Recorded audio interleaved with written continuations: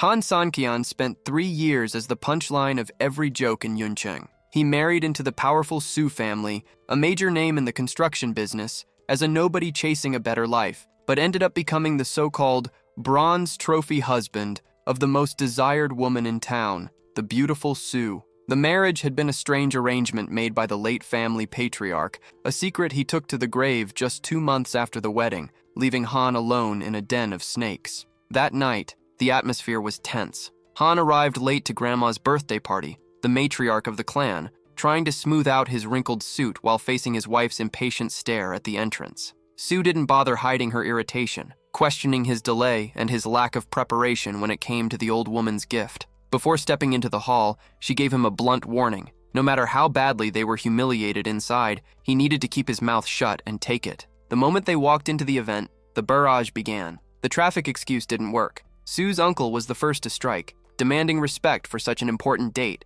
and exposing the couple's failure in front of everyone. While Su tried to force an awkward smile and apologize for the negligence, the room filled with sharp gossip. The main target was Han, the directionless guy, the so-called house husband, living off his wife and spending his days doing laundry while everyone else made money. He was the outsider, and the Su family made sure he felt exactly that way. Things got even heavier when Su Haichao, the arrogant cousin, decided to turn Han Sankian's gift into a public joke. In front of everyone, Han tried to keep his composure, saying he had chosen the present carefully, but Haichao showed no mercy. With a smug grin, he started mocking the simplicity of the package, reminding everyone that the matriarch was turning 80 and that thing was an insult. To finish the humiliation, the cousin pointed to a pile of luxury gifts and pulled out his trump card, an extremely rare tea worth 880,000 wen. The entire room was stunned by the price. When Su Yingxia tried to step in, asking her cousin to stop showing off, Haichao doubled down. He called Han trash and claimed that being humble around such a loser was a waste of time. He went even further, attacking Yingxia herself, saying that living with a worthless bum had made her lose all sense of value and dignity. Han Sankian listened to everything in silence, swallowing the poison to avoid causing a scene for his wife until he finally decided to act. He picked up Haichao's expensive gift and took a deep sniff. With a sharp look, he calmly said that something about it didn't smell right. Furious, the cousin snatched the package from his hands, forbidding the starving nobody from touching something so valuable. With a sarcastic smile, Han apologized, but then dropped the bomb. He explained that he understood how aged tea grading worked, and that many shady sellers used artificial drying tricks to make products look older and jack up the price. Haichao, feeling the hit, tried to brush it off, but the seed of doubt had already been planted in the middle of the party. The mood at the celebration turned sour. Han Sankian didn't back down and began giving an impromptu lesson about tea, explaining that the dark green color of that pour cake exposed the fraud. It was a raw product packed with caffeine and dangerous for an elderly woman's stomach. He cornered his cousin, questioning whether he really had the nerve to give something low quality to his own grandmother. Pressured and fuming with rage, Haichao made a careless mistake. He shouted that Han was lying, blurting out that Grandma hadn't even been drinking tea for the past 2 years, so there was no risk anyway. Han delivered the checkmate. If he knew she didn't drink tea anymore, then he bought a fake gift precisely because he assumed no one would ever test the taste. The room turned into a buzzing hive of gossip, with relatives split between doubt and mockery. Even Han's wife, Yingxia, grew tense, grabbing his arm to ask if he was really sure about what he was saying. Han simply asked her to stay calm, trusting what he had learned. The commotion stopped when the matriarch finally appeared. Yingxia wasted no time and told her about the suspicion of forgery. Haichao panicked, begging the old woman not to listen to the family's trash. Grandma picked up the tea cake, examined the product in silence for a few seconds, and delivered her verdict. The gift was legitimate. The humiliation instantly shifted sides. Haichao puffed his chest back out while the crowd piled onto Han, calling him an envious insect who knew nothing about luxury. The matriarch, with a stern glare, demanded an explanation for why he was slandering his cousin. Even with the entire room against him, Han Sankian refused to bow his head and made one final request, that she look at the tea cake one more time, but this time up close. The humiliation reached its peak with a sharp crack. Yingxia slapped Han Sankian across the face in front of everyone. Desperate to end the embarrassment, she ordered him to bow and apologize immediately. Under the relatives' mocking laughter, Han swallowed his pride, lowered his head, and apologized to his cousin. Victorious, Haichao leaned in and whispered that the truth didn't matter. Even if the tea were garbage, Grandma would always protect her blood grandson over an insignificant son-in-law. Shortly afterward, alone, Yingjia confronted her husband. Bitter and frustrated, she told him he could return the slap whenever he wanted, but Han, staying calm, thanked her instead. He knew her blow had been a shield to prevent a harsher punishment from the matriarch. When he asked whether she wanted him to change for her, the answer came like a bucket of cold water. To change, you need capital. And in that family's hierarchy, a so-called useless man would never have a voice. At that moment, something snapped in Han Sanqian's mind. He decided he would show that blind clan what real financial power truly meant. Dinner continued with toasts and shallow conversations until a messenger suddenly interrupted the banquet. Annoyed by the audacity, Grandma demanded to know who dared invade her party. The man announced that he was there to deliver luxury gifts on behalf of the mysterious Han family. The list was surreal. It started with a golden phoenix-shaped comb, followed by other items of astronomical value. While the guests stood there stunned, and some tried to joke to hide their envy, Han Sanqian watched everything in silence, his expression cold. Noticing the tension in her husband and the coincidence of the last name, Yingxia asked the question that would change everything. Was he part of that family? The shock was absolute when the messenger announced the final item on the list, 888 million yuan in cash. The entire hall froze. The matriarch, her eyes shining with greed, immediately realized that this wasn't just a simple gift, but a luxurious engagement dowry meant for one of the young women of the Su family. When asked which Han heir he represented, the messenger remained mysterious. He said he was only the delivery man, and then walked away, leaving the mystery hanging in the air. Arrogance changed hands. Yingxia's cousins began competing for the spot of favorite, with Su Yiran bragging that she was the prettiest and the most likely choice. Haiqiao took the opportunity to rub it in once again, laughing right in Yingxia's face. He mocked her, saying that everyone had a chance except the so-called number one beauty of the city, since she had ruined her own fate by marrying trash like Han Sanqian. Yingxia finally reached her limit. She slammed her hand on the table and demanded silence, only to be interrupted by Grandma, who promised to hold on to the money until the mysterious suitor revealed himself.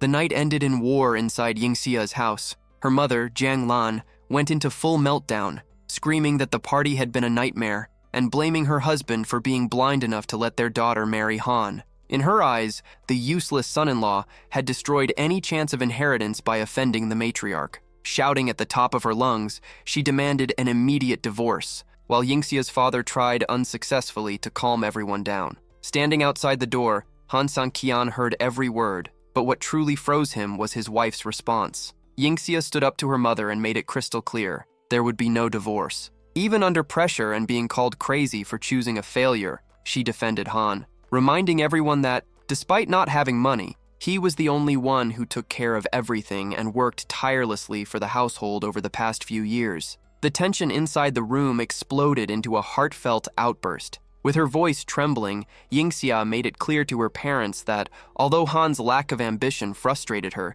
she had never hated him. She reminded them that while everyone else kicked him around, he was the one holding the household together without ever complaining. She also laid out the harsh truth. The matriarch would never allow a divorce now because the reputation of the Su family mattered more than anyone's happiness. In the hallway, listening to everything, Han Sanqian felt the weight of his wife's sacrifice and decided it was time to end the charade. The reckoning with the past came the very next morning. Han came face to face with the woman who had abandoned him, his own mother. There were no hugs, only ice-cold tension. She came with a story of regret, saying the Han family needed him because his father was sick and his perfect brother, everyone's favorite, had been thrown behind bars. Now that the golden heir was rotting in prison, the rejected one had suddenly become indispensable. Han Sanqian didn't buy the excuse. With a piercing stare, he unleashed 3 years of bottled-up resentment. He reminded her that since childhood, he had done everything possible to be noticed. Yet he was always overshadowed by a manipulative brother who wore the mask of a good son.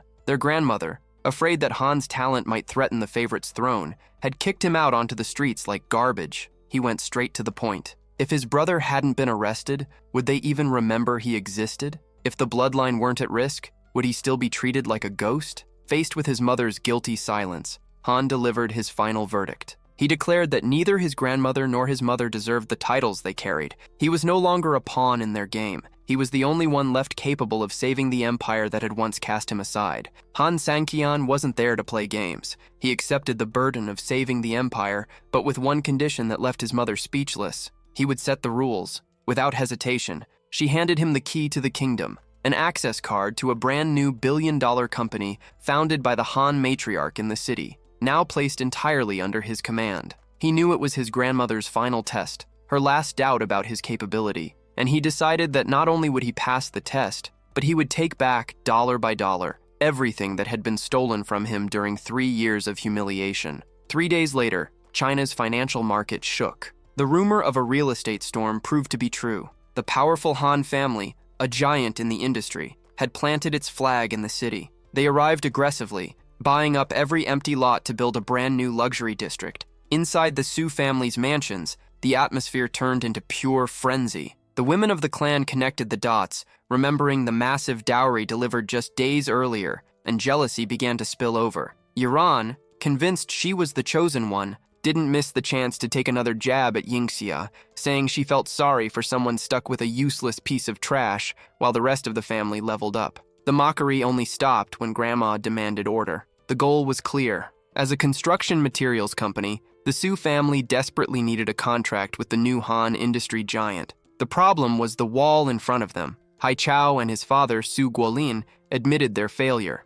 Every representative the family had sent was turned away at the door. No one could even get a glimpse of the new CEO. The matriarch, furious at the incompetence of her favorites, exploded in anger, demanding an immediate solution so they wouldn't lose the golden opportunity. Little did they know that the so-called untouchable boss was the same man they ordered to wash dishes every morning. Grandma refused to accept excuses. The order was simple. If the new industry giant still didn't have an official partner, the Su family would swallow their pride and wait at the company's entrance, taking turns standing guard until the boss showed up. The family's high-ranking members found the idea humiliating, and that was when Haichao saw his chance to dump the problem on Yingxia. He suggested that since she seemed so calm, she should be the first one in line. The room turned into a chorus of pressure. Relatives said she needed to justify the food she ate and make up for the expenses she brought to the family. While Yingxia hesitated, cornered, her phone suddenly vibrated. An anonymous message told her not to back down and to embrace the opportunity. With no way out and choosing to trust that mysterious encouragement, she accepted the challenge. The provocation escalated even further. Haichao's father mocked her, saying that if she failed again, there would be no reason to keep her in the clan. Yingxia felt her blood boil. She knew the worst tasks were always dumped on her, but she faced the challenge head-on, promising she would handle it on her own. The mockery spread across the room. Haichao even proposed a bet. If she secured the contract, he would personally serve her tea. If she failed, she would be kicked out of the Su family forever. She accepted the deal and walked out of that den of snakes. Outside, Han Sang-kian was waiting for his wife, just like he had done for years. An acquaintance approached him, offered a cigarette, and commented on his dedication to waiting for her every single day, joking that Han was more punctual than the company's own employees. The man, noticing that Han didn't seem like an ordinary person, finally asked the question many people wondered in silence. Why would a guy like him accept joining a family like the Su clan? Han Sang-kian wasn't bothered by the man's curiosity on the sidewalk.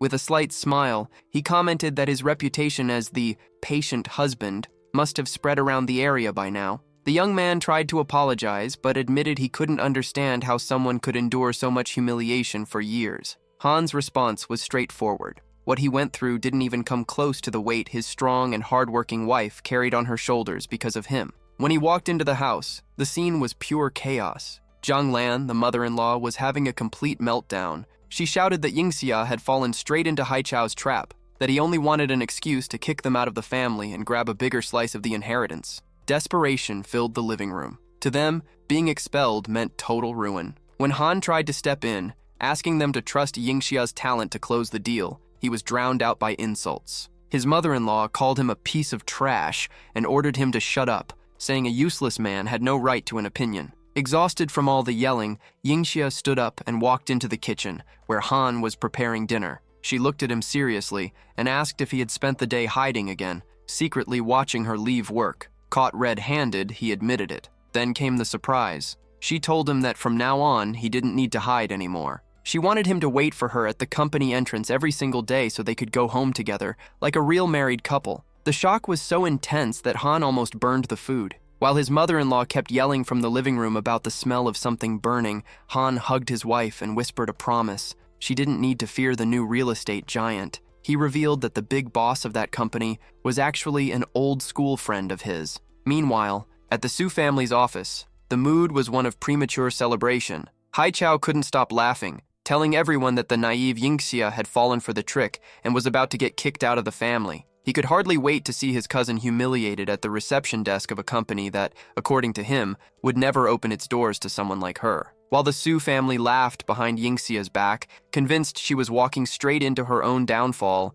Haichao was already planning his next move. He confessed to Yiran that even if a miracle somehow happened, he had a backup plan to make sure she and Han Sanqian would be wiped out of the family once and for all. To him, it was only a matter of time before the trash got thrown out. The next morning, reality told a different story. Han stopped his motorcycle in front of the towering Han Industries building. Yingxia looked pale, her hands trembling with anxiety, but Han locked eyes with her and assured her that with her talent, the contract was already hers. Taking a deep breath for courage, she walked through the glass doors. The shock came right at the reception. Before she even opened her mouth to introduce herself, the receptionist smiled and said that Manager Zhang was already expecting her. As she walked across the lobby, a red carpet was rolled out beneath her feet under the curious gaze of the employees. The welcome was fit for a queen, not a construction material saleswoman. Manager Zhang, the man in charge of the entire operation, wasted no time on bureaucracy. He placed the contract on the table and told her she could sign it right then and there. Yingxia froze. She asked if it was some kind of prank since they hadn't even started negotiating prices or deadlines. With complete seriousness, Zhang explained that the company had conducted a full background review of her track record and trusted her abilities without hesitation. He extended his hand, sealing the partnership and declaring that the future of the new district was now in her hands. Outside, Han Sanqian's phone vibrated with a short, direct notification. "Young master, the contract has been signed." With a subtle smile, he slipped the phone back into his pocket, knowing that the game had officially changed hands. Han Sanqian smiled quietly when he saw his wife walk out of the building glowing with excitement. He pretended to be surprised, asking if the deal had gone through, and Yingxia nearly burst with joy. The contract was a complete success. A champagne celebration was already on their minds, but her phone suddenly buzzed with an emergency summons from the Su family. When they arrived at the meeting, the atmosphere felt like a funeral for their rivals. Haichao, wearing a smug little grin, asked if she had already packed her bags to leave the family.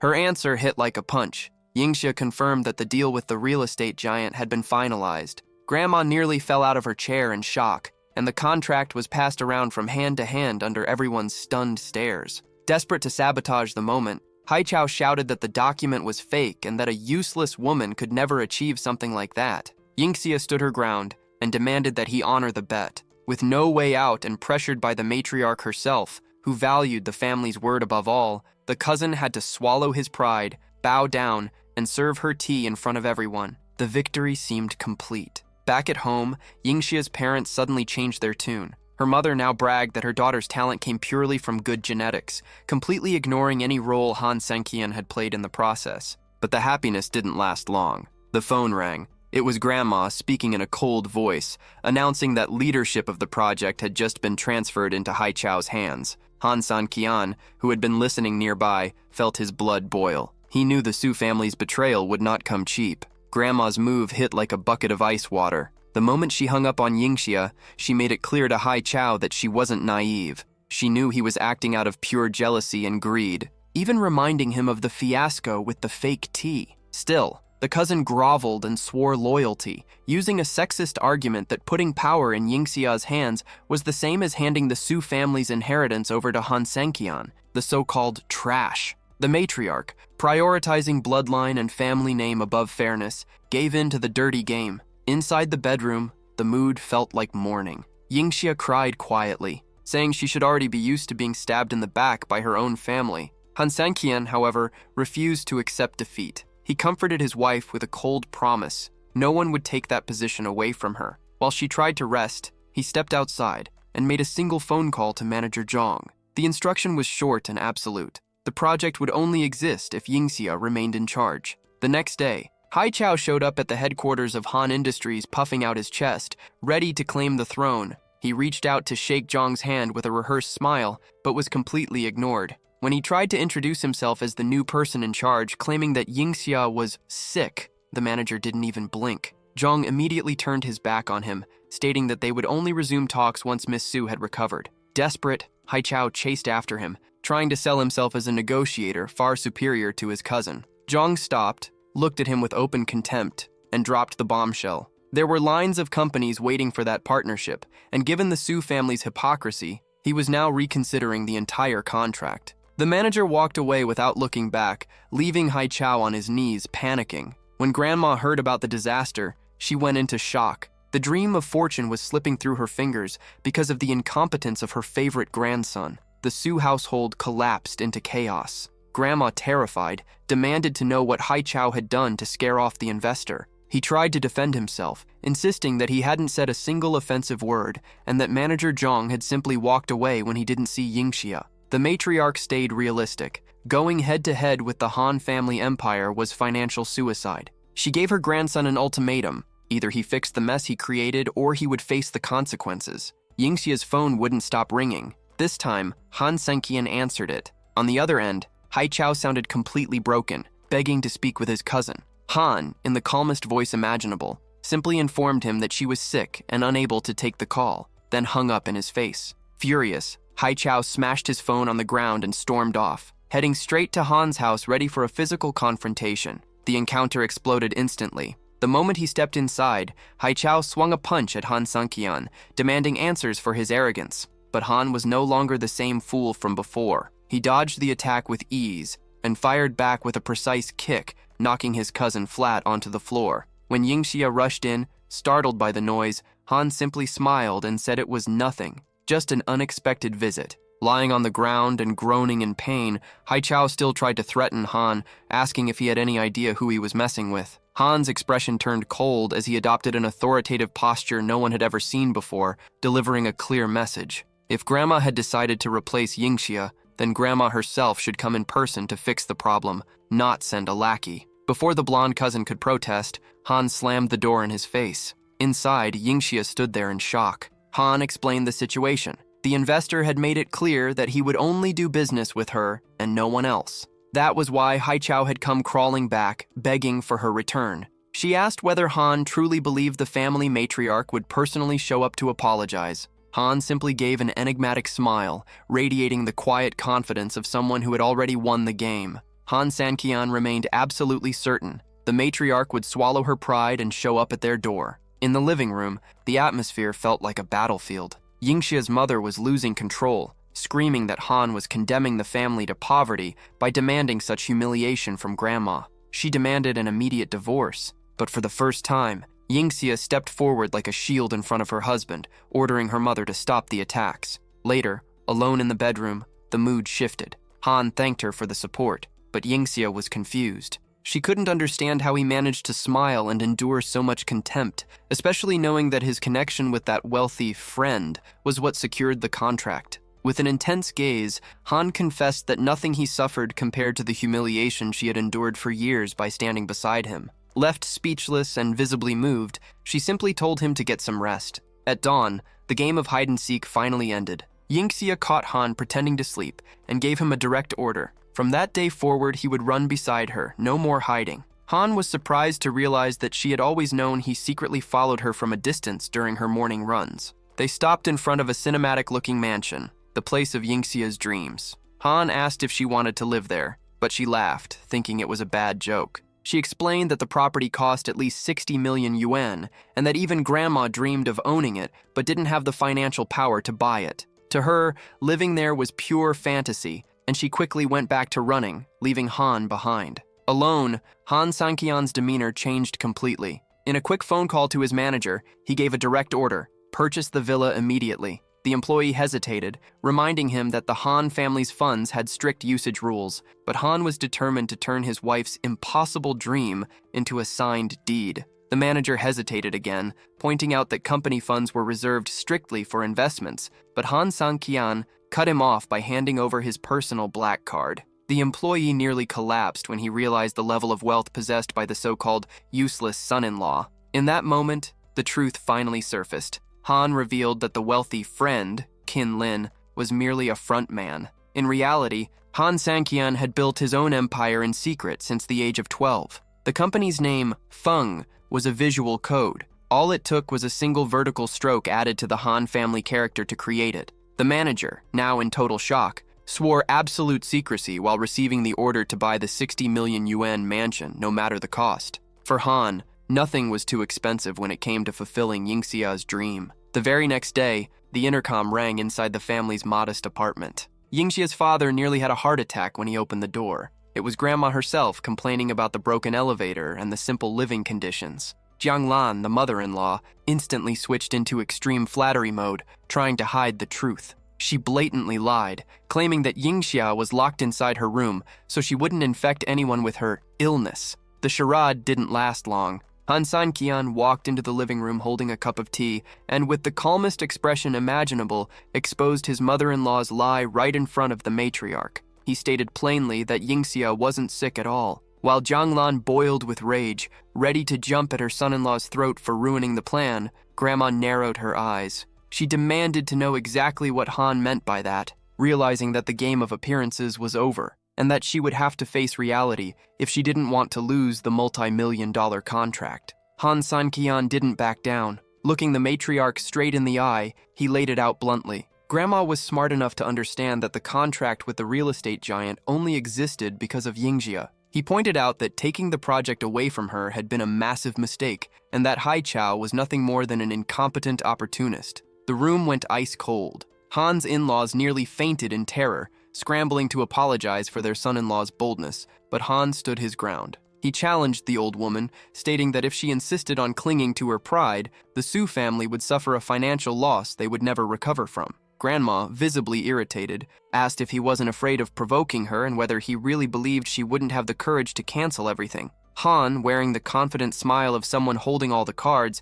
replied that she was free to choose the abyss. His goal was simple. Yingxia would finally receive the respect and value she deserved within that clan. At the peak of the standoff, Han's phone rang. It was Yingxia. She announced that manager Zhang had just officially confirmed the partnership would resume the following Monday. Han seized the moment and handed the phone to Grandma. With no way out, the matriarch had to change her tone, thanking her granddaughter for her hard work and inviting her to a celebration dinner over the weekend. Before leaving, the old woman delivered a bitter warning to Han. He should never dare to covet the Su family's wealth. His reply was short and blunt. He had absolutely no interest in such a small fortune. The celebration dinner was marked by a sudden shift in the winds. Grandma, who had once ignored her granddaughter, now praised her in front of the entire family. She announced that from that moment on, Yingxia would not only remain in charge of the project, but would also become a key figure in the company's future. While the cousins burned with jealousy, Han Sanqian watched from a distance,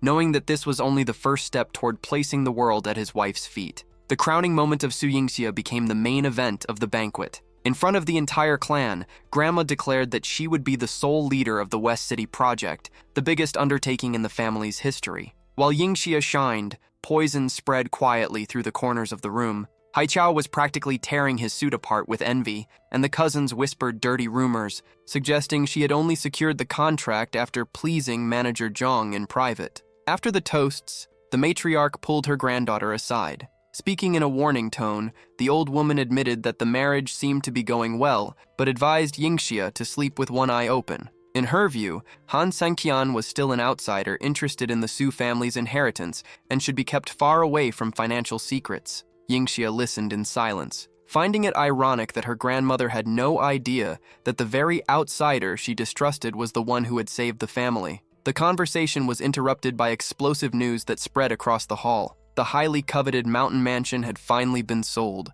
The price? 100 million yuan. Grandma turned pale. Not even she, with all her accumulated wealth, would have dared to spend that kind of fortune on a single residence. Nearby, Han Sanqian nudged his wife and commented with a subtle smirk that her dream house already had a new owner. Curious, Yingxia wondered what kind of billionaire could spend that much money without blinking. Han suggested that for the buyer, that amount might feel like pocket change. She fired back, joking that if it were a dowry for a new bride, the chosen one would surely be the beautiful Yiran, who always attracted the spotlight. Han stopped, looked straight into Yingxia's eyes, and told her she was infinitely more beautiful than her cousin. She laughed bitterly, reminding him that as a married woman, she would never be the target of such a powerful suitor. What she didn't know was that the owner of the mansion was standing right beside her, sharing the same roof and listening to her doubts. Yingxia noticed that Han Sanqian had been wearing the same suit for far too long and decided to take him shopping. He happily accepted the invitation on the spot, joking that he was ready to carry as many shopping bags as needed and that this time he would be the one paying, even though she insisted on treating him to the gift. The mood turned tense when they ran into one of Yingxia's old friends at the store. The woman, dripping with prejudice, began spewing venom, humiliating Han for not owning a car and for getting around on a cheap electric scooter. She pressured Yingxia, questioning how she could tolerate a man with no value. Yingxia, however, shut the conversation down, firmly stating that she was doing her best to make her marriage work. Unwilling to accept that, and convinced of her own irresistible charm, the so-called friend decided to stage a loyalty test to expose Han. She started trying on bold, revealing dresses, drawing his attention and showing off, certain he would fall into her trap. While every other man in the store stared in awe, Han Sanqian barely glanced her way. For every seductive pose and every question about how she looked, he responded with a dry, indifferent, "Looks fine," immediately turning his attention back to his wife. The woman escalated the game, trying on increasingly provocative outfits, but Han's reaction never changed. Total indifference. She became furious. No one had ever been so unmoved by her beauty. The tables turned completely when Yingxia stepped out of the fitting room wearing an elegant dress. What the homewrecker failed to achieve with all her effort, Yingxia accomplished simply by existing. Han was completely stunned, praising his wife's beauty while ignoring the other woman as if she were invisible. The situation inside the luxury store quickly turned into a battlefield. A snobbish customer snatched the dress out of Yingxia's hands, declaring that designer clothes turned into garbage when worn by poor people. Instead of stepping in, the sales clerk humiliated Yingxia even further, suggesting she go look for something in the discount section. Han Sanqian's blood boiled. He confronted the employee, asking whether the rule there was to give priority to whoever spent the most money. When he heard confirmation that the biggest spender called the shots, Han dropped the bombshell. He would buy the entire store's inventory. The mockery spread instantly. The wealthy customers and the saleswoman burst into laughter. Convinced it was nothing more than a bluff from a starving nobody, Han stepped forward to pay, only to realize he had left his card with Manager Zhang during the mansion purchase. Asking for just a minute to make a call, he became the target of even harsher jokes. Even Yingxia's so-called friend tried to slip away quietly to avoid further embarrassment, but Yingxia, though confused, chose to trust her husband, sensing that he wasn't joking. The humiliation lasted exactly 1 minute. Suddenly, a luxury car screeched to a halt at the entrance, drawing every eye in the store. The saleswoman rushed over to flatter the newcomer, only to be completely ignored. Manager Zhang walked straight across the showroom, bowed deeply in front of Han Sanqian, and personally handed the card back to him, apologizing for the delay. The silence inside the store became deafening. With the card back in his hand, Han simply smiled at the cashier and ordered them to finalize the purchase of everything. The game was over, and the mockers had nowhere left to hide their faces. The saleswoman and the flashy rich customers froze when the payment of 400,000 yuan went through without a single beep of hesitation from the machine. What had been laughter moments earlier turned into a funeral-like silence. Yingxia, trembling slightly, entered the password Han whispered, their wedding date, feeling the weight of a gesture worth more than any piece of jewelry. The jealous friend nearly exploded, accusing the couple of staging the entire scene just to humiliate her. As the snobs quietly slipped away, the man who had confronted Han earlier suddenly realized the gravity of his mistake. He recognized Manager Zhang as the man who had purchased the 100 million yuan mansion and understood that Han Sanqian was not an ordinary man, but someone dangerous to investigate. Before leaving, Han delivered the final blow. He suggested to the store manager that certain employees, pointing directly at the arrogant saleswoman, were bad for business. The result was immediate: termination on the spot. Later that day, the mood at home turned strange. Yingxia received a frantic video from her friend, who swore she had found the man of her dreams. It was a recording of a mysterious pianist playing with flawless technique. As Yingxia studied the video, a chill ran down her spine. The profile, the hands, and the posture of that musician felt far too familiar. It was Han Sanqian. That same afternoon, after the whirlwind of shopping, Yingxia asked Han to wait at the entrance of the mall while she went to the restroom. Alone, Han watched the flow of people, thinking that the new clothes were already on their way to the new house. He reflected that with so many bags and a new life beginning, an electric scooter would no longer be enough. It was time to upgrade the garage as well. A wave of nostalgia hit when Han Sanqian spotted a lonely piano in the mall's central plaza. The instrument, though well-maintained, seemed to be begging for notes that hadn't been played in a long time. For Han, the piano had always been his childhood refuge, the place he ran to release his pain and loneliness after enduring humiliation from his own family. Driven by curiosity to see whether his fingers still carried their old agility,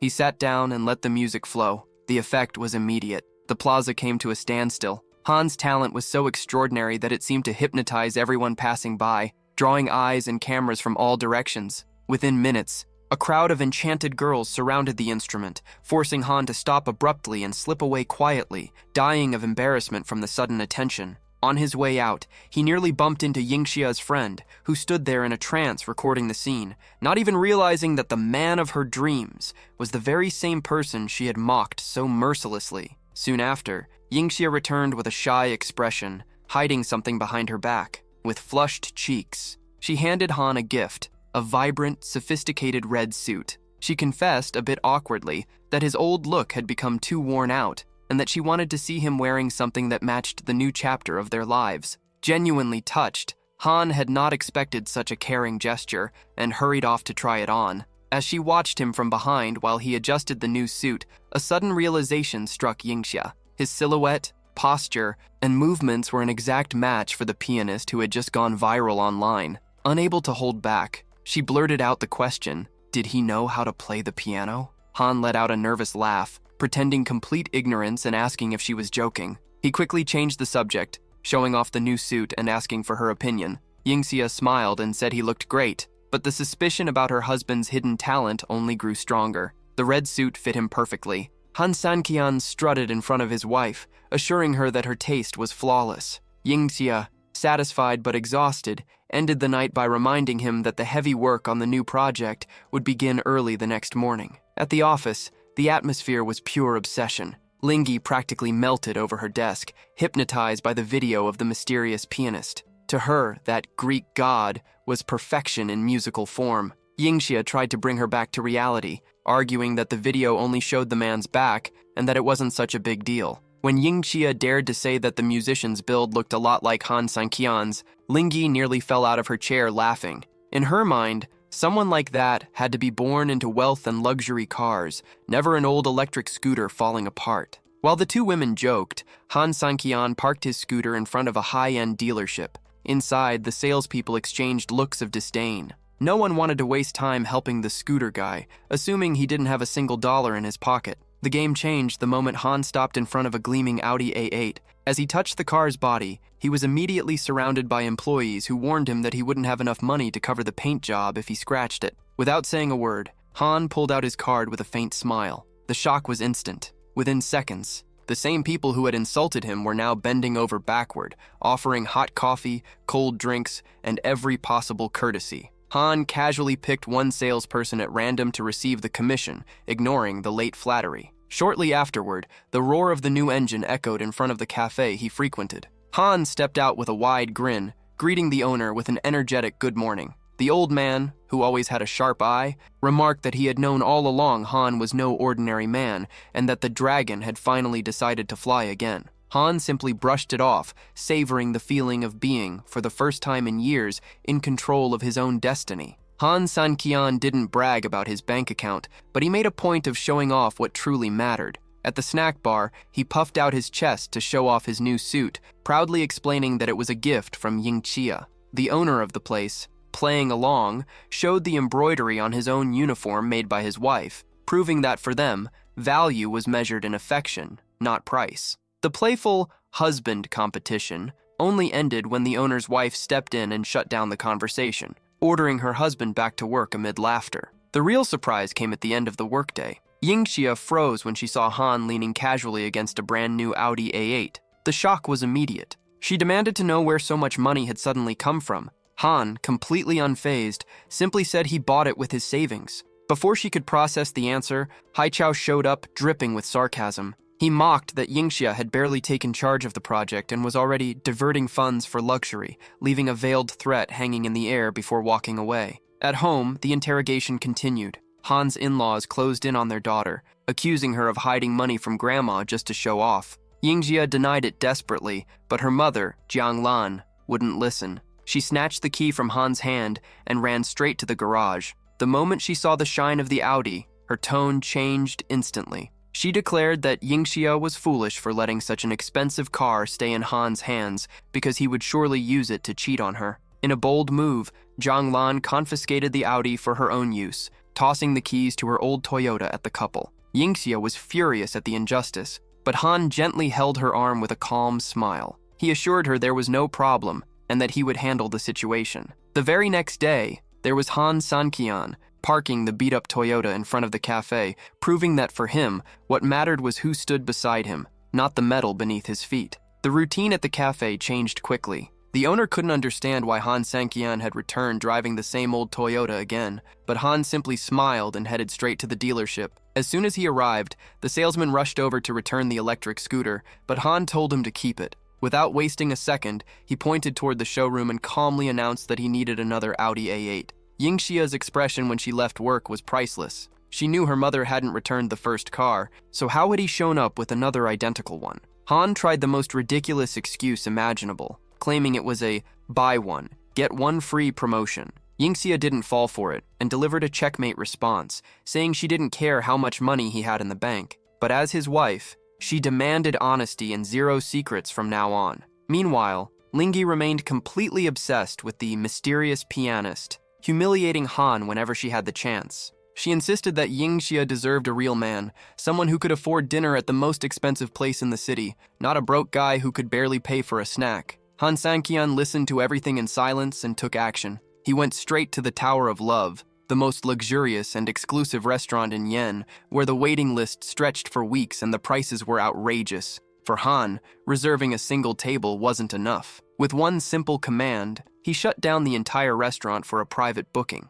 While the Su clan continued spreading gossip as usual, Han was quietly setting the stage to silence them all and give Yingxia the night she had never experienced in years of marriage. Rumors spread like wildfire throughout the Su clan. The Tower of Love had been locked down. The gossip claimed that a mysterious billionaire had spent millions to reserve the entire restaurant for a marriage proposal. The women in the family boiled with envy, taking the opportunity to mock Yingxia, reminding her that her wedding anniversary fell exactly on the 22nd, and that with a burden like Han Sanqian, the most she would receive was a cheap street snack. Yingxia endured the laughter and ridicule in silence, having no idea what was about to happen. On the 22nd, Han set everything in motion. Yingxia, stunningly dressed, was escorted to the luxurious building accompanied by Lingi, who couldn't understand how they had gained entry to a place that was supposedly fully reserved. After a tense ride up 40 floors in the elevator, the doors opened to a scene straight out of a movie. In the center of the empty hall, a man sat with his back turned, playing the piano with flawless precision, filling the entire space with music. The shock was paralyzing. The moment she recognized the silhouette, Yingxia began to cry. Lingi's piano god and the owner of the $1 million reservation were the same person, Han Sanqian. Lingi nearly fainted when she realized that the man she had fallen for online was the very same poor scooter guy she had mocked so mercilessly. Han stopped playing and walked toward his wife. Yingxia, torn between tears and shock, lightly punched his chest, angry that he had lied about not knowing how to play the piano. Han gently held her hands and made a solemn promise. For the past 3 years, he had allowed the world to see her as the wife of a failure, but that time was over. From that moment forward, he guaranteed that no one would ever dare mock her again. Yingxia asked how he had endured so much poison in silence, feeling the weight of every sacrifice he had made, just to wait for the right moment to place her at the top.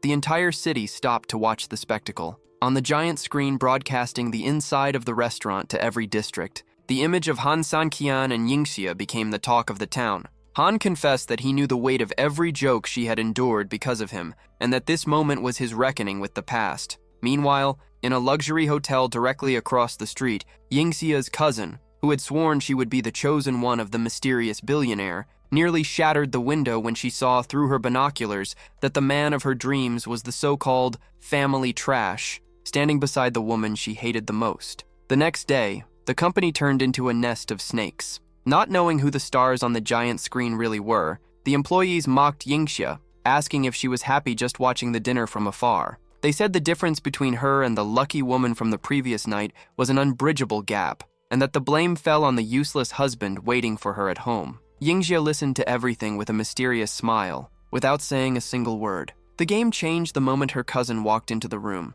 Yingxia, now holding full authority, issued a direct order. The cousin was to head to the West Zone for a field inspection under the scorching sun and report everything back to her immediately. The girl exploded in rage, shouting that Yingxia had no shame giving orders after the embarrassment the family had suffered at the restaurant the night before. Yingxia didn't miss the opportunity. With cutting calmness, she apologized for being present at the dinner and suggested that if her cousin was too tired to work, she could call grandma right now and request a permanent replacement. Panic spread across the cousin's face. She knew that if the matriarch discovered she was dodging her duties, her career at the company would be over. Swallowing her own poison, the girl had no choice but to lower her head and ask through clenched teeth what exactly she needed to do to avoid being fired. Yingxia's cousin panicked and begged her not to involve grandma.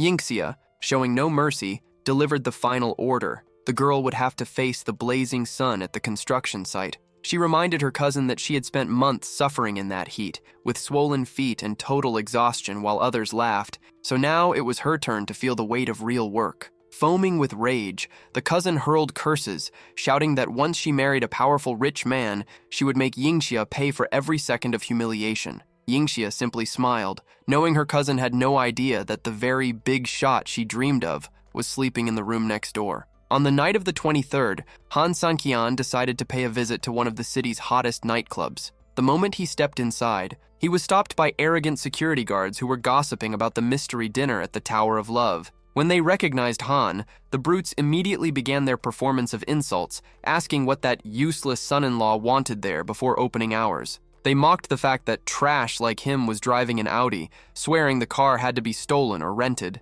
Han kept a cold stare, simply asking them to inform the owner, Lin Yong, that he was waiting. The guards' fun ended in a single second. Lin Yong, the owner and one of Han's most powerful allies, came running out and wrapped brother Han in an enthusiastic embrace. The employees nearly fainted when they saw their boss treating the so-called failure like royalty. While Han asked his friend to ease up on the hug, his phone vibrated. It was a message from Yingxia, a triumphant selfie with the cousin in the background, wearing a sour expression in the middle of the construction site. She added that she had already vented her anger and would prepare a special dinner for the two of them. Lin Yong, realizing the disrespect from his subordinates, exploded with fury. He ordered everyone to kneel immediately and beg forgiveness from Han Sanqian if they wanted to keep their jobs or their teeth. The tough guys, now trembling with fear, pressed their foreheads to the floor. Begging for mercy from the man they had sworn minutes earlier was a nobody. Han Sanqian wrapped up the conversation with Lin Yong, leaving a message that a major business deal was coming and needed to be closed quickly. As he walked out, the nightclub owner cast a deadly glare at his men, warning them that their reckoning would be unforgettable. On the way out, Han crossed paths with Haichao, who tried to pick a fight but was completely ignored. The blonde man fumed with rage, promising a surprise that would destroy Han's peace later that very night. When he arrived home, Han parked the second Audi in the garage, rehearsing how he would explain the new purchase to Yingxia without sounding insane. But the mood on the couch felt like a funeral. Yingxia was in tears. She revealed that the construction site in the West Zone had turned into a war zone. A group of thugs had stormed the area, beaten the workers, including the cousin who had been sent there, and blocked every route for delivering construction materials. To make matters worse, Haichao had already spread poison through the family, accusing Yingxia of diverting project funds to show off luxury cars and demanding her immediate dismissal. Han let out a quiet chuckle, thinking about the irony of being accused of stealing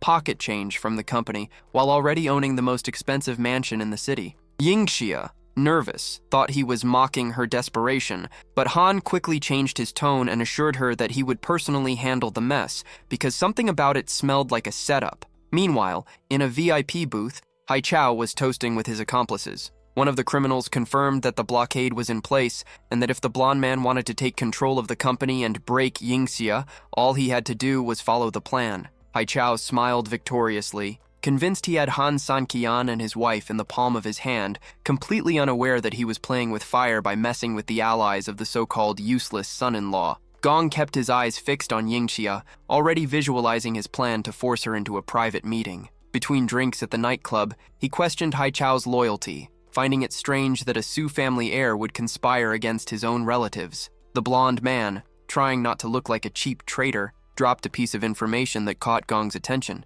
He mentioned seeing the trash, Han Sanqian, laughing and socializing with the powerful Lin Yang. Gong became alert, but his desire for Yingxia spoke louder than any warning. The next day, Yingxia was a bundle of nerves, but Han Sanqian reassured her, asking her to trust him as her assistant. As soon as they arrived at the meeting location, they were surrounded by Gong's thugs, who immediately started their intimidation show. The criminals mocked Han, boasting that they could wipe out the failure with a single punch. Yingxia cut through the chaos, demanding respect and focusing on the real reason for the meeting, ending the blockade at the construction site. Gong laid his cards on the table with a cynical smile. He demanded 1 billion yuan to stop the attacks, and promised that for that price, the Su family would receive permanent protection. Yingxia, trying to stay diplomatic, handed him an envelope with the negotiation terms, but Gong didn't even bother to read it. He tore up the document and made a disgusting proposal. Since she wanted honesty, they should go upstairs to a hotel room and settle things alone.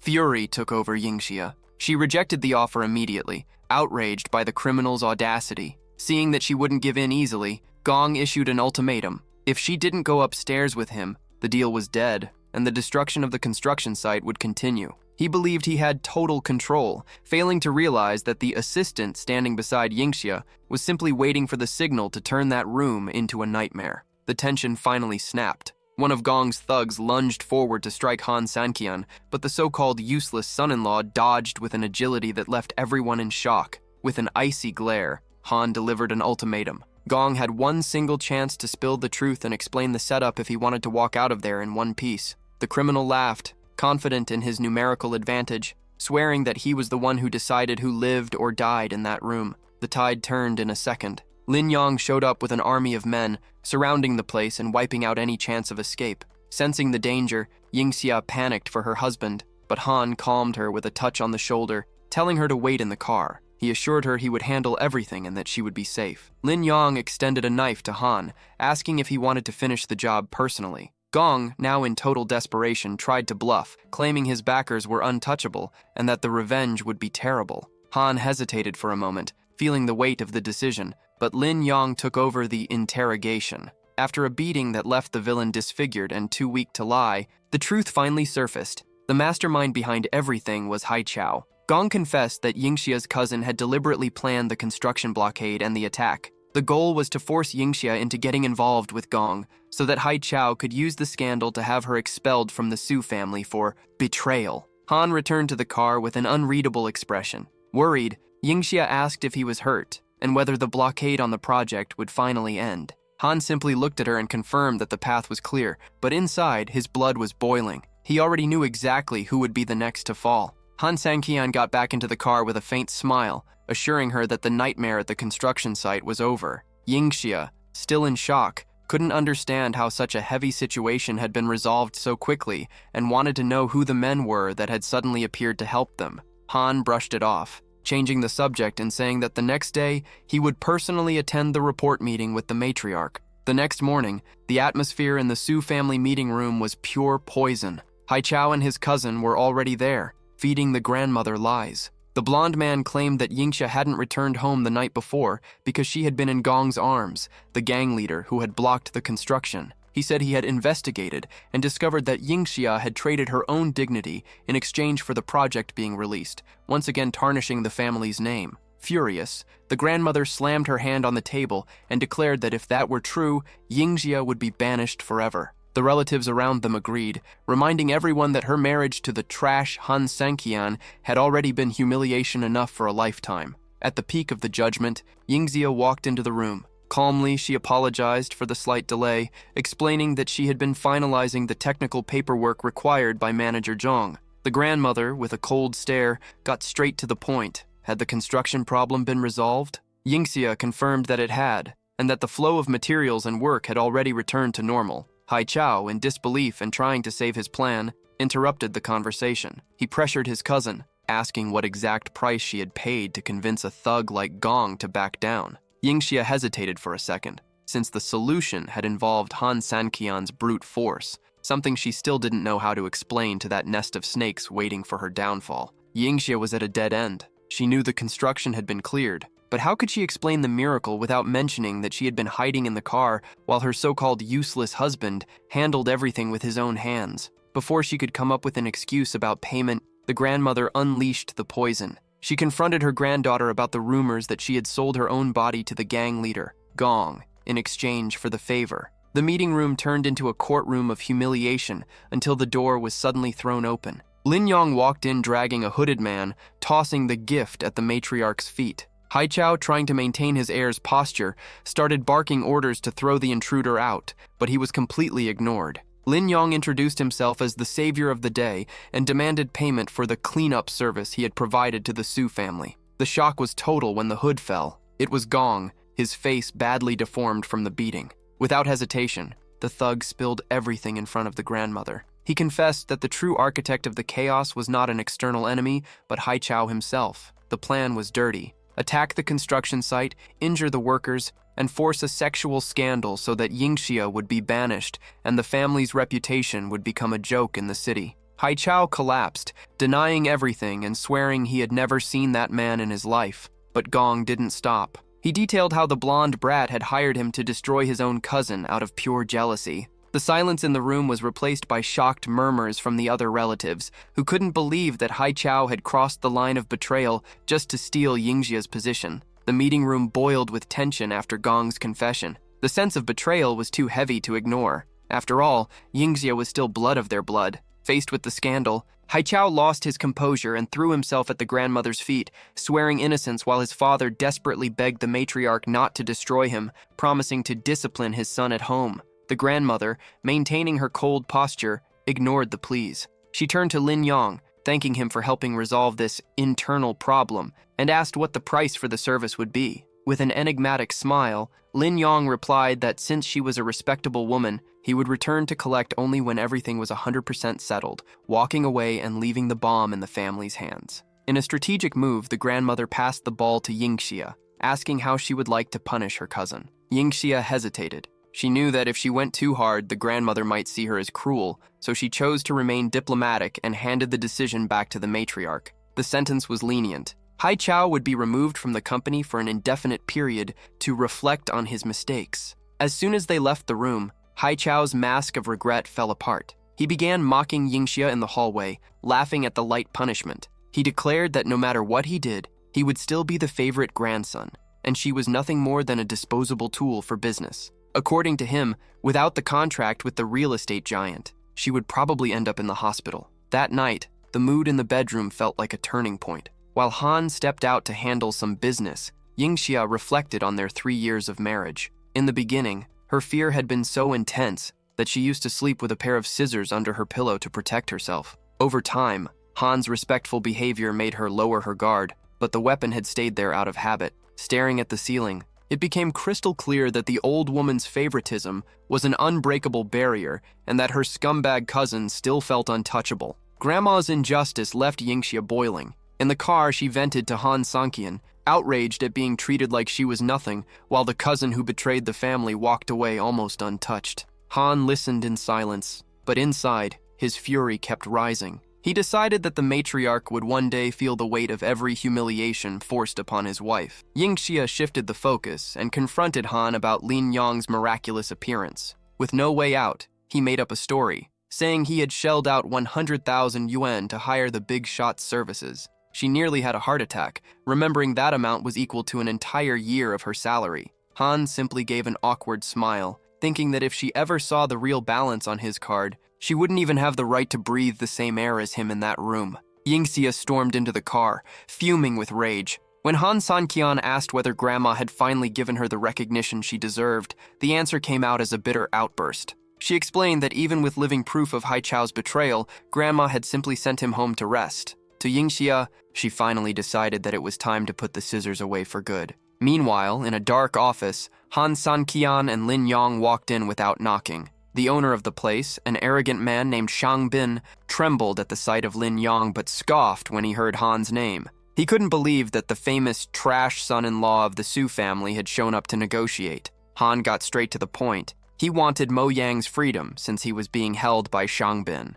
The villain laughed, asking what a failure could possibly offer to convince him. Shang Bin made it clear he had zero respect for the Su family and that money alone wouldn't be enough to change his mind. He underestimated Han Sanqian, thinking he was dealing with nothing more than one of Lin Yong's subordinates, never imagining he was facing the man who truly pulled the strings in the city. Han Sanqian's patience with arrogant big shots had limits. Inside Shang Bin's office, the tension spiked when the villain ordered his goons to finish off the useless son-in-law. He thought Han would be an easy target, but in the blink of an eye, the situation flipped. Han took down every brute with brutal efficiency. Shang Bin, now trembling and cornered, was lifted by the throat. Under the pressure of a precise punch and Han's icy stare, he had no choice but to release Mo Yang. Freedom came at a high price. As they walked out, they realized they were surrounded by a fleet of enemy cars. While the trap tightened outside, back at home, Yingxia couldn't sleep. The clock showed 11 p.m.,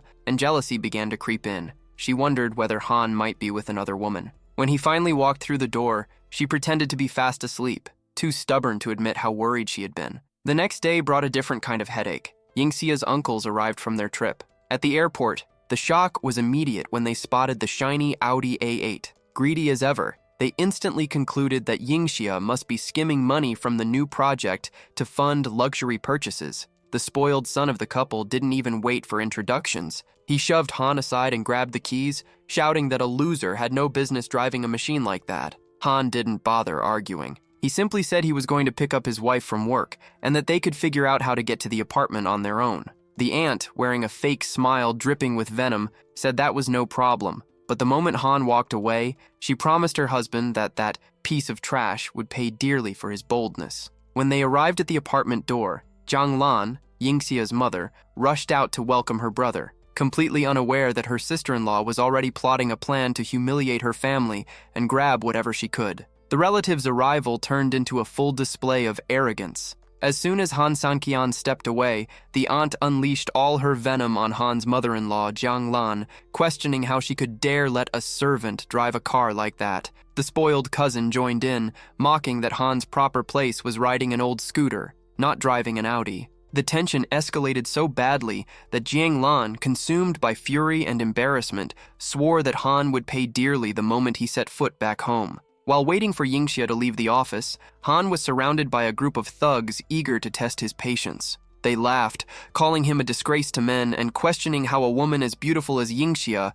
could end up with trash. Han's patience ran out in seconds. He sent the group packing with a few precise blows, leaving them limping away before things could get worse. When Yingxia finally showed up, she immediately noticed a dent on the front of the car. Han didn't hesitate. He explained that her cousin had tried to seize the wheel by force at the airport and ended up crashing the vehicle. The scene when they arrived home looked like a battlefield. The entire family was outside, and Jiang Lan charged forward like a wild animal, snatching the key from Han's hand. Shouting at the top of her lungs, she forbade her son-in-law from touching the car again, claiming that fixing an Audi would cost a fortune he could never afford. Inside the house, the yelling continued. Her mother-in-law accused Han of crashing the car out of pure incompetence, ignoring every explanation. Yingxia felt the full weight of the injustice. She tried to speak up and say that the car actually belonged to Han, but when she glanced toward the corner of the room and saw the scheming smiles of her uncles and cousin, she realized the trap. Her mother, blinded by anger, delivered the ultimatum.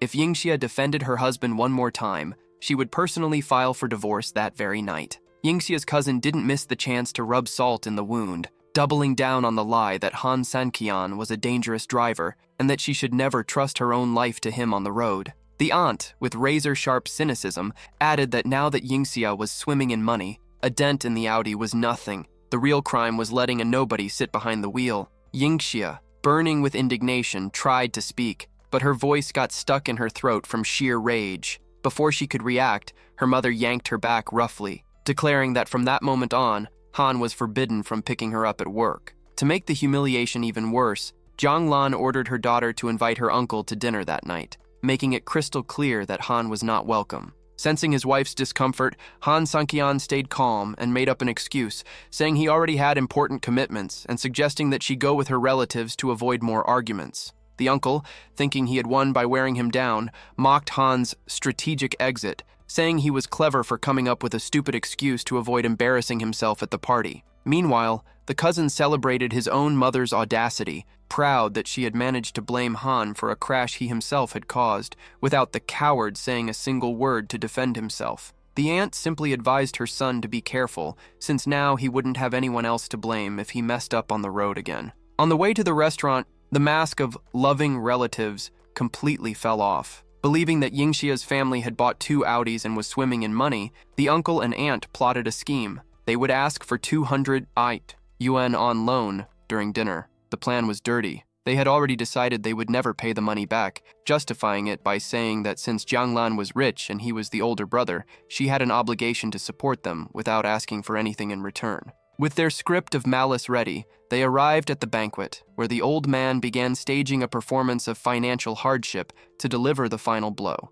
The dinner had barely started when Yingxia's uncle cast the bait, acting out a financial crisis to set up his move. When Jianglan asked how much he needed, he held up 2 fingers. She, thinking it was a symbolic amount of 2,000 won, almost agreed, but the man cut her off with a disgusting smirk. 2,000 wouldn't even cover coffee. What he wanted was 200,000. The shock was immediate. Yingxia's parents nearly choked, but the opportunistic relatives didn't let up. They argued that for someone who had 2 luxury cars in the garage worth millions, 200,000 was pocket change. The aunt even played the emotional card, reminding Jianglan that in the past they had defended her honor when people claimed she had married a fake rich man, and that now it was time for her to repay the favor. Pressured by her ego and her desire to keep up appearances, Jianglan eventually gave in, leaving Yingxia and her father in total panic. The conversation, however, was suddenly interrupted by a loud crash. Yingxia's cousin, who had stepped out to use the bathroom, was thrown back into the dining hall, covered in blood.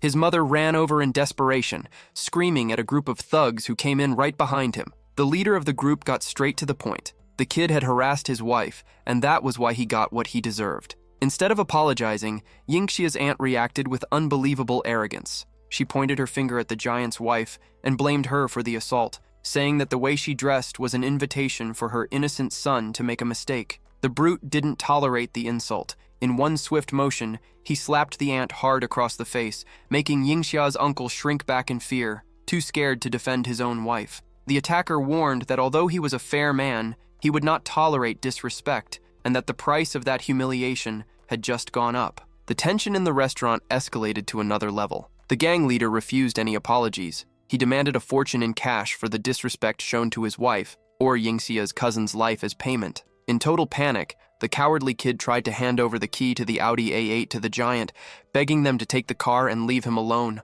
Han's mother-in-law, Jianglan, jumped up from her chair in fury. She made it clear that the car belonged to her, and that her nephew should solve his own problems without dragging the family's property into it. The big man, ignoring the vehicle, turned his malicious gaze toward Yingxia, saying that he already had plenty of money, and that now his interest was something else. Yingxia shouted for him to stay back, but the man cornered her, claiming that no woman ever escaped him. In a rare moment of courage, Jianglan tried to intervene with a slap, yelling that the name of the Su family should be respected. The giant simply laughed, striking back and mocking that the Su family's prestige meant nothing on the streets. Even cornered, Yingxia issued one final warning. If he insisted on making that mistake, the regret would be bitter. The thug, bored, assigned 2 henchmen to guard the door, forbidding anyone from leaving while he went to receive other guests, promising to return later to pick up Yingxia. Desperation took over the table. Jiang Lan suggested calling the family matriarch,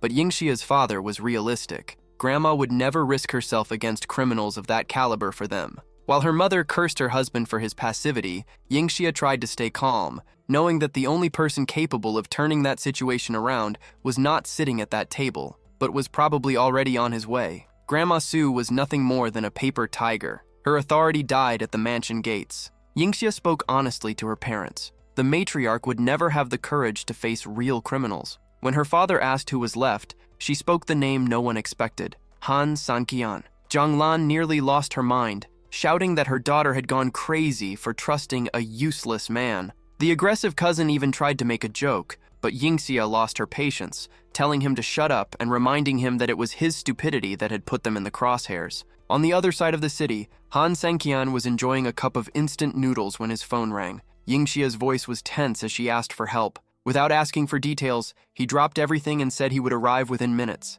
Yingxia let out her first sigh of relief that night, ignoring her mother, who kept insisting that she call grandma.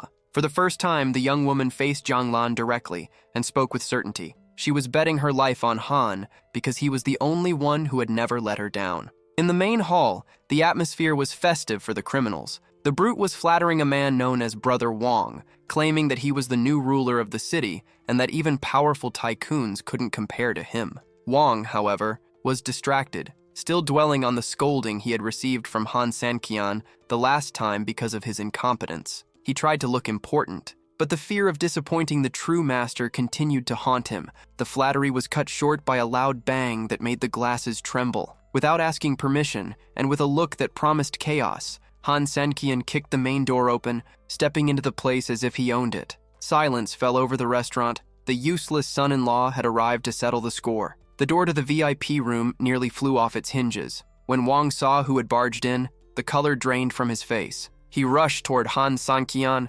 stuttering and calling him brother, with a respect that bordered on fear. The brute, not understanding a thing, still tried to mock him, asking if Wong was really showing respect to that guy. The answer came in the form of a shout. Wong ordered the fat man to shut his mouth before something worse happened. Han Sanqian, with an icy stare, pointed at the attacker and demanded to know if Wong was part of that mess. Trembling, Wong swore it was just a casual business meeting. That was when Han dropped the bomb. The fat man's business had been harassing his wife. Wong's world collapsed. Without hesitation, he lunged at his own ally with blind fury, asking if the idiot had shit for brains to lay a hand on Han Sanqian's woman. While Wong's guards beat the fat man senseless, Han simply turned his back and left the command of the cleanup in his subordinate's hands. In the hall where the family was being held, the mood was pure cynicism. Han's mother-in-law was screaming at the top of her lungs, saying the son-in-law was a coward who was probably hiding under a bed right now, since there wasn't even a taxi available for him to get there. The aggressive cousin, groaning in pain between breaths, shouted that Yingxia was the only idiot who believed in that loser. The aunt, desperate, begged Jianglan to call grandma, claiming her son needed a hospital immediately. The shouting was interrupted by the sound of the door opening. Everyone shrank back, expecting the thugs to return, but the one who stepped through the doorway was Han Sanqian, wearing a calm smile. He walked up to Yingxia and said, in the calmest voice possible, that it was time for them to go home. The cousin, still not realizing the danger had been neutralized, started yelling that Han was a fool for coming there, since the guards outside would never let them leave alive. Han didn't even bother to respond. He simply took his wife's hand, ready to walk over anyone who dared to stand in his way. Han Sanqian ignored the cousin's screams and kept moving forward, clearing the path for Yingxia. As they passed through the hallway of VIP rooms, the scene was surreal. The massive brute and his entire crew were on their knees, their foreheads pressed against the floor, trembling like leaves. Yingxia froze in place, shocked, and asked what the hell had happened there. With that familiar, I don't know anything attitude that had become his trademark, Han gave a faint smile and suggested that maybe the floor had been too slippery and everyone had slipped at the same time. The gang leader, noticing Han's deadly glare, quickly confirmed it, stuttering that the floor was dangerous and that they had simply fallen by accident. Yingxia raised an eyebrow, clearly not believing a single word, but decided not to push further. Deep down, she knew Han had moved the world for her that night, and that was what truly mattered. The relief of freedom didn't last long. The moment they stepped into the house, the chaos began. Yingxia's father, finally losing his patience, confronted Jianglan for promising 200,000 wen to her scammer brother without having a single cent in her pocket. The mother-in-law, without a hint of remorse, fired back that her daughter worked at a huge company and that diverting that amount would be easy. When her husband accused her of putting Yingxia's safety at risk for money, Jianglan resorted to theatrics. She threw herself onto the floor, kicking and screaming like a spoiled child. Between screams and fake sobs, she claimed her life was miserable for having married a failure, and that everything she did was to maintain the family's reputation in front of jealous relatives. Yingxia, exhausted and with her eyes burning from so much anger, finally snapped. To shut her mother up and end the spectacle, she shouted that she would find a way to get the money. When she entered the bedroom, weighed down by exhaustion, she found Han Sanqian waiting for her. With a calm voice that contrasted with the chaos in the living room, he asked if all that drama was just because of the debt to her uncle. Inside the bedroom, silence finally took over, but Yingxia's face was soaked with tears. Without saying a word, she collapsed into Han Sanqian's arms, begging for help.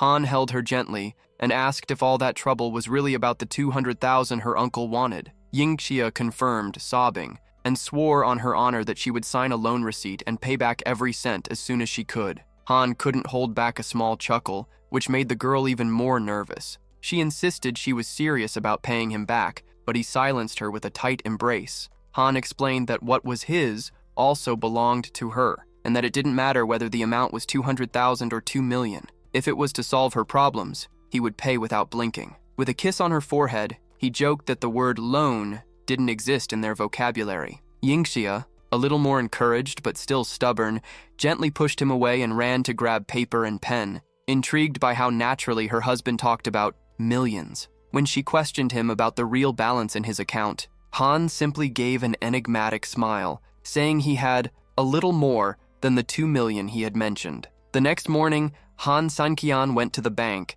but ran straight into the bureaucracy and arrogance of a teller. The employee, wearing an air of superiority, mocked his request for an immediate withdrawal of 200,000, demanding prior notice. She looked at Han's special card with contempt, stating that in all her years at the bank, she had never seen anything like it and that he had no privileges there. Han kept his composure and warned that if the bank owner saw him, he would personally count the bills. The woman lost her patience, shouting that her counter was not a stage for performances and threatening to call security if he didn't step aside. The commotion was only interrupted when the branch manager appeared, drawn by the noise, wanting to understand why an employee was losing control with a client who, although he looked simple, carried in his pocket the key to that institution's vault. The chaos at the bank escalated quickly. The employee, pointing her finger aggressively, explained to the manager that Han Sanqian was making a scene over the prior notice required to withdraw the 200,000. The manager, trying to keep her composure,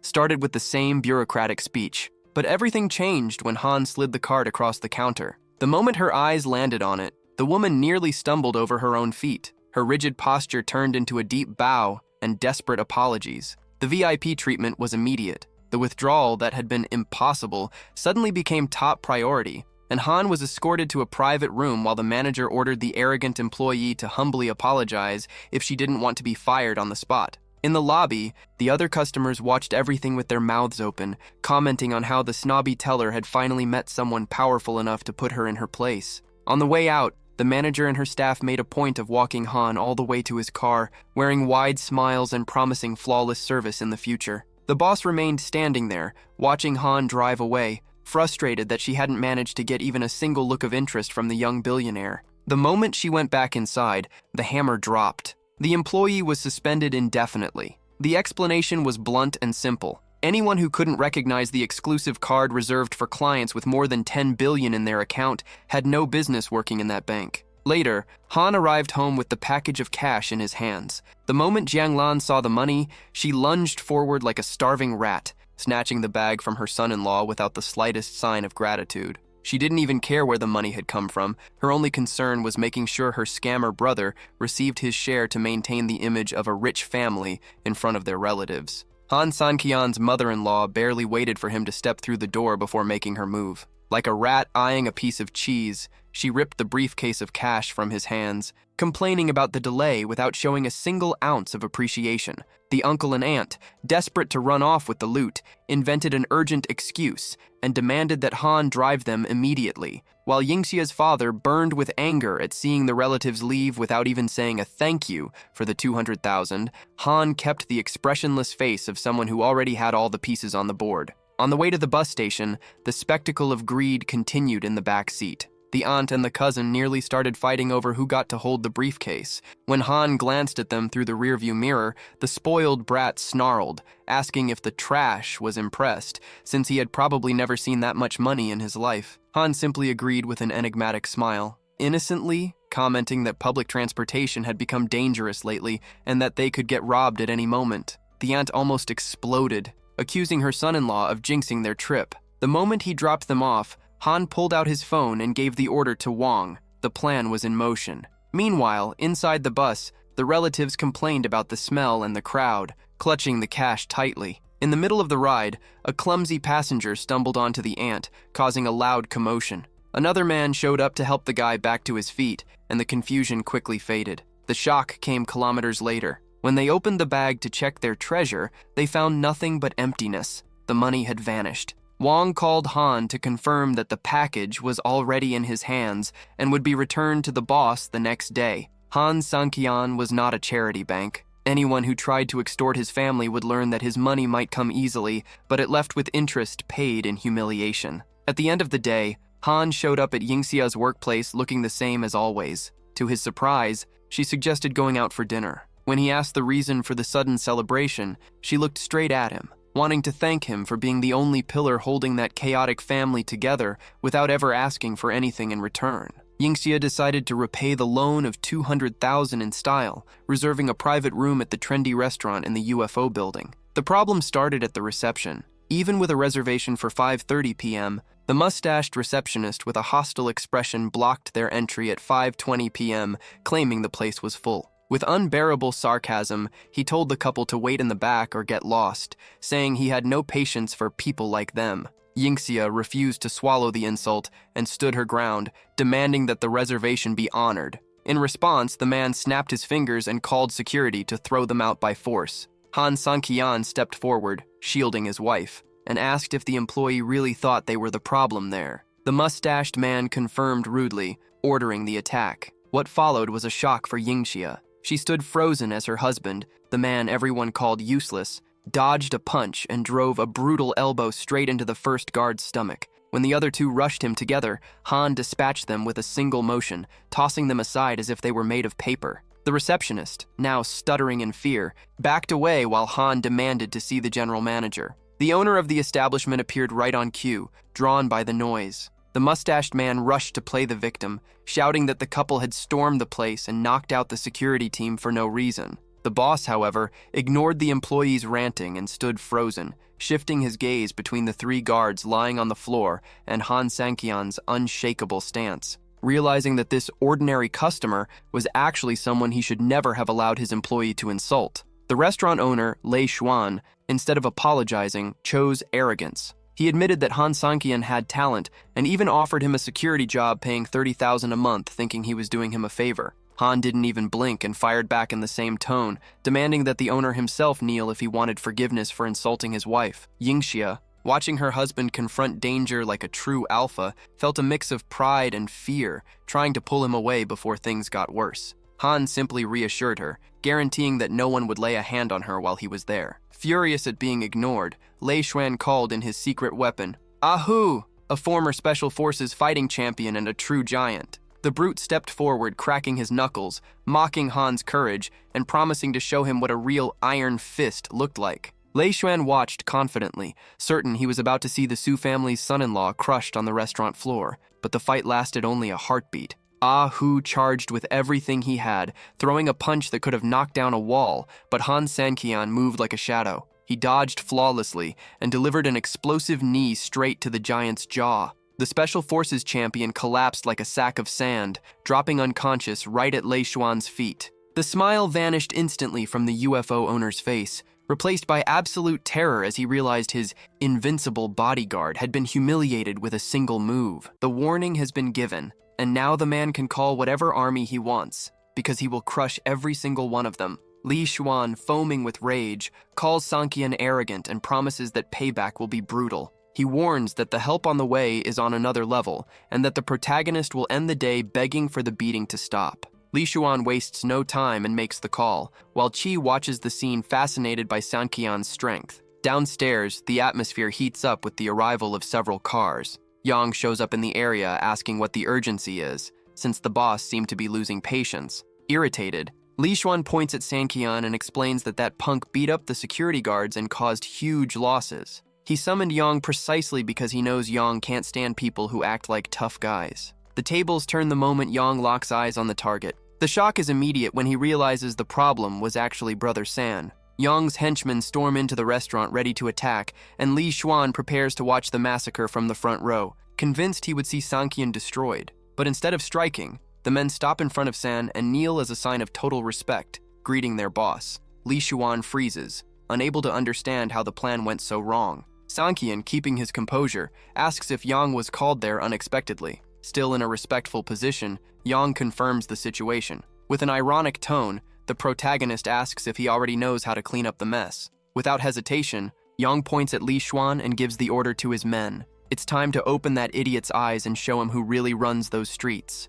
Yang begins the beating and lays into Li Xuan without mercy. In the middle of the blows, the man, completely confused, asks why he's being beaten. Sanqian orders the group to stop the beating and asks if Li Xuan is satisfied with the trouble he caused. Completely battered and in shock, the man replies that he is more than satisfied. With a mocking look, the protagonist faces the restaurant owner and asks if a table has finally appeared for him and his wife to sit at. Trembling with fear, the mustached man immediately guarantees that there is a reserved place for them. As Sanqian leaves with Qi, Li Xuan remains lying on the floor, trying to process what just happened and who that mysterious man is. On his knees and completely wrecked, he asks Yang who that man is. The answer is direct. He was playing with death. Upon hearing that, Li Xuan panics, realizing he provokes someone that even Yang's gang leader deeply fears. Yang warns that if he wants to stay alive, he needs to admit his mistake and pray for Sanqian's mercy. Desperate, Li Xuan kneels and begins banging his head against the floor,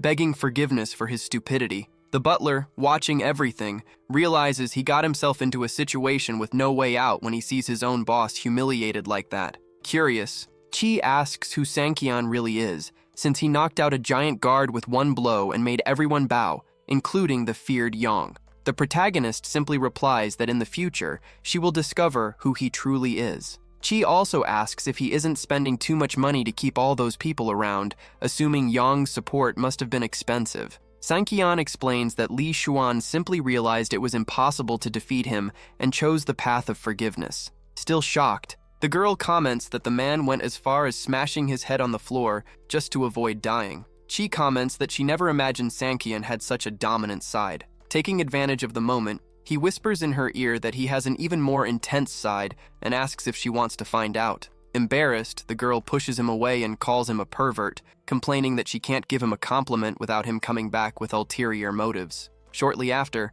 she hugs him and asks why he decided to cause all that trouble at the restaurant. The protagonist answers coldly. Since they said his wife was causing problems for no reason, he decided to show them what a real problem looks like. Qi then asks if he would continue being her protector, even if she became a difficult person, and Sanqian assures her, looking straight into her eyes, that no matter what happens, he will always be there to protect her. The next day, the couple shows up accompanied by Qi's parents. The mother immediately starts complaining, asking what is so special about that house besides its size. The father explains that the owner, Lao Tang, is an old school friend, and that they needed to attend the mansion's grand opening. The woman fires back, saying the houses in that neighborhood cost a fortune, and that the friend just wants to show off. She also remembers that Tang's son once made a move on Qi in the past, and complains about Sanqian's presence, claiming that bringing that trash would only lead to embarrassment. As soon as the group enters, Tang announces the family's arrival to all the guests. Qi's father tries to be polite,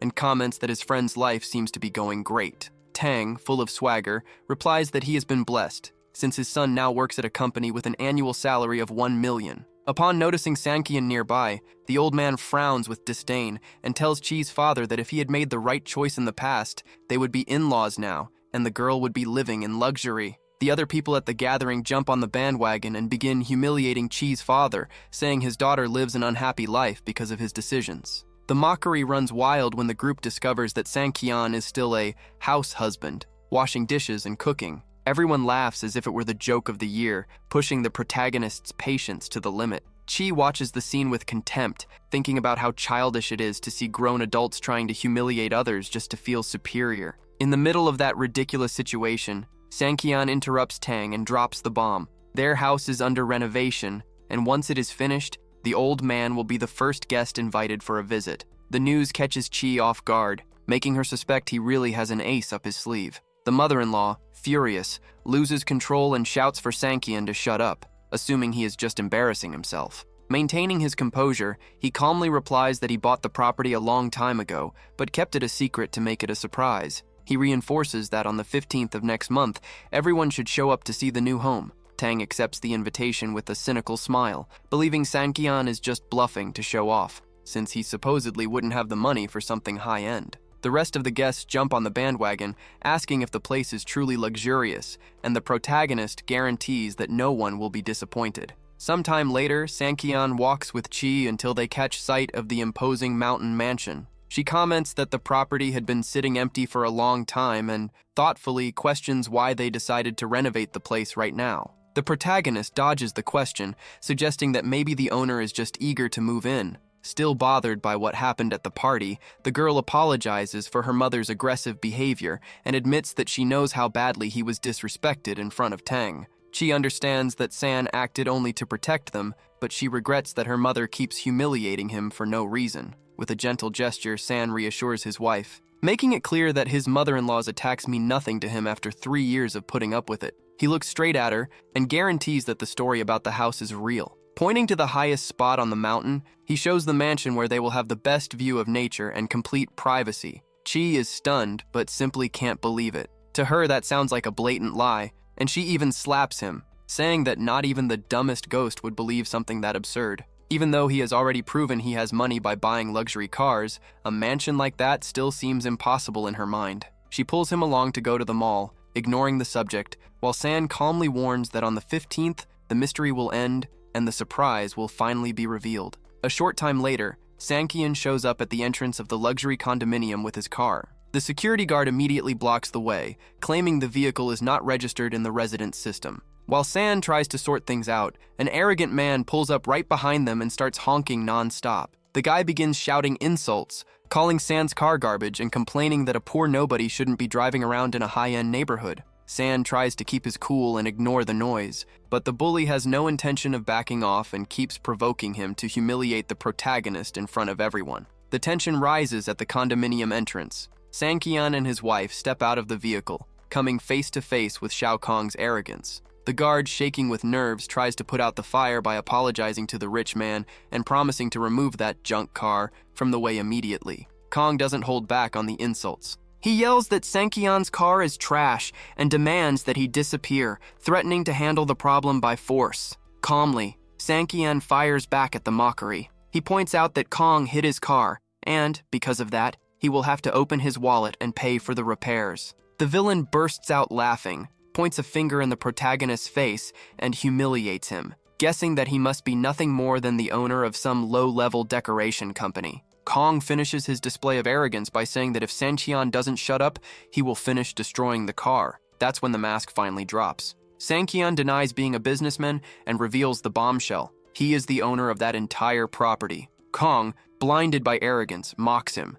saying that if Sankian runs the place, then he himself must be the king of the city. The guard, without official orders, reinforces the blockade and tells Sankian to leave. To make matters worse, once the path is clear, Kong even shows the middle finger and tells the protagonist to behave like a good little dog. The turning point comes over the radio. The head of security calls in shouting, giving the immediate order to let Sankian through. The guard is stunned. He runs to the protagonist's car, bowing and begging for forgiveness for any disrespect. Sankian, without losing his composure, reassures the man, saying he was only doing his job. As reality sinks in for everyone watching, the guard confesses his fear. He was standing before the mysterious buyer who shelled out 100 million to secure the mountain villa. The tables had completely turned. Kong's wife was enchanted, praising every detail of the place, while he desperately tried to convince her that their house was just as good. The romantic mood was cut short by a sharp shout. It was Sankian. With a look of superiority, he blocked the couple's path and questioned how Kong dared to trespass on his private property.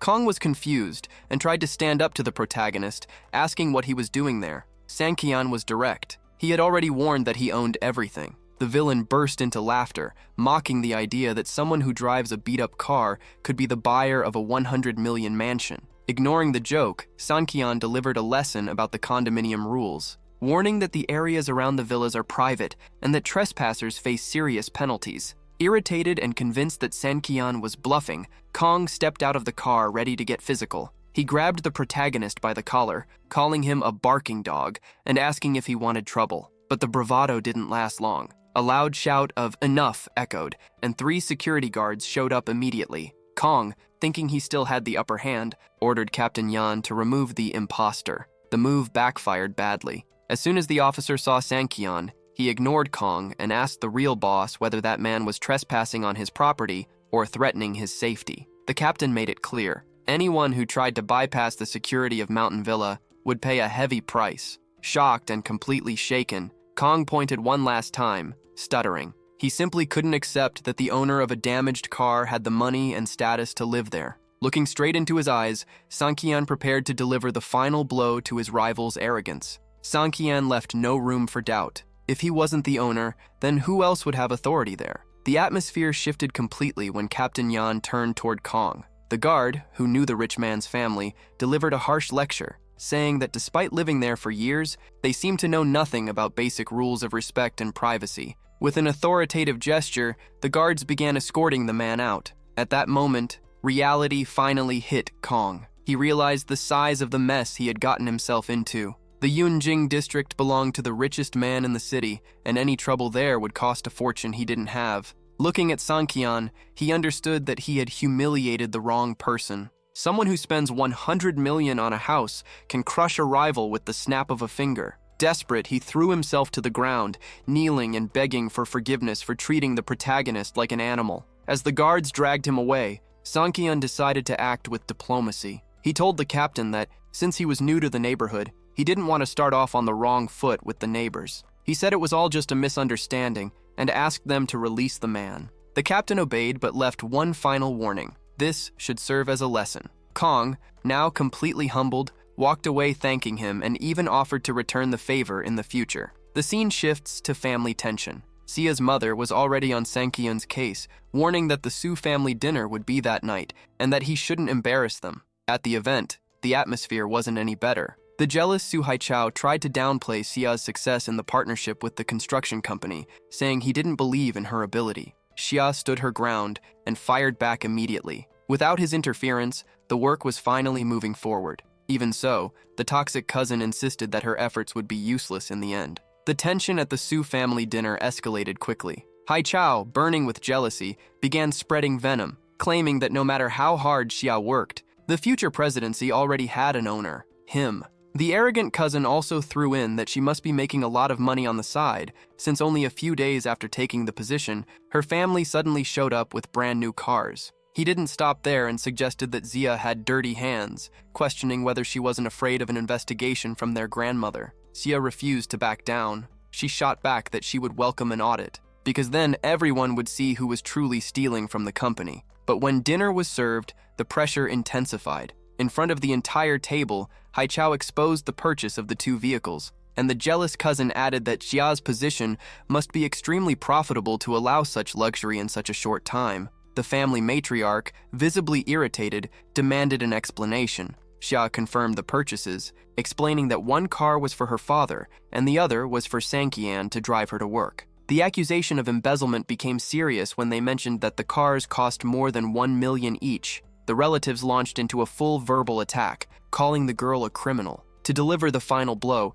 Haichao dropped another bomb. He had discovered that Xia's family was moving into a new house that was under renovation, with a move-in date set for the 15th. The table erupted into chaos, with everyone asking how much she had stolen from her own family to afford all of that. The grandmother, losing her temper, slammed the table in anger and demanded an immediate explanation. Fed up with the cousin's theatrics, Xia declared that if the matriarch truly believed those lies, the matter would be settled right then and there. Xia did not run from the confrontation. Standing firm, she challenged her grandmother to conduct a full audit of all the company's accounts, stating that the numbers would reveal the truth. Without wasting time, she announced that she would personally bring the bank statements and receipts immediately to prove her innocence in front of everyone. Looking directly at Haichao, she questioned whether he would still have the courage to maintain those accusations. The cousin, completely losing his temper, slammed his hand on the table and insisted that her family's sudden change in lifestyle was impossible. In his mind, money couldn't just appear out of nowhere. That's when Sankyan, tired of the whole circus, stood up and delivered checkmate. He announced that he had personally paid for the cars and the house with his own money. The table exploded in laughter. Haichao and the relatives mocked him, saying Sankyan was a comedian and that besides being treated like trash, he was now also a stupid liar. Even Sia's mother, embarrassed, told her son-in-law to shut up and stop humiliating himself. Taking advantage of the moment, Haichao kept provoking him, asking why the fake millionaire wanted to ruin everyone's fun. Sanqian didn't flinch. He stared the blonde straight in the eyes and said he was nothing more than an irrelevant joke. Furious, Haichao lunged forward with a punch ready, but the protagonist dodged it with ease. Sanqian mocked his lack of skill, asking if he really wanted to get beaten again. The tension only stopped when Grandma shouted, ordering Haichao to sit down. Even against his will, he kept yelling that Xia was embezzling huge amounts of money and that if no one stopped her,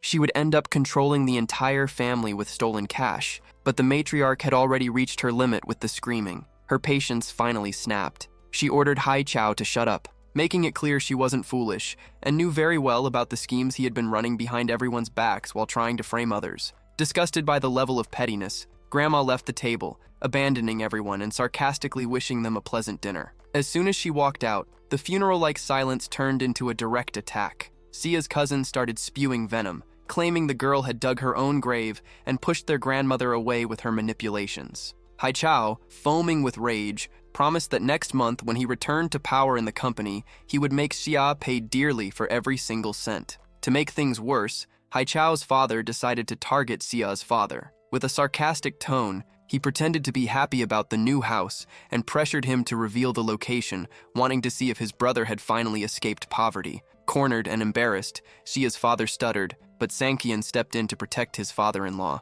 The protagonist calmly stated that, at the right time, a car would come pick everyone up, and the location would be revealed naturally. He added a touch of mystery, saying the neighborhood was so exclusive that ordinary cars couldn't even enter. The group burst into laughter, assuming it was just another bluff. Haichao's father mocked him, reminding everyone that Sanqian had been in the family for 3 years and still hadn't learned that only the elite had access to Mountain Villa. Xia's mother, panicking at her son-in-law's boldness, shouted for him to stop talking before things got even worse. Sanqian spoke plainly. He warned that the old lady would deeply regret ignoring the invitation. The fraud didn't even bother listening and blocked the idea right there, guaranteeing that the grandmother would never set foot in that place. Meanwhile, tension exploded back at the in-laws' house. Jianglan was completely furious, smashing things around the house and taking all her anger out on Sanqian. To her son-in-law was nothing but a loudmouth who constantly embarrassed the family, and because of his claims about living on the mountainside,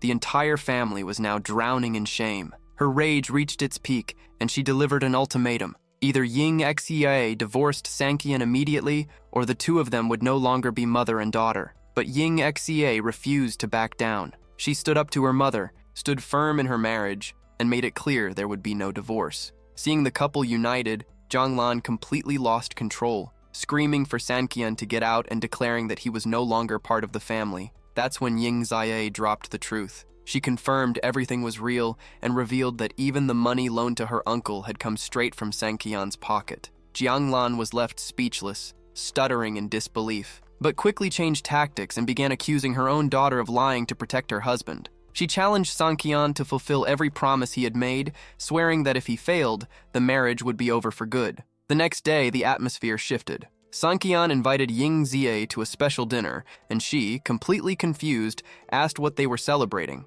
He simply reminded her that the 15th had arrived and that after dinner, he would finally take her to see their new home. Ying Jia felt uneasy, since her parents were going crazy over all the mystery, but Sanqian just smiled and said the place had always been right in front of her eyes. As they walked, doubt still consumed Ying Jie. She asked again if the story about the mansion on the mountainside was real, but soon lost patience. She crossed her arms, frustrated, and told Sanqian to stop fooling around, convinced it was just another bad joke. He stayed calm and reaffirmed that he was telling the truth, but she simply couldn't bring herself to believe him. The peaceful mood of dinner ended when Tang Long suddenly appeared out of nowhere. Ying Jia immediately frowned, warning Sanqian that this man meant trouble. He didn't come alone. He was accompanied by a shallow woman who wasted no time throwing a jab, sarcastically thanking Ying Kanya for walking away from Tang Long, since now she had such an amazing boyfriend. Tang Long himself decided to brag, pretending to be humble while saying that his annual salary of 1 million wen was still too little. When he noticed Sanqian,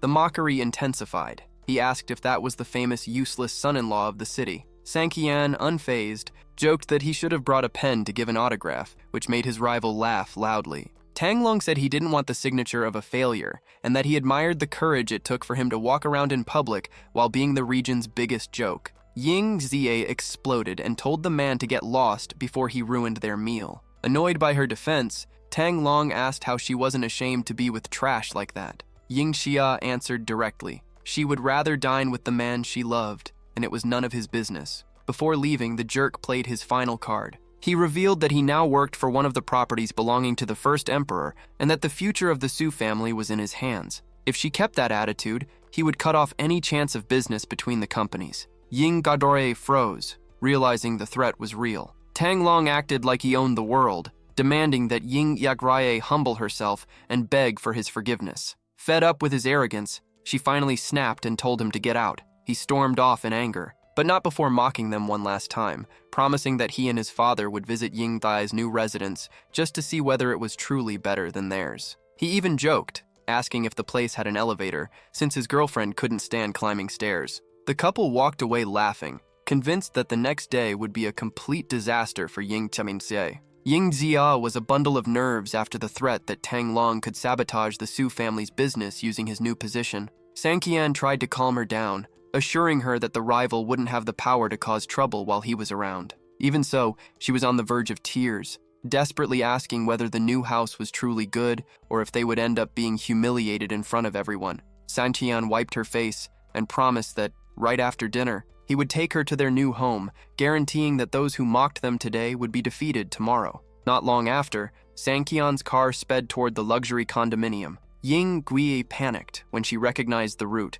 begging him to stop the vehicle before they were blocked and arrested by security. When she saw the guards approaching, she completely lost control, convinced that Sanqian was forcing his way in just to be thrown out and humiliated again. Inside the car, she vented, saying she had already endured enough insults and didn't need another embarrassment added to the list. The atmosphere was filled with tension, but everything changed when the condominium guard not only opened the gate for Sanqian, but also saluted him with full respect. Chia was stunned. Without understanding anything, she fired off questions, suspicious that her husband had bribed the guard to get inside. Sanqian simply ignored her doubts and parked in front of a spectacular mansion. Chia froze in place. She knew that was the most exclusive area in the entire complex, where no one entered without the owner's permission. Then came the bombshell. Sanqian looked at her and announced that this was their new home. Even with her jaw practically on the floor, Chia couldn't process the information. Seeing that she still thought it was all a fantasy, the protagonist placed the key in her hand and told her to test it herself. Trembling with fear, she warned that if they were trespassing, the punishment would be severe. Sanqian just smiled, assuring her that the owner was standing right in front of her and wouldn't complain about anything. The key turned, and the door opened. Reality hit Chia with full force. As they stepped inside, Sanqian officially welcomed her to their new life. The biggest shock, however, came moments later. On the main wall hung their wedding portrait. Chia broke down. She remembered that photo had been taken 3 years earlier only because her grandmother forced them to do it, and she had looked miserable, clearly unhappy. She believed that picture had long since been thrown away, but Sanqian confessed that he had kept it all this time because it marked the moment they became husband and wife. Through tears, she asked him to remove the picture, claiming that her expression of disdain in the photo was obvious. With her eyes overflowing, she confronted her husband, wanting to understand why, after so much time and so much rejection visible in that image, he still insisted on treating it like a treasure.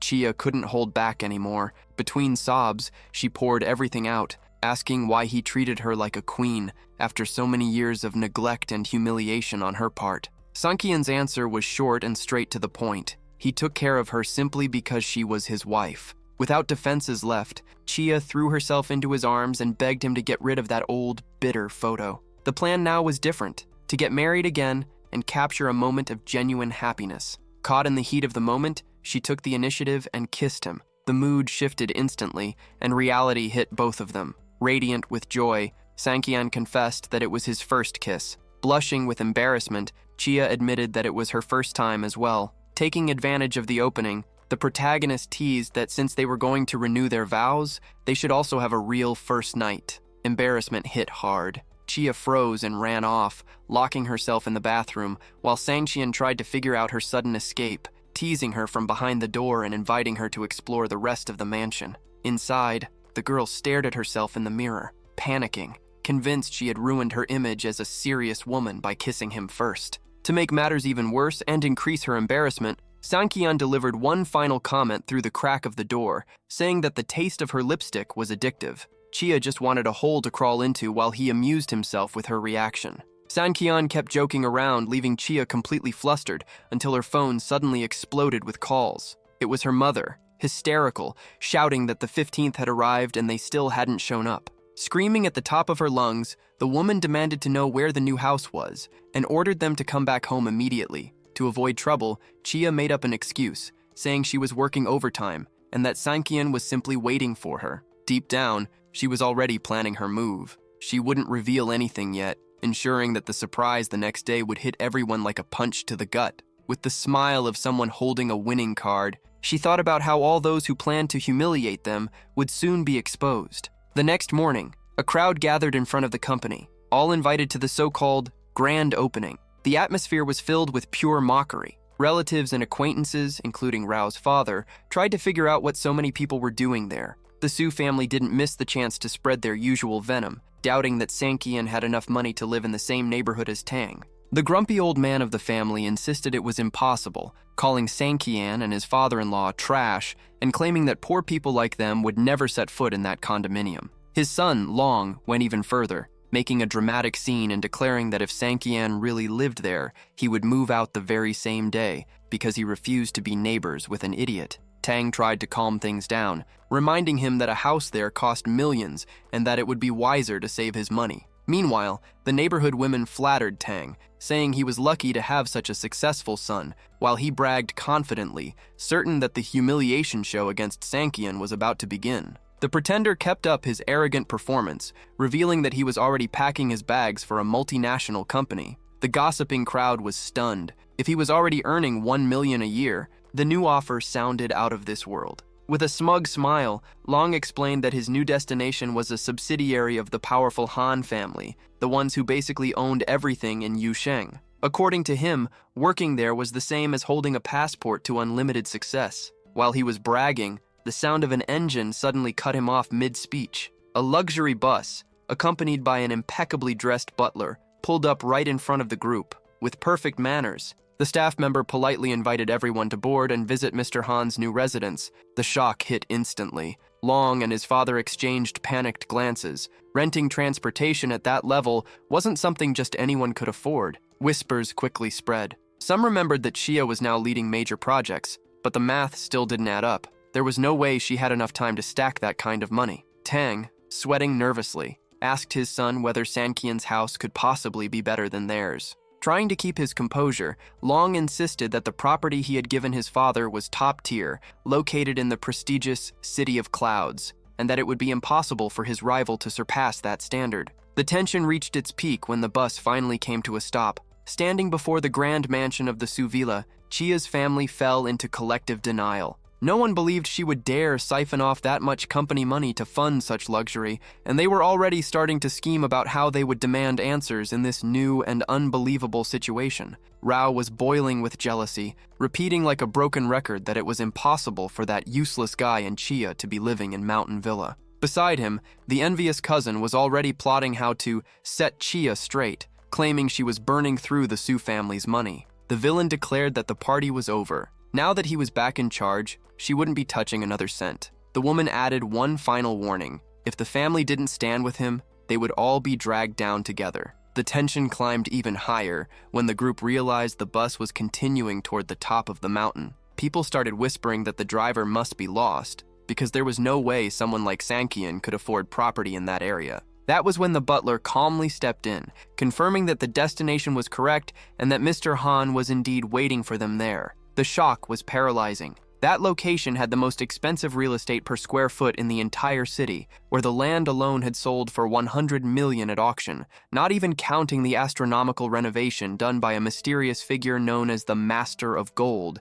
whose identity remained unknown. Rao and his cousin panicked, convinced this was a trap set by Chia to frame them for trespassing. Desperate, Rao reminded everyone that security in that area was ruthless and that anyone who entered without an invitation would be in serious trouble. The Su family was already preparing to turn around and run before the police showed up, fully aware that not even their real estate company would have the power to save them. But before they could make a move, an Audi suddenly pulled up. Sankian and his family stepped out of the car as calm as could be. With a faint, ironic smile, the protagonist delivered the checkmate. He told them that since everyone had already made it there was no need to rush off. Sankian stepped forward with a relaxed smile, inviting everyone to come inside and make themselves at home. The atmosphere, already tense, exploded. Rao lunged at him, grabbing his collar and shouting that he had gone insane. In the villain's mind, this was a deadly trap. Sankian and Chia were leading the entire family straight to disaster by trespassing on private property.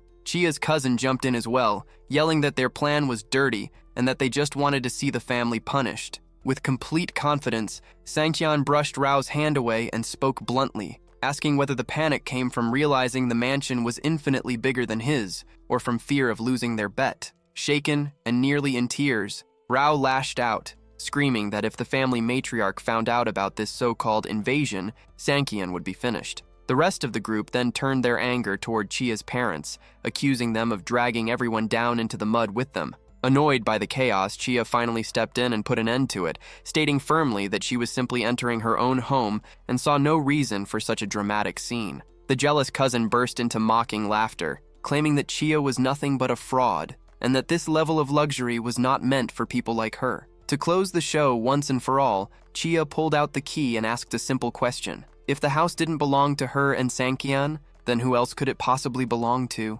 Still convinced it was all a bluff, the rival challenged her to open the door. Chia didn't hesitate. She told everyone to keep their eyes wide open so they wouldn't come up with excuses later, then turned the key. The door opened. With a tone of absolute victory, she welcomed the guests inside. The silence that followed was deafening. Chia's cousin froze, stammering that even as a company executive, it was mathematically impossible for her to afford a place like that. The group, completely stunned, was finally forced to accept reality. They had not been lying, and the so-called family trash was now living at the very top of the world. The shock spread through everyone. The same gossipers who had been throwing insults just moments earlier were now drooling with envy, admitting that Sankian's once pitiful father-in-law had become the richest and luckiest man around. Even Long's girlfriend lost her patience and demanded answers, questioning how he could have the nerve to call Chia poor while standing in front of a mansion like that, trying to salvage what little pride he had left.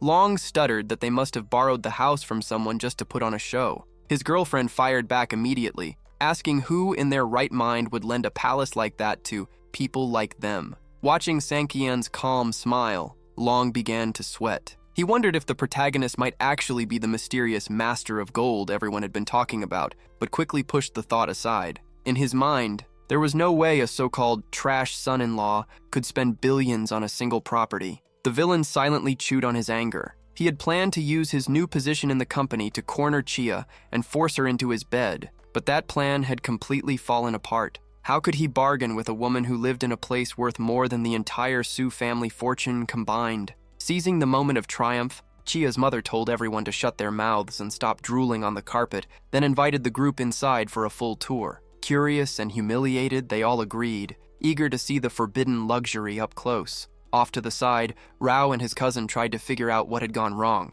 Rao admitted he had no idea where all that money had come from. If it had been just a regular apartment, he could have accused her of embezzling company funds, but that villa was so outrageously expensive that even if Chia sold the entire Su family on the black market, the money still wouldn't come anywhere close to covering the cost of that front gate. It was then that Rao's cousin raised the possibility no one wanted to accept. What if Sankian was actually filthy rich? She reminded everyone that, at the engagement dinner years ago, nobody had taken the Han surname seriously. As panic spread among the jealous relatives, the guests suddenly changed their tone, rushing to congratulate Chia's parents on their extraordinary achievement. The mansion's decor became the highlight of the moment, a minimalist style that radiated pure class, proving that true luxury doesn't need flashy excess. In the center of the hall, Chia's parents, once humiliated, were now surrounded by flatterers. One guest even claimed that Sankian's father-in-law had always been low-key, but had finally revealed his true power by buying such a palace. Riding the wave of attention, Chia's mother decided to poke at her brother-in-law's sore spot. With sharp sarcasm, she remarked how unfortunate it was that the family matriarch wasn't present, especially since he himself had forbidden the old woman from accepting the invitation. The man fumed with rage, but Rao's father, just as jealous as his son, played his final card. He questioned whether the purchase was even real, reminding everyone that the property had been won at auction for an astronomical price they could never possibly afford. Chia's mother stood her ground immediately, confirming ownership and asking if he had a problem with their success. Rao jumped into the argument, spewing venom as he declared that that side of the family had always been broke and that no one there was stupid enough to believe billions had magically appeared out of nowhere. The tension snapped. Rao's father shoved his sister-in-law aside and lunged at his brother, demanding to know what illegal scheme they were hiding. Chia's mother refused to back down and told the relative to calm himself, warning that in her house no one would throw their weight around or try to humiliate them. That was when Rao and his cousin, wearing cynical smiles, demanded a logical explanation. Either the money had fallen from the sky, or Chia had been getting financial support in some shady way from powerful men behind the scenes. With a crooked grin, Rao decided to sink even lower. He suggested that Chia had earned that fortune by selling her own body to wealthy elites. The room instantly grew heavy with tension. Sankian, who had been quietly observing until then, shot the blonde man a deadly glare, while Chia's mother exploded in anger, ordering him to shut his mouth and stop spreading disgusting lies about their own family. The villain refused to back down. He challenged his aunt to prove where the money came from if it wasn't from some illegal deal. Cornered and unwilling to reveal the truth about Sankian, Chia's mother blurted out the first excuse that came to mind. She claimed everything came from a secret inheritance left by the late family patriarch to compensate them for all their suffering. Chia tried to step in, shocked by her mother's lie, but Sankian simply watched the scene unfold with a subtle smile. The crowd immediately started buzzing. How could a man who had been dead for so long leave behind a fortune of that size? The pressure intensified as everyone demanded to know how they had paid for luxury cars in that cinematic mansion. Tang and his son Long watched the chaos unfold with satisfaction, clearly enjoying the embarrassment. Losing her patience, Chia's mother shouted that the money was none of anyone's business. She made up another detail, claiming the grandfather had felt so sorry for Chia being forced to marry a useless man like Sankian that he had left her a massive sum as compensation, but with one condition: the money could only be accessed after 3 years. That, according to her, was why they had struggled through hardship all that time. Chia's uncle began to bite the bait, recalling that their father really had favored his younger son. He demanded to know the exact amount of the so-called inheritance. Without blinking, Chia's mother raised her hand and declared, 100 million. The hall fell silent. Everyone stood there in shock at the staggering figure, while she wrapped up her performance by saying that was the only reason they were now living at the top of Mountain Villa. Her lie fit perfectly. The guests now believed that the couple had endured 3 years of absolute poverty just to honor the rule of a secret inheritance and finally buy luxury cars in the mansion. While Sanchian's mother-in-law mocked her brother-in-law, laughing in his face and bragging about living in luxury with those 100 million, Chia watched her husband with a heavy heart. She couldn't understand how Sankian could stand there silently, letting her mother take all the credit for the fortune he had earned himself. When Lin, humiliated and boiling with jealousy, stormed off toward the restroom, Sankian's mother-in-law immediately saw through the move. He was rushing to call the family matriarch to try to turn the situation around. Left alone for a moment, Chia confronted the protagonist. She was furious that he allowed her mother to brag at his expense. Sankian, as calm as ever, simply shrugged and explained that his mother-in-law's lie was actually helping them. No one would believe a useless son-in-law had that kind of wealth, so the inheritance story prevented dangerous questions and solved the problem. Feeling ashamed of her family's behavior, Chia apologized on her mother's behalf. Sankian took the opportunity and, while hugging her, suggested there was a better way for her to make it up to him. He could finally stop sleeping on the floor. Catching her breath and regaining her composure, Chia quickly shut the moment down with a playful remark, saying the living room in their new mansion was huge and he would be perfectly comfortable sleeping there. The brief peace ended when Lin returned from the restroom wearing a vengeful smile. He announced that Grandma was already on her way and wanted immediate answers about what was going on. Without losing her confidence, Sankian's mother-in-law fired back that the money didn't belong to the old woman and that she wasn't afraid of anyone's glare, keeping her mocking tone as the final confrontation with the matriarch drew closer. Tang Lao was in full panic mode. He knew he had zero authority in that mansion, and if he tried to push past the security guards to bring the matriarch inside, he would be thrown out along with her. Seeing his desperation, Jianglan wasted no time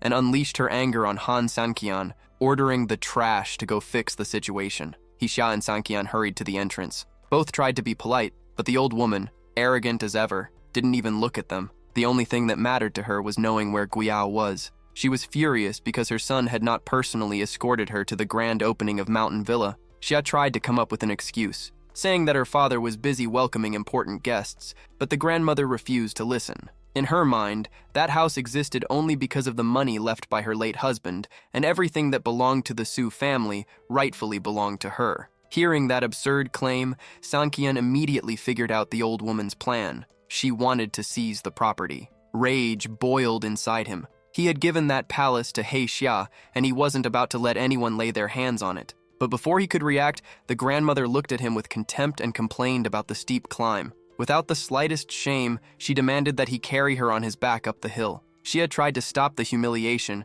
but Sanqian, keeping up the image of the submissive son-in-law, accepted the burden. As they climbed, the old woman kept shouting threats, warning him not to take a wrong step or slow down before reaching the top. Jia watched the scene with a knot in her stomach. Realizing that her grandmother was fully convinced the money used to buy the mansion belonged to her, completely ignoring the fact that Sanqian was the real investor. When they reached the door, Tang Lao and his father were already waiting, ready to kiss the matriarch's boots. The old woman stepped into the mansion in awe, admiring the luxury while silently speaking to her late husband in her thoughts. She thanked him for the fortune, but still carried a trace of resentment. She couldn't understand why he had trusted so much money to Guiyao instead of placing it directly in her hands. Grandma settled onto the couch as if she owned the place and, without any hesitation, ordered Jia's father to throw all the guests out. The atmosphere instantly turned heavy. Embarrassed, Guiyao's friends quickly made excuses and left, realizing the celebration had turned into a full-blown family showdown. Outside, the bitterness kept flowing. Tang Lao and his son Tang Long stormed out in frustration. The young man, furious at the old woman's arrogance, swore he would make her life difficult once he rose higher in his new influential company. His father, however, could only grumble about the family's luck, convinced that the late grandfather had left them a hidden fortune. For long, what hurt the most was seeing Han Sanqian living in luxury like a freeloader, but he comforted himself with the thought that, now working for the powerful Han family, he would use that prestige to humiliate his rival across the entire city. Back inside, the interrogation began. The matriarch, eyes burning with anger, demanded that Guoyao explain the origin of the mansion. When Jianglan tried to step in, she was immediately shut down. The old woman snapped that she didn't speak to people of her level. Pressured and cornered, Xia's father stuck to the lie, claiming that the late patriarch had secretly given him 100 million to compensate for having a useless son-in-law and to balance things out. Grandma, however, didn't buy the story about generosity. In her mind, if the money came from her late husband, then the house didn't belong to Guoyao, it belonged to the family estate, or more precisely, to her. Jianglan lost her temper and shouted that the money had been a direct gift and that the villa was their property. The old woman then made a cynical proposal. If the house belonged to the family, it should be divided among all relatives. Jianglan fired back at the top of her lungs, making it clear that the mansion was not a cake to be sliced up, which pushed the matriarch's fury to its limit. Jianglan went straight to the point and declared that the old woman had no authority there. That was when Han Sanqian decided to step in, his calm tone carrying a hint of provocation.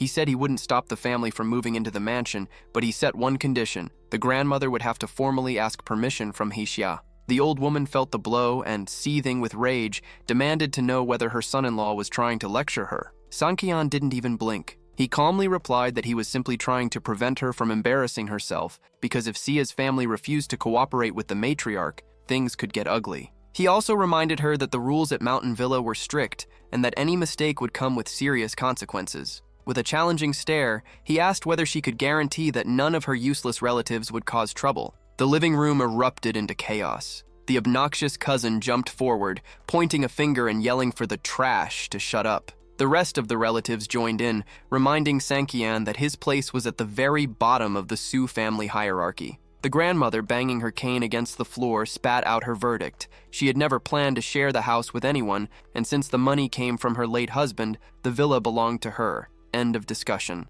As Zia's parents exchanged desperate glances, realizing their inheritance lie had spiraled out of control, Sankyun finally lost his patience. He pointed straight at the old woman and asked the question that stunned everyone in the room. "What authority do you think you have to live here?" The silence that followed was deafening. No one could believe his audacity. The uncle and cousin rushed forward, grabbing Sankyun by the collar and demanding to know if he had lost his mind, since the money belonged to Grandma. Even the cousin joined the attack, ordering him to get out immediately. In the middle of the chaos, the old woman told them to release him and, in a dark tone, demanded an answer. Why wouldn't she be qualified to live in that house? Straightening his posture, the protagonist spoke without mercy. He called out the old woman's hypocrisy, reminding her how she had ignored her own granddaughter for the past 3 years. He threw it in her face that during all that time, she had protected Rao's worthless behavior while treating Xia like a complete stranger. His voice echoed through the room, heavy with conviction. He exposed how the matriarch had covered for that scoundrel even after he plotted something that nearly cost Xia her life. To her granddaughter's feelings had never mattered. His conclusion was blunt. She had no moral right to be there, let alone to rule the house. Grandma exploded with rage, trying to fire back while the cousins watched in shock. Xia, on the other hand, felt her heart warm as she saw her husband standing up for her without hesitation, completely out of control. The old woman shouted that he should not confuse freedom with respect and threatened to expel him from the Su family lineage on the spot. The rest of the family, acting like background noise, began mocking him, saying that in his place they would have disappeared out of shame long ago. The jealous cousin piled on, immediately suggesting divorce, claiming he would never respect the family. Xia couldn't take it anymore and stepped forward to defend her partner. She made it crystal clear that the marriage belonged to her and that no one else would dictate the rules. The grandmother then delivered her ultimatum. She demanded an immediate separation and challenged her granddaughter to defy her. Without backing down even an inch, Xia shouted that she would not obey. The tension became so intense that the old woman jumped to her feet, knocking over her own cane. She lost control, screaming that the two of them had become rebellious now that they had grown bold. Trembling with rage, she stormed off and called for Rao to follow her.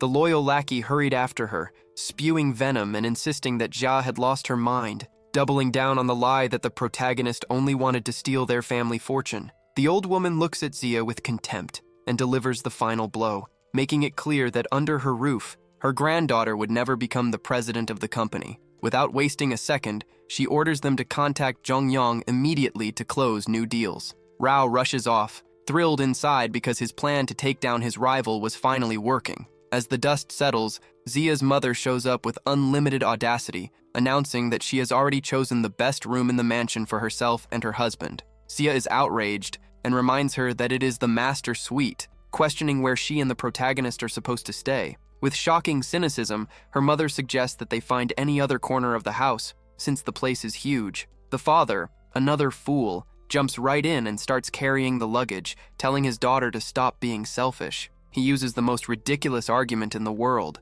saying that since they are old, they need a giant bedroom so they will not bump into each other. The protagonist simply watches the scene with a faint smirk, while Xia fires back, pointing out that in their old house, the bedroom was tiny and they never had that problem. After her parents leave, Xia tries to smooth things over and excuse their behavior, but her husband cuts the conversation short. He says he does not care about the location as long as he can share the same bed with her. He tries to act playful, joking that even the maid's room would be perfect if they were together, but Xia immediately shuts him down, telling him to go live there alone if he is so excited. Moments later, she changes her tone and seriously asks how much money he still has in his account, worried about the future. When questioned about how he managed to buy that mansion, the protagonist smiles and jokes that the price of the property was nothing more than pocket change to him. Xia does not buy the story and calls him ridiculous, arguing that no one in the world receives millions as an allowance. He simply shrugs, saying it is unfortunate that the truth sounds like a lie,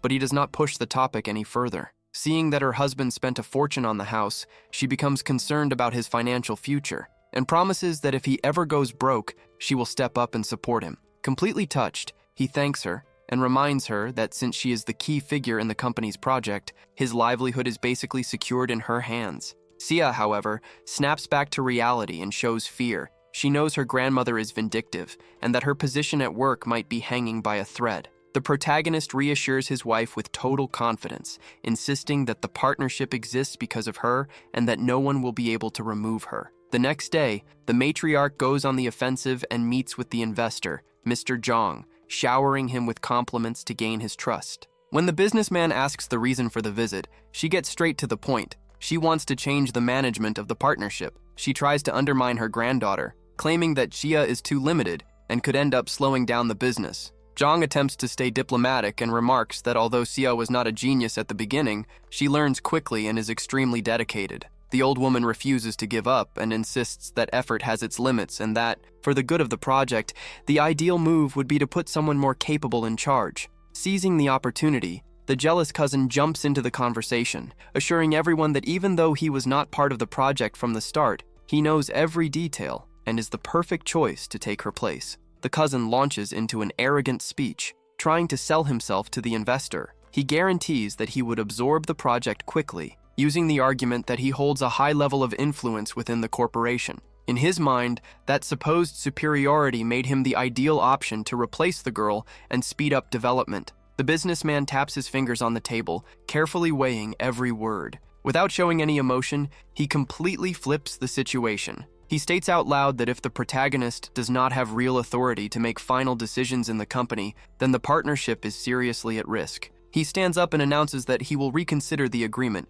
explaining that he believed the girl had genuine authority, not that she was merely a powerless figurehead. The matriarch freezes on the spot. Desperate not to lose the contract, she tries to patch things up, claiming she was only concerned about her granddaughter's limitations and begging him not to look for other suppliers. The investor does not buy the excuse and remains ruthless. He cuts her off, revealing that keeping the protagonist in her position is a direct and absolute order from the top executive of his company. No one would change the leadership under any circumstances. To make matters worse, the businessman points directly at the cousin and verbally tears him apart. He declares that he has already investigated the young man's entire background and publicly exposes him, labeling him as useless and pathetic. Panic takes over the old woman, who completely loses control and starts screaming for her grandson to fix the disaster immediately. The young man collapses to his knees on the spot, banging his head on the floor while begging for mercy, promising that they would never again interfere with the project's leadership. Cold and unshaken, the investor questions what benefit there would be in not canceling everything, since the girl's lack of autonomy had been dragging the schedule down. Totally cornered, the matriarch finally gives up. She screams in desperation that she will hand over full authority of the project to her granddaughter, and that from now on, the girl will have complete control to make any decision without consulting anyone. Even with that promise of surrender, the man declares that her words have no value, turns his back, and walks away, leaving the two of them completely humiliated. Before throwing them out of his office, the investor warns that the final verdict is now in the hands of his superior and orders them to get out. The shock hits instantly. The cousin falls into total despair, demanding a solution from the matriarch, since losing the contract would mean the complete collapse of the Sioux Corporation. With no options left, the old woman explodes and shifts the responsibility onto the girl's shoulders, claiming that their only hope now is to pray that she can fix the disaster. She also takes the chance to lash out at her grandson, warning that if he does not learn to be useful, his dream of inheriting the presidency will end right there. While chaos consumes the two of them, upstairs, the protagonist watches everything unfold. The investor approaches and reports the humiliation, confirming that the young man crawled on his knees and that the matriarch finally surrendered full control of the project to the granddaughter. Satisfied, the protagonist simply remarks that it is a shame the old woman did not kiss the floor as well, then gives a new order. The businessman must keep pressuring the family so they truly feel that the girl is the only piece holding that entire empire together. Later on, the atmosphere at the Sioux family headquarters turns into a full-blown tribunal. Relatives surround the matriarch, demanding explanations for her failure in trying to replace the project leader when the business partner's position had been clear from the very beginning. With no authority left, the old woman swallows her pride, admits her miscalculation, and declares that everyone's fate now depends entirely on her granddaughter. The tension reaches its peak when the young woman walks into the meeting room with a defeated expression. The entire family rushes toward her, desperate for good news. However, she throws cold water on everyone, revealing that she spent the entire day trying to reach the investor, calling non-stop and even going to his company, only to be completely ignored. Instead of offering support, the old woman loses control again, screaming and accusing her granddaughter of not putting in enough effort. Exhausted from being unfairly blamed, the girl slams her briefcase onto the floor, ready for a confrontation. The protagonist can no longer tolerate the hypocrisy and explodes in front of everyone. She throws it back in her grandmother's face, saying she spent the day being humiliated, stuck in the reception area of the partner company, and kicked out like she was nothing. Boiling with anger, she makes it crystal clear, if the situation has reached this critical point, the blame lies entirely with the old woman and Rao's schemes. She ends the argument by saying that since they ruined everything, they should fix the mess themselves. Shock spreads through the room. The entire family falls silent, and the matriarch, feeling the weight of the potential losses, lowers her guard. She changes her tone and appeals to emotion, claiming that the survival of the Su family line now rests entirely in her granddaughter's hands. Jia, still furious, keeps her composure and assures them that because she also carries the family name, she will do everything in her power to keep the empire from collapsing. Sensing that her granddaughter has softened, the old woman officially declares the decision. From that moment on, Jia has full authority over the project, and everyone there must obey her without question. With no other choice, even her biggest rivals, the cousin and his father, pretend to accept defeat, hoping only that she can save the multi-million-dollar contract. But the truce is nothing more than a facade. Later, at home, the cousin is boiling with rage. He refuses to accept that Sia now lives in a luxury mansion and still holds power within the company. His father fuels the resentment, complaining that they have lost their influence within the family. The young man begs for a plan to regain control, but his father shuts him down with a harsh warning. He did not come there to help with reckless schemes, but to deliver a serious message. If the son causes any trouble now and the deal collapses, all of them will end up broke. The blonde man remains furious, but the jealous cousin suddenly appears with a sinister look in her eyes. She interrupts the atmosphere of defeat and assures them that there is still a way to bring the protagonist down. The scheming cousin drops a bombshell. The mysterious suitor who sent that extremely expensive bridal gift could be their salvation. She convinces him that if they find this wealthy magnate, the Su family will gain such a powerful ally that their current partnership will become worthless. That way, they would no longer have to bow to anyone, especially not to Xia. The young man takes the bait immediately. He begins plotting, remembering that Xia is the only married woman in the family, which means the gift must have been intended for another single woman in the lineage. He decides to mobilize his contacts to track down the rich man, thinking that if this investor puts money directly into his hands, he can reclaim the top position in the company and push his rival aside. Inside the car, the protagonist notices the heavy mood and asks who the fool of the day was that left his wife in such a state. Xia vents her frustration, explaining that her grandmother and cousin ruined everything with the investor and that now the man refuses to answer her calls, completely freezing the project. Her husband pretends to be concerned, commenting that his so-called old classmate, the contact who made everything possible, is out of town,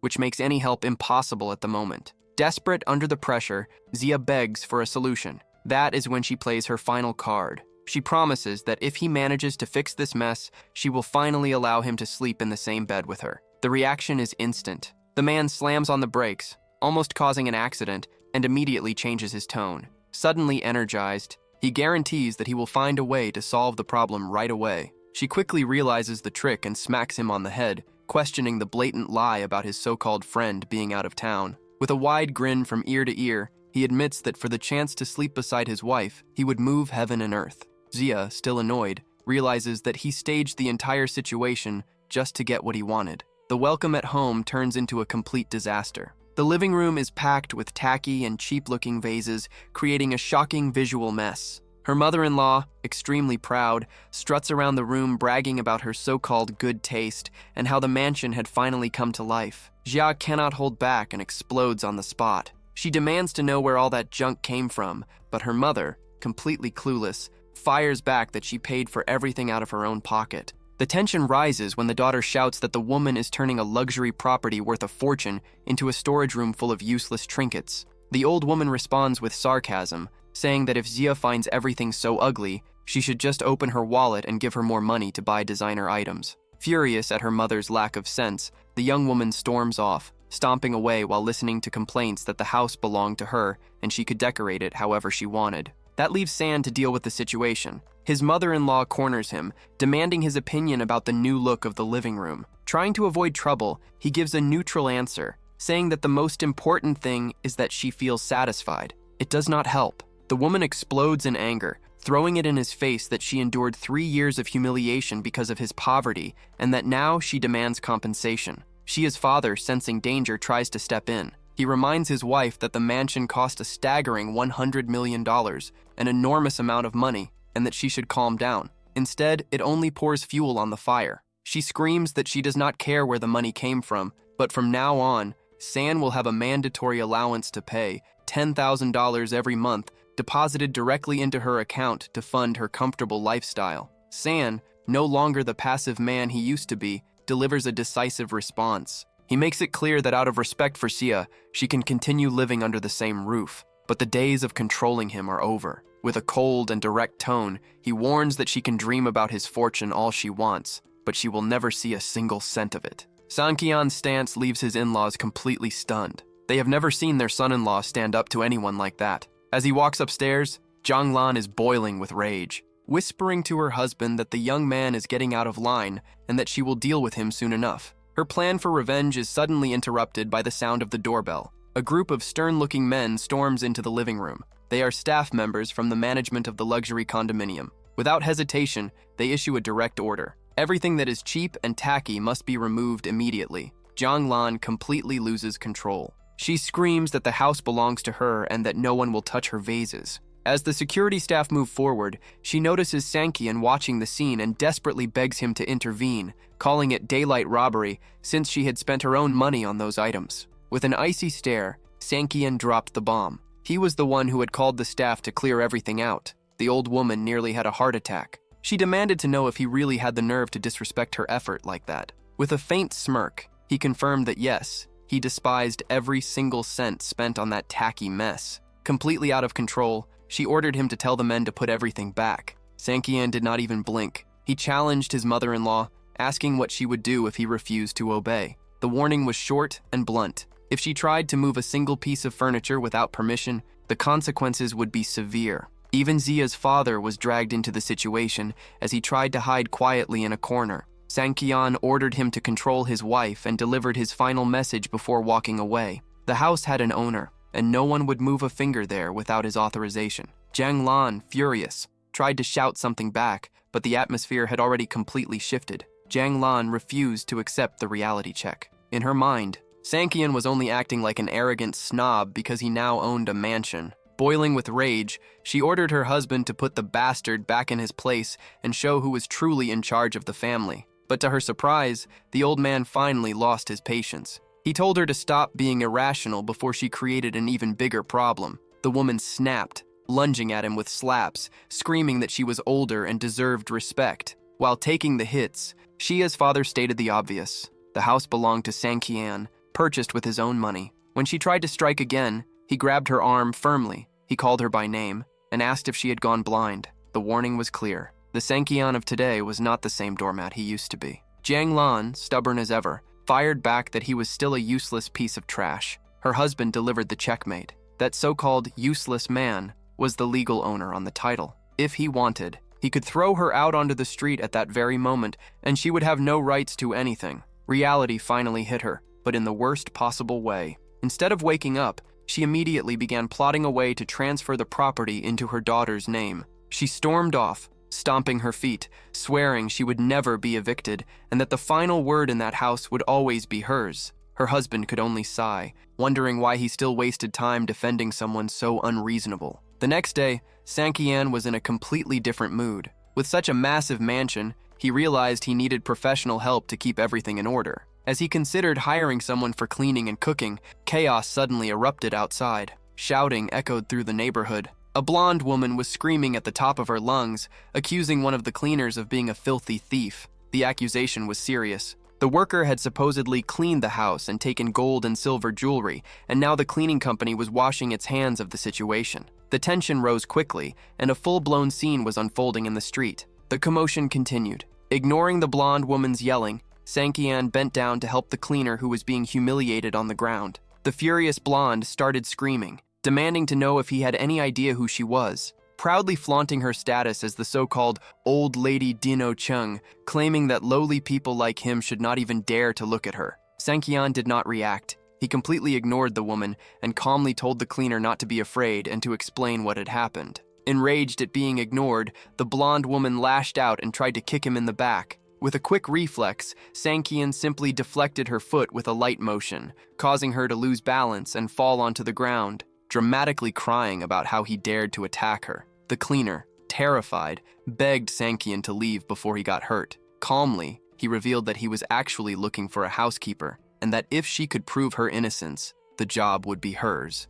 Meanwhile, the blonde woman on the ground kept screaming threats of revenge, promising she would make him kneel and beg for forgiveness. With a faint smile, Sankian replied that he was in a good mood and would wait to see how she planned to do that. 10 minutes later, the tension intensified. The blonde woman's husband arrived, pushing people aside, accompanied by 2 bulky security guards. She ran straight to him, shamelessly lying that Sankian had slapped her across the face. Furious, the man called the protagonist trash and demanded to know if he had a death wish. The neighbors froze when they recognized him. He was Lil Gang, a well-known gangster in the area, which explained his wife's arrogance. Feeling victorious, the blonde woman demanded that Sankian kneel down and lick her shoes as an apology. Lil Gang stepped forward, ready to settle the score. Lil Gang loomed over Sankian, repeating his wife's order. He was to lick her shoes until they shined if he wanted to walk away alive. With that cold, mocking tone, Sankian simply asked if that was all he wanted. The cleaner, desperate, kept begging him to run before he got seriously hurt. Ignoring the warnings, Sankian went straight to the point. With a swift movement, he kicked the blonde woman's shoe right in front of her husband. She collapsed onto the ground, screaming in pain, while Lil Gang, stunned by the audacity, charged forward. The fight lasted less than 2 seconds. Sankian delivered a precise kick that sent the gangster crashing to the ground. The entire neighborhood froze. No one could believe that the so-called feared Lil Gang had been taken down so easily. The gangster's men were about to rush in and attack when 3 figures suddenly pushed through the crowd. It was Yang and his crew. The moment Yang saw Sankian, he smiled, amused by the coincidence. He explained that he had been passing by to handle some business, heard the noise of the fight, and decided to join the fun, never expecting to find the boss there. Lil Gang, crawling and crying, begged Yang to teach the arrogant man a lesson. The twist came instantly. Yang gave the order, and his men started beating Lil Gang mercilessly on the spot.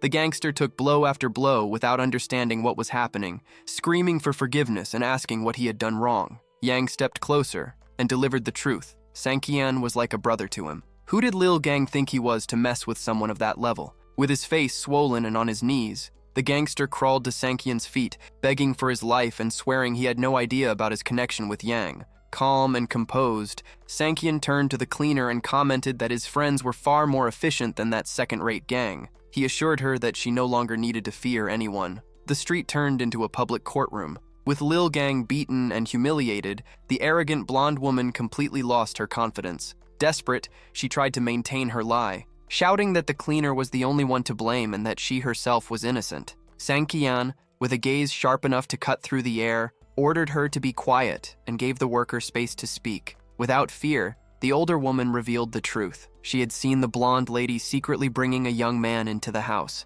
That lover was the one who took the opportunity to steal the jewelry and run away in panic when he realized he might be caught. The blonde woman completely lost control, desperately denying the affair while panicking inside, realizing that she had indeed paid the man, but never imagined he would end up robbing her. Upon hearing that he was being cheated on and financially supporting a lover, Lil Gang jumped to his feet. He forgot all about the pain from the beating and unleashed his anger on his wife with a hard slap. He shouted that she was ungrateful, using his money to go out with other men, and threatened to end her right there on the spot. Before the mobster could completely lose control, Sankian stepped in. With authority, he stopped the fight and reminded Lil Gang that he still owed a debt of respect to the cleaning lady, who had been the only one to tell the truth. The protagonist then gave the final order. The blonde woman would have to kneel and beg the lady for forgiveness before he himself lost his patience. Humiliated and with no way out, the woman threw herself at the cleaning lady's feet, apologizing for making false accusations without any proof. Relieved and with tears welling up in her eyes, the lady thanked Sankian, acknowledging that without his intervention, her name would have been stained forever by a crime she did not commit. The situation was settled. Sankian brushed off the gratitude, saying the lady was not at fault for anything, but he took the opportunity to make an offer. He needed a trustworthy housekeeper for his new mansion, and if she was willing, the job was hers. The woman could hardly believe her luck and accepted on the spot, beaming with joy. Before they left, Yang pointed out that there was still the matter of deciding Lil Gang's fate. The mobster, who was already pale with fear, breathed a sigh of relief when Sankian closed the case, saying there was no need to lay a hand on him anymore. When they arrived at the gates of the mountain villa, Aunt Ray was in shock. She had never imagined that her new boss lived in the most luxurious place in the city. Sankian, with a calm smile, asked her not to call him boss, just by his name. When he introduced himself, her reaction was pure astonishment. She asked if he was really the famous Han Sankian. Feeling a bit awkward, he joked that he did not realize his reputation in Yuncheng was so big that even a stranger would recognize him. Embarrassed, the lady apologized repeatedly for the surprise, but Sankian reassured her, saying he was already used to the gossip. His final warning came lightly. If she called him boss again, he would cancel the job offer. As soon as they stepped inside the house, the welcome committee was already waiting. Zhang Lan, with her usual sour expression, immediately went on the attack. She demanded to know where he had been, why he took so long, and most importantly, who that strange woman was that he had brought in from the street. Without even bothering to look at his mother-in-law, Sankian went straight to the point. That was Ms. Ri, the new person responsible for keeping the house clean and food on the table. That was enough to make the old woman start yelling, complaining that he was becoming too arrogant and making decisions on his own. Zhang Lan's patience had limits, and she immediately started her interrogation, shouting at the top of her lungs. Furious, she was outraged that Sankian had not consulted the lady of the house before hiring someone. According to her, if her son-in-law was too lazy to cook,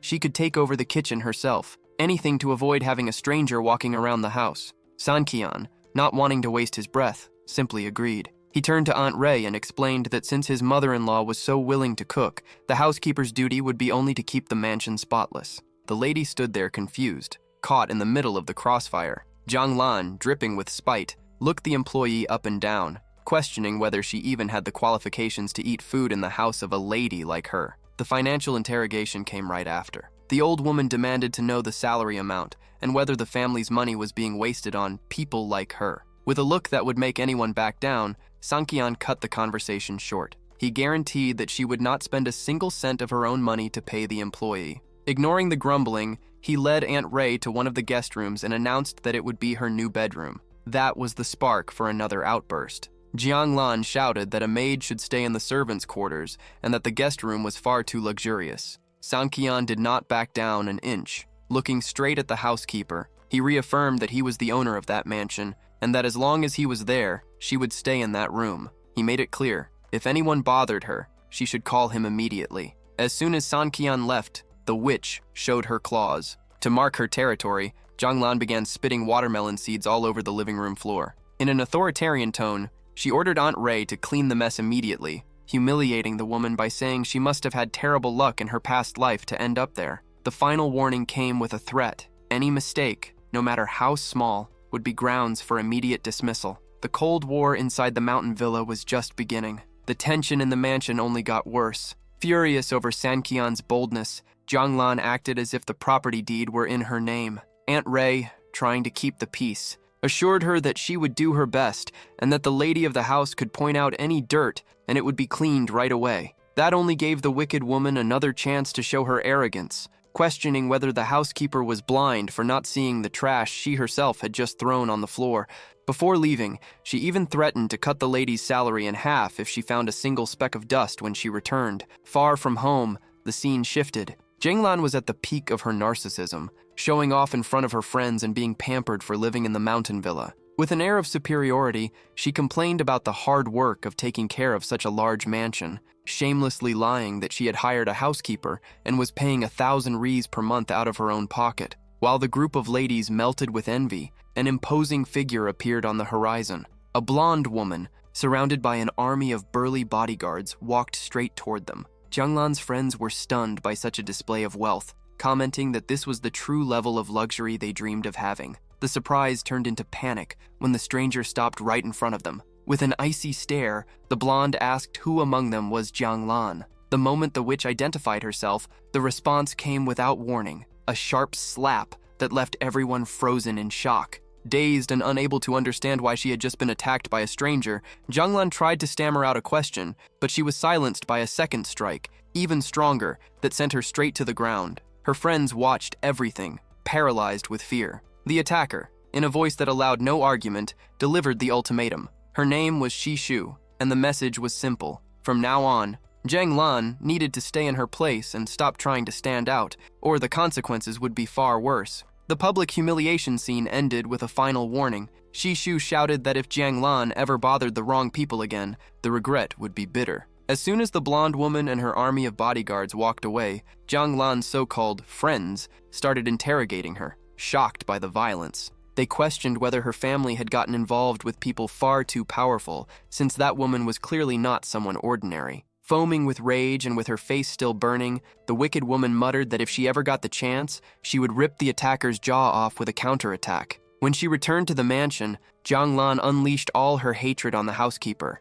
Even though Aunt Ray insisted that she had already cleaned the living room 3 times, the witch started yelling about invisible dirt. She shoved the woman violently, ordering her to get out of the house immediately. While the poor housekeeper begged for a second chance, Zia's father showed up, completely confused by the commotion. Noticing his wife's swollen face, he demanded to know who had hit her. With outrageous cynicism, Jiang Lan pointed at Aunt Ray, claiming that the employee hired by her son-in-law was the culprit. The coward, without questioning the blatant lie, rushed toward the woman and slapped her across the face, demanding that she leave for having dared to lay hands on the lady of the house. In tears, Aunt Ray tried to defend herself, asking why Jiang Lan was inventing such a terrible accusation. But the husband, acting like a complete fool, shouted that he was not stupid and that the bruises on his wife's face had not appeared on their own. To him, the easiest explanation was to blame the defenseless maid. The atmosphere in the mansion was pure hypocrisy. Sitting on the couch with an air of superiority,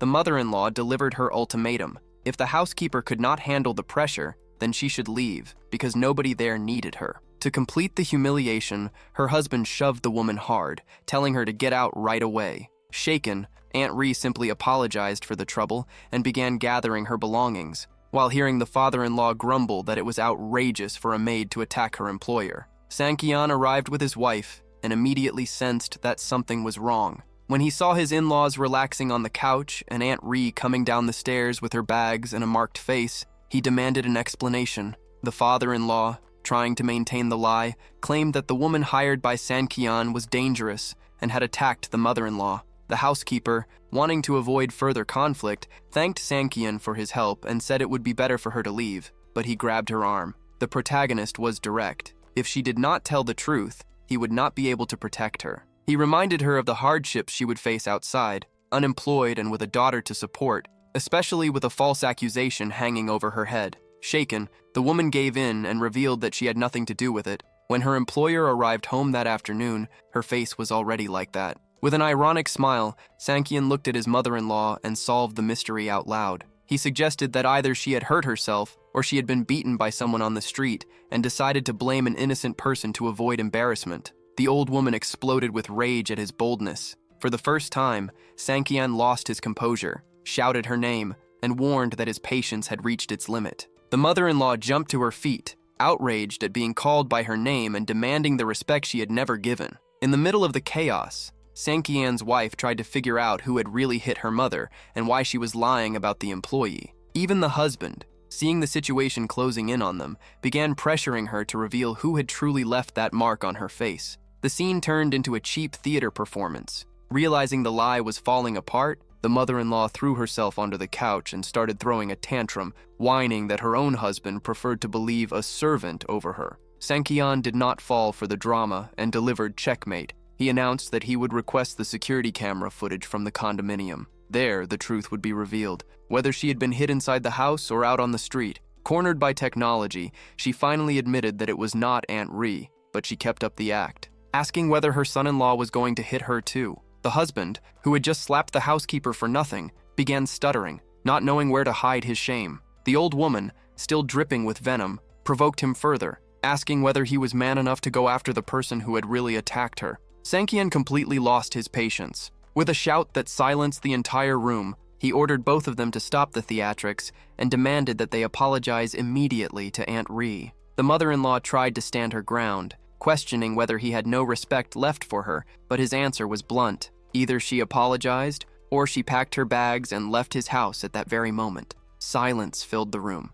Afraid of being thrown out and ending up on the street, the in-laws felt the blow. Sankian then threw them a lifeline, saying that if she apologized, he would consider dealing with the person who had attacked her outside. Thinking she had nothing to lose and needed the roof over her head, the wicked woman swallowed her pride. She approached Aunt Ri, gave a dry apology, and asked whether the woman was happy now. Her husband quickly followed, admitting that he had acted impulsively. Aunt Ri, humble as always, tried to ease the tension, saying it had all been a misunderstanding, and then withdrew to her room. As things settled down, Sankian sat in front of his mother-in-law. His expression was serious. He demanded to know, without any hesitation, the name of the person who had dared to raise a hand against her. Jianglan collapsed onto the couch. Trembling, she revealed the attacker's name, Shi Shu. The moment he heard that name, Sankian froze. The shock was obvious. Inside, he boiled with anger as he realized that the arrogance of the Han family had no limits. He had suffered for years as the so-called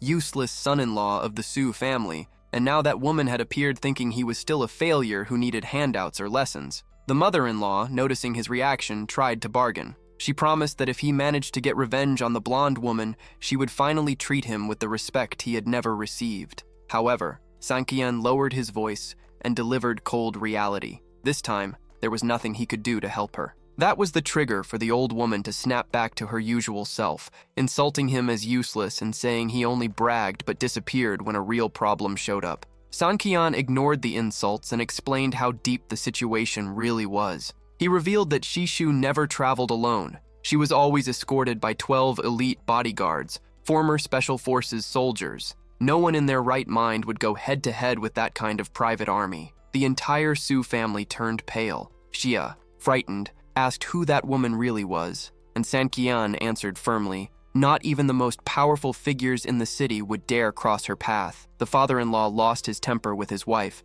asking how she could have been foolish enough to pick a fight with someone of that caliber. Between sobs, Zhanglan swore that she had never seen the woman before and had no idea what she had done wrong. Sankian delivered the final verdict. They were lucky the attack had stopped there. If Shishu had wanted to, she could have wiped the Su family name off the map in a single night. He reminded them that the blonde woman's order for Jianglan to stop standing out was a clear warning of submission. Feeling suffocated by the heavy atmosphere, Sankian decided to step out to clear his head. Xia, sensing danger, begged him to be careful. He went straight to the Peninsula Hotel, the blonde woman's headquarters. However, when he tried to go upstairs, he was stopped at the entrance. The security guards, despite recognizing the young master, stood firm. Without direct orders from their boss, no one was getting through. The barrier was set. Sankian was not in the mood to talk. Facing the blockade at the hotel, he stared at the guards with a defiant look, making it clear that no one would stop him from going up.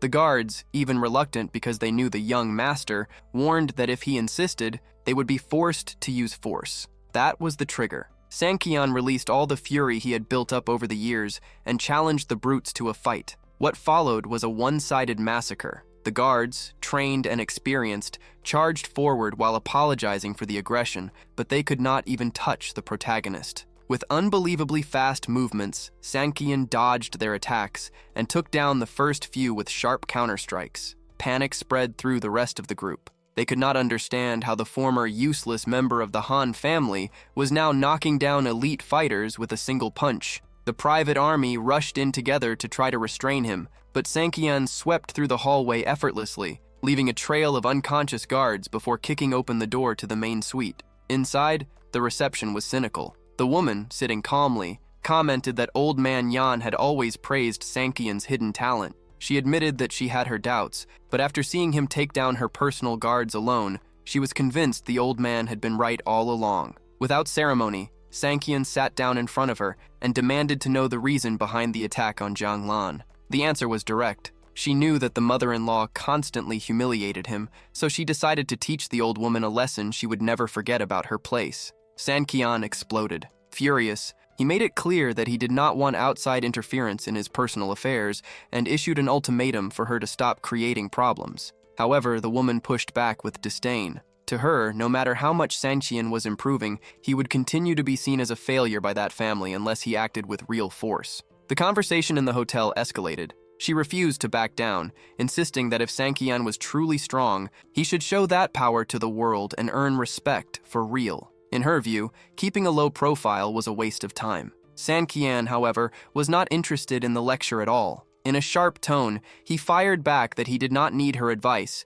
and suggested that she pack her bags and return to Yanjing as soon as possible. His argument was straightforward. Someone as grand and powerful as her did not belong in a small place like Yuncheng. Reluctantly, she agreed to leave, but she left one final warning. She said he could continue playing his games in the city, but hiding his true strength forever would be impossible. Before walking out, Sanqian delivered the last word. A wise man keeps his best weapon hidden until the exact moment to use it, striking with surgical precision instead of wasting it. Alone, the woman remained deep in thought. She wondered where such confidence came from, since even the Han family did not show that level of certainty. She questioned whether Sanqian was simply arrogant or whether he truly believed the family would protect him from any trouble. In her eyes, he was oversimplifying things. After all, without her intervention, he might have been rotting in prison in place of his twin brother, since no one could tell the two apart. Meanwhile, back at the mansion, peace did not last long. As night fell, Zhang Lan went straight for the weak point. She demanded to know whether Zia's name was already on the deed to the house. When she heard the answer was no, the old woman nearly had a meltdown. She called her daughter foolish and careless, demanding that she pressure Sanqian to transfer the mansion into her name immediately. Zia, exhausted from her heavy workload at the company and the family drama, tried to resist. She explained that doing so would only create more problems and that she did not have the energy to start another dispute over property. The atmosphere in the mountain villa, instead of calming down, continued to boil because of the mother-in-law's greed. Zhang Lan's greed would not rest. She launched a psychological attack, questioning her daughter about what would happen if the marriage ended. To the old woman, Sanqian's firm stance that day was proof that he was starting to see himself as the boss, simply because the deed was only in his name. Sia did not fall for the manipulation. She stood up and spoke the truth. All the chaos that day had been her mother's fault. The young woman made it clear that she would not pressure her husband to change the mansion documents, emphasizing that since he paid for everything himself, it was only fair that the property remained in his name. Zhang Lan was outraged. She called her daughter naive for believing in Sanqian's eternal loyalty and accused her of not thinking about the future. That was when Zia figured it out. She realized her mother's plan was to secure the house under her daughter's name and later force a divorce to keep the property. In a firm tone, she declared that would never happen. Before slamming the door in her mother's face, Xia fired back that if the old woman expected her to leave Sanqian, she could forget about it. Alone and furious, the mother-in-law began muttering about her daughter's lack of respect, deciding that if Xia would not act, she would find a way to solve the situation herself. In the bedroom, the focus shifted to business. Xia asked Sanqian whether he had managed to contact that former classmate who could help the company. The problem was urgent. The logistics trucks were being stopped repeatedly, and the losses would be fatal if the blockade continued. Watching his wife closely, Sanqian promised that he would handle the situation as soon as possible, even though he had not yet made contact. Xia collapsed onto the bed, exhausted, hoping the project would finally get back on track. Seeing how drained she was, Sanqian realized just how much the relentless routine had been taking a toll on the woman he loved. The atmosphere in the bedroom was one of pure exhaustion, and Sanqian realized that Xia was at her limit. Trying to help her relax, he began massaging her feet. Her reaction was immediate. A compliment slipped out louder than she intended, leaving her completely embarrassed. The comfort was so intense that she let out a few involuntary sounds, creating an awkward moment of shock and shyness for both of them. Desperate to hide her embarrassment, Xia ended up giving him a light kick, breaking the mood and saying it was better to go to sleep since the next day would be busy. Sanqian simply smiled, finding her reaction adorable. The next morning, the scene shifted to their exercise routine. While walking along the mountain trail, Xia commented that fulfilling her wish to run outdoors felt like a dream come true. Sanqian, clearly charmed, confessed that seeing the happiness on her face was his greatest satisfaction. He could not resist and gave her a direct compliment, calling her beautiful. Embarrassed, Xia joked, asking since when he had become such a smooth talker. He assured her it was not flattery, it was simply the truth. Curious and with an innocent look, she challenged him to measure just how beautiful she was. Sanqian put real effort into his answer, saying she surpassed any natural landscape or even the brightness of the stars. The declaration was far too poetic for Xia's shy personality. She felt goosebumps of embarrassment and begged him to stop with the dramatic lines, claiming it was too awkward to handle. Without waiting for his response, she picked up the pace and started running again, trying to leave the over-the-top romance and her blushing face behind. As he ran, Sanqian drifted into his own thoughts, He briefly considered abandoning the pursuit of power and wealth, living a simple and peaceful life by his wife's side. But reality hit him quickly. Without strength, he would become nothing more than a stepping stone for his enemies, and that would put Xia in danger. He understood that. To guarantee her safety against what was coming, he needed to become stronger than anyone else. The following day, the mood at the Su group was toxic. Haichao, with his usual sarcasm, confronted Xia about the problems with the project, throwing it in her face that their grandmother was losing hope. Xia was not intimidated and fired back, reminding her cousin that the current mess was entirely the result of his own schemes. The other cousin, Han, jumped into the conversation to stir up some sexism. She suggested that if the project was stalled, it was due to Xia's incompetence, and hinted that the only reason Xia had secured the contract before was by seducing the owner of the partner company. Furious, Xia did not hold back. She mocked her cousin, saying Han was wasting too much time fantasizing about the so-called mysterious suitor behind the engagement gift instead of actually working. Arrogant as ever, Han declared that once she married into the powerful Han family, she would not even bother looking back at the Su family. Xia shut that down immediately. She reminded her that, for now, Han was still her assistant and needed to lower her attitude. She sarcastically added that Han should pray for that man to show up soon and rescue her from her current life. Fed up with the gossip, Xia ended the argument. She ordered both of them to stop wasting time and head to the meeting room, because in 15 minutes she would make an announcement that would change the course of the game. Haichao could not hide his disgust at taking orders from Xia. He complained to Han, questioning who she thought she was to command someone of his status. Annoyed, Han asked whether he had finished investigating the mysterious admirer so they could finally stop obeying Xia. The blonde man admitted the task was difficult, but revealed his suspicion. The person behind the luxurious gift was likely an heir from the powerful Han family of Yanjing. The news went straight to Han's head. Convinced, she declared that it made perfect sense, since her beauty deserved nothing less than a billionaire. Lost in fantasies of grandeur, she began plotting how, after the marriage, she would make sure to step on Xia and humiliate her completely. Later, in the meeting room, the mood was full of mockery. Haichao opened the meeting with an attack, saying that if the gathering was only for Xia to complain about the crisis, she should just hand over her position immediately. Han echoed the sentiment, washing her hands of responsibility and stating that fixing the company's problems was solely Xia's and the grandmother's duty. Maintaining her composure, Xia dropped the bomb. The problem had already been solved, and the meeting was simply for the official announcement. Haichao froze in his chair, stunned, reminding her that just the night before she had said she saw no solution. Han even stood up in anger, accusing her of making jokes at a serious moment. Without losing control, Xia picked up her phone and silenced everyone. She revealed that Mr. Zhang had called early that morning confirming the continuation of the project. Defiantly, she suggested that if they doubted her word, they could call him personally. Xia closed the matter by making it clear that she did not owe them explanations about her methods, and that she had already reported their lack of support to their grandmother, exposing how they seemed to be rooting against their own company. The atmosphere in the meeting room changed instantly. As soon as Xia confirmed the project was saved, the board members who had criticized her began changing their tone, pretending they had always trusted her abilities. Haichao, seething with anger, muttered that she had scheduled the meeting just to humiliate them publicly, saving the news for the end to strike dramatically. But Xia's counterattack was even better. In a professional tone, she announced that she needed 2 supervisors to closely monitor the construction site, working under the scorching sun. Without hesitation, she assigned Haichao and Han to the role. The blonde man exploded, shouting that he was a senior executive and that such manual labor was beneath his status. Han also jumped up in outrage, yelling that she would never step into the mud and that if Xia wanted someone there, she should go herself. Xia did not flinch. She simply warned that if they refused the assignment, she would take the matter directly to their grandmother to decide their future in the company. The threat hit hard. Haichao, terrified of losing his position, immediately backed down and asked whether things really needed to escalate that far. Xia remained cold. If he was unhappy, he was free to complain to the matriarch. Defeated, the cousin accepted the humiliation and turned to Han, demanding her decision. With no way out, she also gave in, but left with a threat,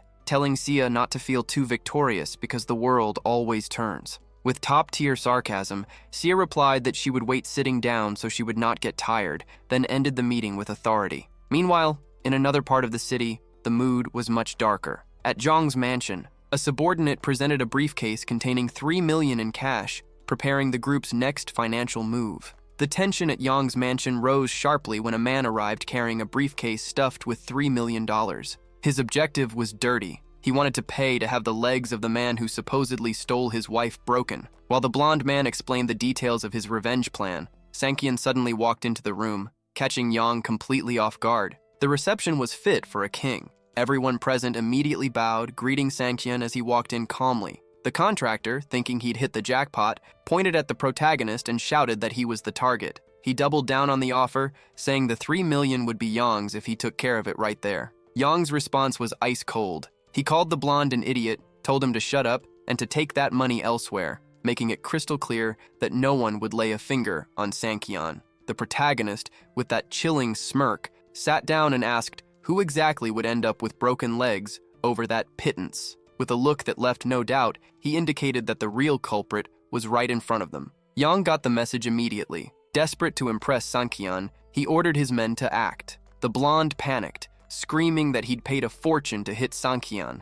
not to become the victim. The beating was unavoidable. As the guy groaned on the ground, Sankian delivered the final warning. The pain would make sure he never forgot to stay away from Yingxia. Even bruised and beaten, the guy tried to threaten, swearing he'd come back to double the punishment. Sankian didn't flinch. He told him that the blonde still had plenty of bones intact, and if he dared get near his wife again, it wouldn't just be him suffering. The whole family would be buried with him. After kicking out the troublemaker, attention shifted to a more serious matter. Sankian asked Yang about Moyang's whereabouts. The mood turned tense when Yang revealed that the master had recently been spotted at a bar with suspicious company, hinting that new problems were on the horizon. Things in the underground boxing arena were spiraling out of control. Moyang had been ambushed and carried out seriously injured. Processing the news, Sankian asked if Fa was still running the underground circuit. Yang confirmed that he owned 3 arenas and was not happy to see Moyang stepping out of the shadows to reclaim territory, solving disputes with violence.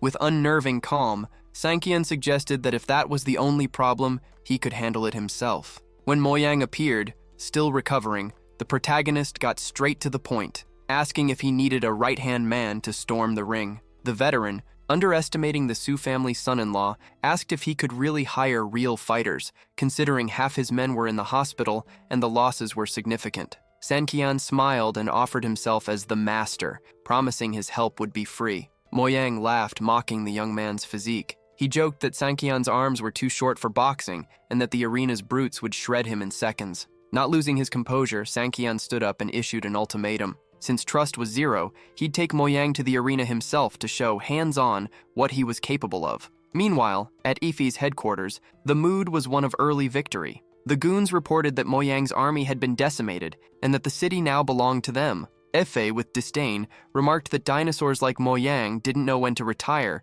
and ended up digging their own graves, unable to understand the new era. The celebration was interrupted by a scream at the door. A subordinate panicked, announcing that Moyang was back. And this time, he wasn't alone. The invasion of the underground boxing arena was about to begin. Efe lost it. Hearing that Moyang had returned, he slammed his fist on the table, asking if the veteran really wanted to see the rest of his men in the morgue. The surprise came when one of the goons said the mood was odd. Moyang wasn't armed, just sitting in the crowd like a regular spectator. Laughing, Efe mocked him, saying that if he was there to try copying his elite fighter's techniques, he could watch all he wanted. He'd never come close to them. In the stands, Moyang grew impatient. He nudged Yang, asking where Sankian had gone, since he went to the bathroom and disappeared. The veteran even suggested the guy had chickened out and run. Yang, loyal to his friend, shot that down immediately. Sankian wasn't the type to back down from a fight. Moyang just had to wait. In the center of the ring,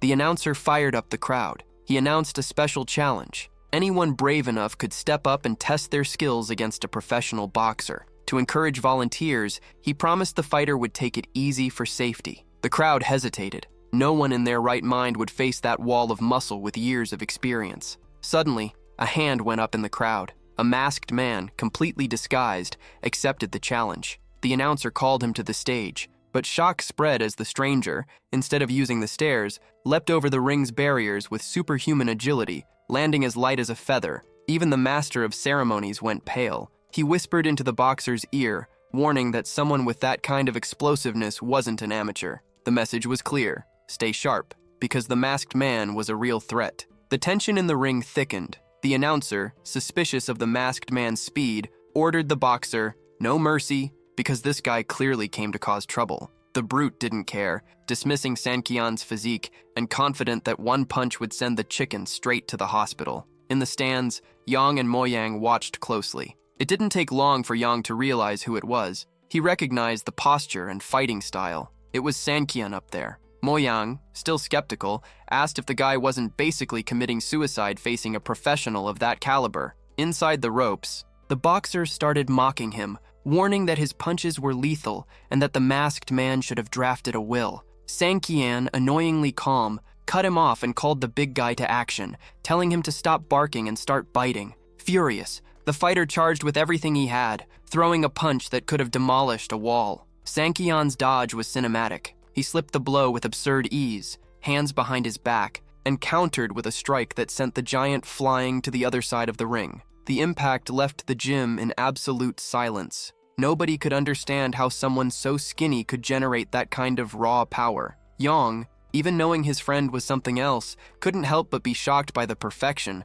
muttering that it wasn't fair to be rich, good-looking, and an elite martial artist all at once. Sankian didn't even break a sweat. He turned to the announcer and said that fighter was already scrap, demanding the next one. A second professional stormed in, foaming with rage, but fate was the same. One clean hit and he went out cold on the mat. The underground arena had just met its worst nightmare. Back in the locker room, the tension was thick. A trembling staffer tried to explain that a masked man was mowing everyone down and that the arena needed Blade 12 to restore order. The brute didn't want excuses. He grabbed the poor guy by the collar and made it clear that money ran the show. No extra pay, no fight. He only let go when he heard the night's pay would be double the usual. Blade 12 marched toward the ring with a dark aura. Stepping onto the mat, he received direct orders from the referee, "Put that cocky green guy in his place." The giant stared at Sankian, threatening that the city's hospital was excellent and that the masked man would soon be their newest patient. Sankian, with his usual mockery, shot back. He pointed to the ring floor and warned that this wouldn't be a stage. It would be the big guy's grave. Blade 12 roared, declaring that no one, no matter how strong, would make him back down a single inch. The protagonist just smiled, calling him a cheap Hulk knockoff and telling him to stop barking. The clash was brutal. They charged at each other at the same time, locking in a pure strength battle that had the crowd going wild. For the first time that night, an opponent didn't go down from Sankian's first punch. The giant started to panic. How could such a skinny guy take all those hits without being crushed? The brute went all in, unloading a series of hammering strikes. Sankian blocked each attack with surgical precision, not budging an inch. Blade 12, impressed by the masked man's resilience, shouted that he was pretty good, but he wanted to see how many deadly hits he could take before finally breaking. The real underground fight had just begun. The crowd watched in shock as Moyang tried to understand the brutal gap in power. He questioned whether the monster known as Blade 12 was really twice as strong as Han Sankian, since the difference seemed absurd. Yang, frozen in place, explained that the fighter standing there was the real Han Sankian, and that he was taking a heavy beating, having managed to strike back only once up to that moment. Despair took over the allies. Afraid that the protagonist wouldn't be able to withstand the pressure, Yang decided to ignore any rules or morality involving Ye Fei and ran in to try to intervene, determined to save his friend at any cost. Meanwhile, in the ring, the big guy mocked the situation. He admitted that he had never seen anyone take so many punches without going down, calling the feat unprecedented. Han Sankian, staying calm, replied that a talented guy like Blade 12 shouldn't be there just for a few bucks, because he was wasting all of his potential. The giant fired back, saying that after accepting the arena's money, he became a prisoner of the system and had to follow orders. Even while respecting Sankian's endurance, he launched a decisive attack. The defense came with a direct kick. Blade 12 shouted that he would break the hero's leg like it was a twig, but what happened next silenced the entire gym. With a sharp movement and no visible effort, Sankian struck the brute's jugular. The hit was surgical. The protagonist's allies couldn't believe what they saw. The giant who seemed invincible was forced to step back with a single touch. With a sinister look, Han Sankian simply mocked the situation, showing who was really in control of the fight. The atmosphere in the ring changed completely when Han Sankian questioned whether the big guy still thought he could handle the job. Without thinking twice, Blade 12 turned to the audience and announced that he was quitting the fight and that he didn't want the money anymore, leaving even the referee in shock. The referee, furious over the breach of protocol, tried to confront the fighter, stating that the arena's rules were strict and nobody walked out like that. The brute's response was violent. He threw the referee aside and asked if he really wanted the promise not to hurt him to be broken, ordering the man to get out of his sight immediately. After the fight ended, the protagonist's physical condition was worrying. Han Sang-kyan's arms were wrecked from blocking the opponent's heavy blows. When he noticed the injuries, Mo-young suggested taking the hero straight to a hospital, but he was surprised. Calmly taking a drag from his cigarette, Sang-kyan refused medical help, saying that he just wanted to go back home and that Yang would handle the ride.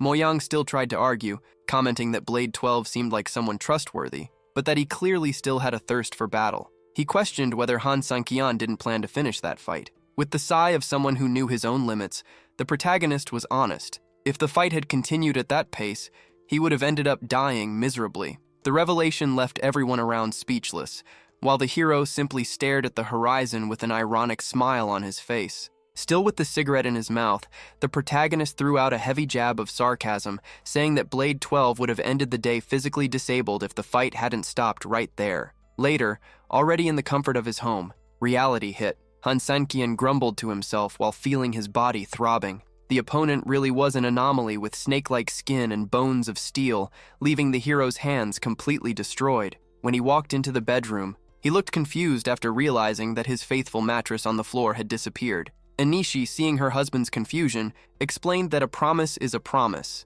Since he solved the situation, they could finally share the same bed. Excited, Sang-kyan tried to move forward, but he was stopped by a well-placed foot. The girl, blushing with embarrassment, pointed to a red line dividing the mattress, warning that he was already crossing the established boundary. Embarrassed, the protagonist asked when that barrier would be removed, and she replied that everything would depend on his behavior. Wanting to tease her, he asked what would happen if she were the one to cross the line. Anishi told him to stop joking, claiming that she would never cross her own mark. The hero simply agreed, keeping to himself the thought that nobody controls their movements while sleeping. The tables turned early the next morning. Upon waking up, Anishi realized that she had completely rolled over to her husband's side, ignoring her own red line. Shocked and dying of embarrassment, she silently thanked fate that he was still knocked out, avoiding an awkward moment right at breakfast. While getting ready, she nudged the sleepy hero, asking whether he wasn't going to go for a run, since exhaustion seemed to have defeated the warrior that morning in Mountain Village. The hero didn't waste time and begged for a day off, claiming that the fatigue had taken its toll. Showing no mercy, the girl grabbed precisely his injured arm to pull him, stating that she wouldn't accept going alone, since she had already gotten used to his company during their morning runs. Even grinding his teeth in pain and complaining internally, he hid the suffering and got up to go with her. During the run, the strain was obvious. The protagonist wondered why his arms were still throbbing so badly, as if he had forgotten that he had nearly been crushed the night before. When they reached the bridge, a key point along the route, the young woman opened up. She thanked him for making her dream of living in Mountain Village come true, and for allowing her to enjoy that incredible view. With a distant look, he commented that that place still wasn't beautiful enough for her. Confused, the girl asked what he meant. The hero explained that that city was too small for their potential and pointed toward the horizon, mentioning the capital, a place far more imposing and luxurious. She laughed, calling him ambitious, since even the powerful Su family dreamed of entering the capital but never had the ability to do so. With total confidence, he guaranteed that one day he would take her and the entire family there, so they could witness a true first-world setting. For the first time, she didn't doubt him. She looked into his eyes and said that she believed in his promise. Before the moment could get deeper, she pulled him back, warning that time was running short. Shortly afterward, already changed and ready for their routine, the two met in the village parking lot to continue their day. Suspicion arose in the parking lot when the young woman questioned why her husband wouldn't take the wheel since he always drove. With no way out, the protagonist finally showed his hands, explaining that the injuries prevented him from driving safely. The shock was immediate. She shouted in disbelief, remembering that she had just squeezed those hands during their run, and asked if his condition was serious. He tried to downplay it, saying that he could probably still drive, but that the discomfort might cause an accident. With no patience for excuses, she pushed him into the passenger seat and announced that their destination was the hospital. The hero still tried to protest, saying that he was already on leave and didn't need all that fuss. but he was silenced by an authoritative shout. She made it clear that, at that moment, she was the one in charge, leaving even the fearless fighter intimidated. Inside the office, the doctor's reaction was no different. After reviewing the exams, the physician was horrified, asking what the hell he had done to shatter every bone in his hand like that. Upon hearing the diagnosis, the young woman burst into tears. Desperate, she questioned why he hadn't said anything while she was squeezing his hands, since the pain must have been unbearable. With a calm smile, Sankian delivered his final card. That had been the first time she held his hand willingly, so physical pain meant nothing compared to that moment. Annoyed by her husband's stubbornness and ridiculous romantic logic, she shot back, saying he only needed to say the word because she could hold his hand any time after he recovered. Taking advantage of the mood, the protagonist gave her a charming look, claiming that every touch from her made him feel capable of conquering the world. Meanwhile, the doctor simply watched the scene, unsure how to react to such a surreal situation. The forced romantic mood in the office was cut short by the doctor, who, clearly out of patience, asked whether they were going to keep flirting or if he could finally treat the young man's hands. Visibly embarrassed, the couple fell silent while the doctor delivered the verdict. The damage was severe. It required immediate casting and total rest from any physical effort. He emphasized that the process would take at least 40 days, and that during that time, the wife would have to act as the official caregiver. The protagonist, trying to act tough, argued that he didn't need that much time. He claimed that he had suffered worse injuries before and recovered in a week, insisting that the cast was an exaggeration. The doctor couldn't stand the arrogance and asked whether he thought he was Superman, guaranteeing that in his entire career, no one had ever challenged biology like that. Before the hero could keep arguing, the young woman put an end to it with a shout, ordering him to shut up and follow the medical instructions. With no way out, he simply obeyed. Later, already in her office, the hero complained about the absolute boredom. The young woman was straightforward. During his recovery, he would have to accompany her to work every single day, since that was the only way she could keep an eye on him. The conversation was interrupted by an employee who brought lunch for the couple. Taking advantage of the situation, the young woman began feeding her husband by hand, since he couldn't use his own hands. Receiving that special treatment, the protagonist started to change his mind. He thought that spending 40 days being pampered like that wouldn't be so bad. However, reality hit quickly when nature called. He rushed to the bathroom in distress, but once he got there, panic set in. With his hands immobilized, he realized he couldn't even open the zipper of his own pants. The plan for a perfect recovery had just run into its first major obstacle. Desperation hit hard inside the bathroom. Unable to use his hands, the protagonist found himself at a dead end, even dropping to his knees while desperately searching for a solution. He grumbled to himself, outraged at the possibility of a warrior of his level being defeated by such a basic physical need. With no success, he returned to the room wearing a defeated expression. Seeing him come back, the young woman realized something was wrong and asked whether he had managed to take care of business. He tried to brush it off, saying it wasn't urgent, but she didn't buy it. Noticing her husband's discomfort, she pulled him down the hallway toward the bathroom, stating that it was the perfect moment because the corridor was empty. The hero still tried to argue, claiming it would be absurd for him to enter a women's restroom,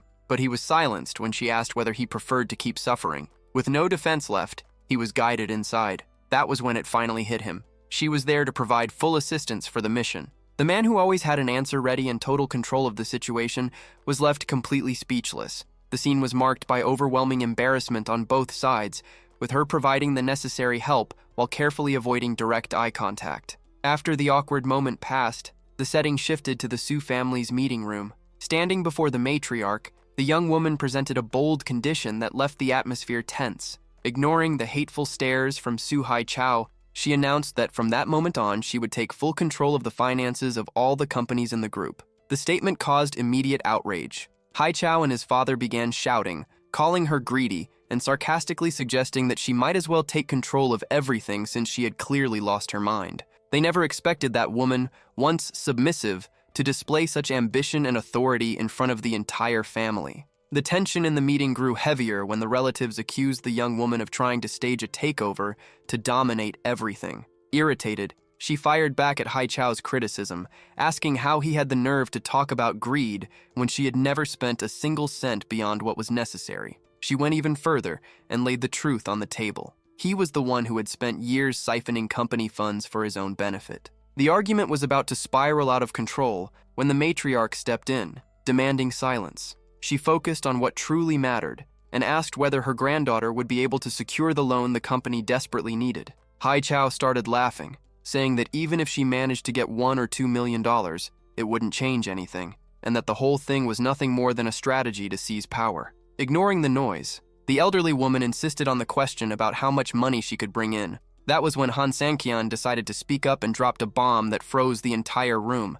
The amount would be 1 billion. The silence was absolute for a second before chaos erupted again. Hai Chao pointed his finger at the protagonist, furious, saying that some nobody who only bragged about living in a fancy place had no right to interfere in the family's business. Even the old matriarch lost her patience and told the hero to shut up, stating that he was a nobody at that table. However, his wife didn't back down. She stepped forward and stood by her husband's words, confirming that she would secure the billion, but with one non-negotiable condition: total and absolute control over the company's finances. The other relatives began shouting, calling it a joke and saying that she was mocking everyone. However, realizing that it was their only chance to avoid bankruptcy, the matriarch made a decision that shocked the clan. She promised that if the billion hit the account, the key to the vault would be hers. Outside the company, reality hit hard and panic set in. The young woman, trembling with worry, asked her husband whether he truly believed that $1 billion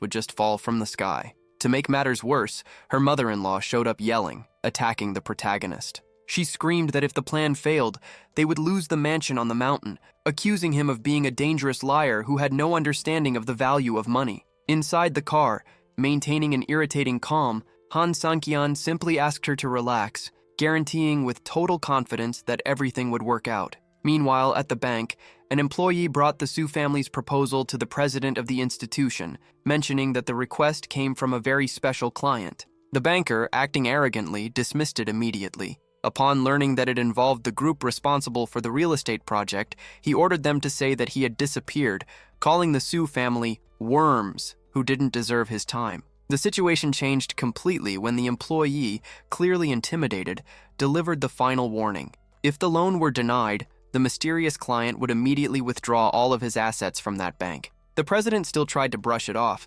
asking who the man thought he was and how much money he really had to feel so important. The answer landed like a punch. The client had $10 billion in his account. The shock was instant. The banker, who had been full of arrogance just moments earlier, went into a nervous breakdown and began shouting desperate orders. He instructed them to prepare all the paperwork, contracts, and formalities for the next day without wasting a single second. As the secretary rushed out to carry out the orders, the executive muttered to himself, torn between fear and greed. As night fell, the atmosphere in Han Sang-kyan's house was filled with disbelief. He calmly informed everyone that the meeting with the bank president had already been scheduled for the following morning, leaving his wife speechless. The young woman couldn't believe it. She asked if he was serious, and the hero simply confirmed, saying he had no reason to deceive her. In a quick move, she stepped closer to him, wanting to know how she could repay the favor. The protagonist, losing his tough guy composure, turned red and started stuttering,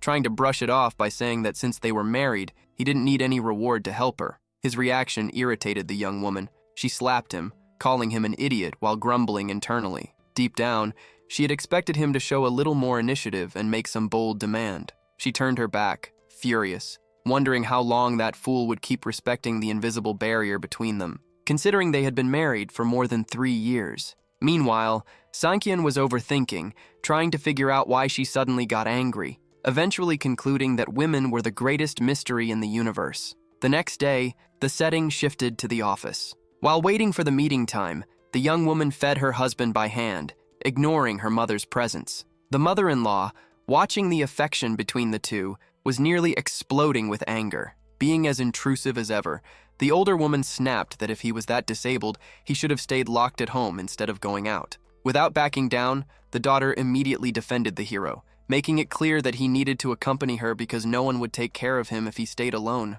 The mother, unconvinced, tried to push back by questioning the need for so much protection. She continued the attack, arguing that bringing an injured husband to a business meeting at the bank was completely inappropriate. She pointed out that with the maid he had hired, he wouldn't go hungry if he stayed home alone. Seeing the discouragement on his wife's face, the protagonist decided to give in. He said that she could handle the business without worry because he would take the opportunity to rest on the couch. The problem was that the mother-in-law didn't leave him alone and followed him back to the residence. As soon as they arrived, she started pressuring him about the paperwork for the mansion, wanting to know when he would finally transfer the property into her daughter's name. With patience, the hero replied that if it was her wish, transferring the house wouldn't be a problem at all. Internally, he had already figured out that the old woman only wanted to be alone with him to talk about inheritance and assets. The woman insisted that they should resolve the bureaucracy as soon as possible. With an ironic smile, the protagonist delivered a real warning. If she kept trying to push him out of the family, she would end up regretting it bitterly. The mother-in-law exploded, saying that his bank account must be running dry, and questioning how long he would keep pretending to be rich. Mocking the situation, he confessed that his money was indeed running out, but that his current balance was still enough to buy about 100 mansions identical to that one. The older woman fired back immediately, claiming that the only thing he knew how to do well was brag, and shamelessly lied by saying that she didn't care at all about his fortune. The hero didn't miss the chance to jab back, asking whether someone as greedy as her truly didn't care about millions. Offended by the truth, the mother-in-law lost control and lunged at him. The mother-in-law charged forward in fury, demanding explanations for being called greedy. Losing patience, the protagonist raised his voice and delivered a lethal warning. If she kept trying to sabotage his marriage, he would make her regret ever being born. As he stood up and walked out, he left the old woman frozen in place. She began having flashes of that mysterious woman who had slapped her some time ago,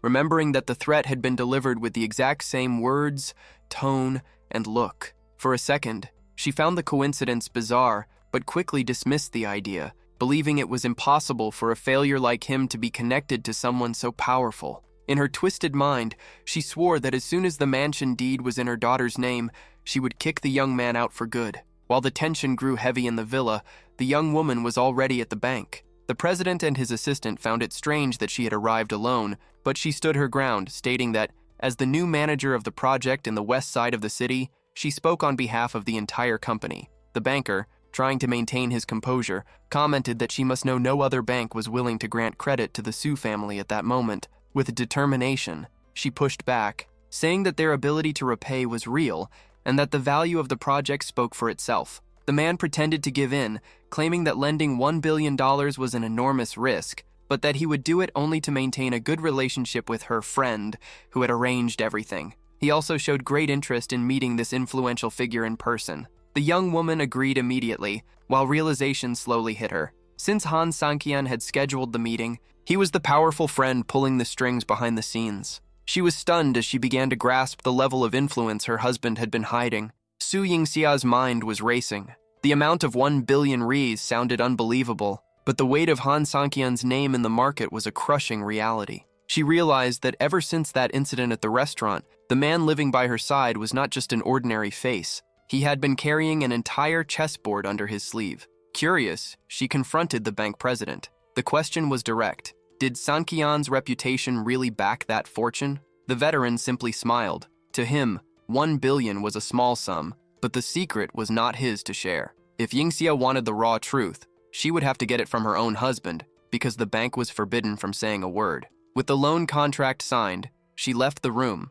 leaving behind a trail of tension. The president knew that favoring the Su family would put the bank in the crosshairs of many powerful sharks in the city, but the risk had been calculated. Back in the office, the blonde assistant reinforced that the move had been a masterstroke. After all, the Su family was now working hand in hand with the powerful Han family on the new city project. Growth was guaranteed. The boss, still processing the size of the fish he had just caught, questioned who the real owner of that colossal fortune truly was. The employee's answer landed like a punch. Han Sang-kyan. The banker's jaw dropped. The name was the same as the so-called useless son-in-law who had become a laughingstock in the region. The assistant tried to soften the situation, suggesting it might be a mistake or simply someone with the same name, since the Sang-kyan everyone knew was a complete failure. The mustached man, however, grew uneasy. He doubted that the same man humiliated by the Su family would lift a finger to save them, but the mystery had been planted. Who, after all, was the true owner behind that name?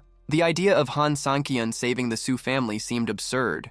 The natural assumption would be that he would speed up the downfall of those who had always humiliated him. As soon as Yingxia stepped into the house, she was met with her mother's desperation. The matriarch, anxious, wanted to know why she had returned so early, but the daughter only wanted to find her husband. With a victorious smile, the mother revealed her big move. She had already pressured Sankian to transfer the deed of the mansion into her daughter's name. She insisted that Yingxia should hurry to finalize the paperwork. The young woman, realizing that her husband had been cornered at home out of pure self-interest, exploded with anger. Yingxia made it clear that she didn't care about properties or deeds and that she would not accept that house under those conditions. As she climbed the stairs, she heard her mother shouting, accusing her of being ungrateful. The older woman went so far as to claim that everything was for the family's future and threatened to cut ties as mother and daughter if her wishes were not fulfilled. This time, Sankian's wife did not back down. She fired back, stating that if her mother continued with that greedy behavior,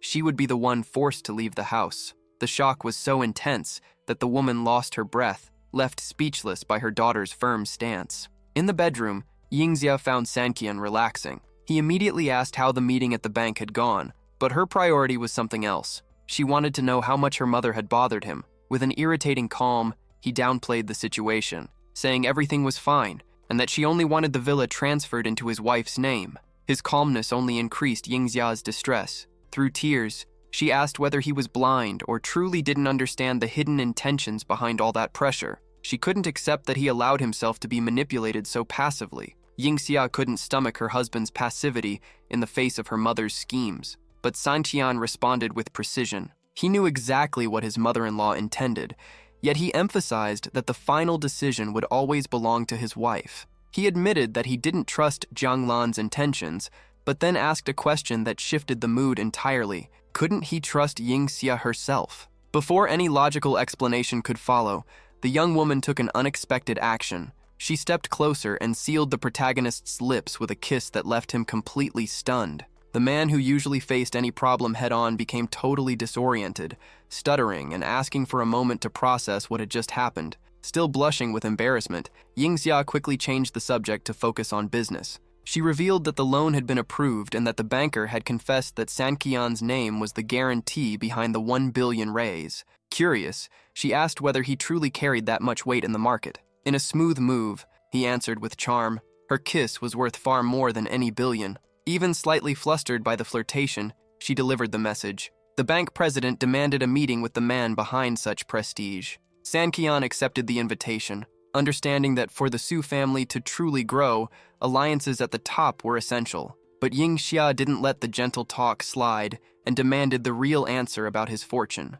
With complete naturalness, she ended the conversation convinced it was just a bad joke meant to impress her. The next day, the doctor was shocked while analyzing Sanqian's X-ray. A full recovery in just 1 week seemed impossible, to the point that the physician asked whether he had superpowers. Not wanting to draw attention, the protagonist simply took the medical clearance and ignored the warnings not to lift heavy objects for a month. He was thrilled to get the cast removed, although he admitted to himself that he would miss being fed by his wife every day. Without wasting time, he called the bank to confirm that he accepted the president's invitation. Minutes later, Sanqian was already in the executive office. In a firm tone, he made it clear that he expected the bank to provide all the necessary support for Yingxia in the city development project. The banker, trying to connect the dots, noticed the familiarity with which the man spoke about the Su family heiress. Doubt gnawed at him. Was that billionaire really the so-called useless son-in-law everyone mocked? Sensing the man's hesitation,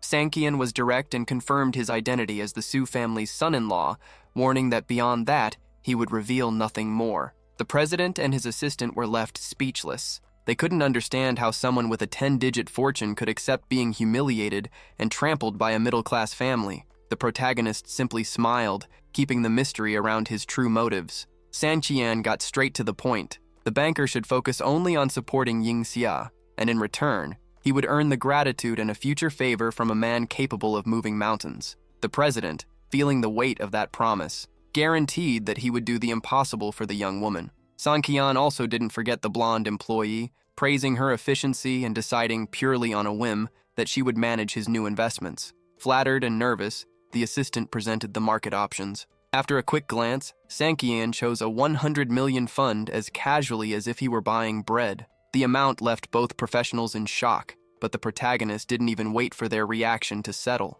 He stood up in a hurry, saying that picking up his wife from work was sacred and he couldn't be late. The moment he stepped outside, the atmosphere changed. A pink-haired woman came running barefoot, screaming his name with the desperation of someone fleeing for her life. Sanqian found the scene strange and asked whether someone was chasing her. When the stranger tried to throw herself into his arms, he simply stepped aside, causing the woman to crash straight into a tree. While the girl cried from embarrassment and drew the attention of curious bystanders, the situation escalated. Another woman appeared, surrounded by armed security guards. In a threatening tone, she demanded to know whether Sanqian was the idiot protecting Pinky and ordered him to leave immediately if he didn't want to face consequences. Completely caught in the middle of that chaotic confrontation, Sanqian simply observed, trying to understand what mess he had just walked into. Sanqian remained calm and made it clear that he didn't even know who the pink-haired woman was. Desperate, the girl shouted that she was a close friend of his wife, Yingxia, and begged him not to let her be killed right there.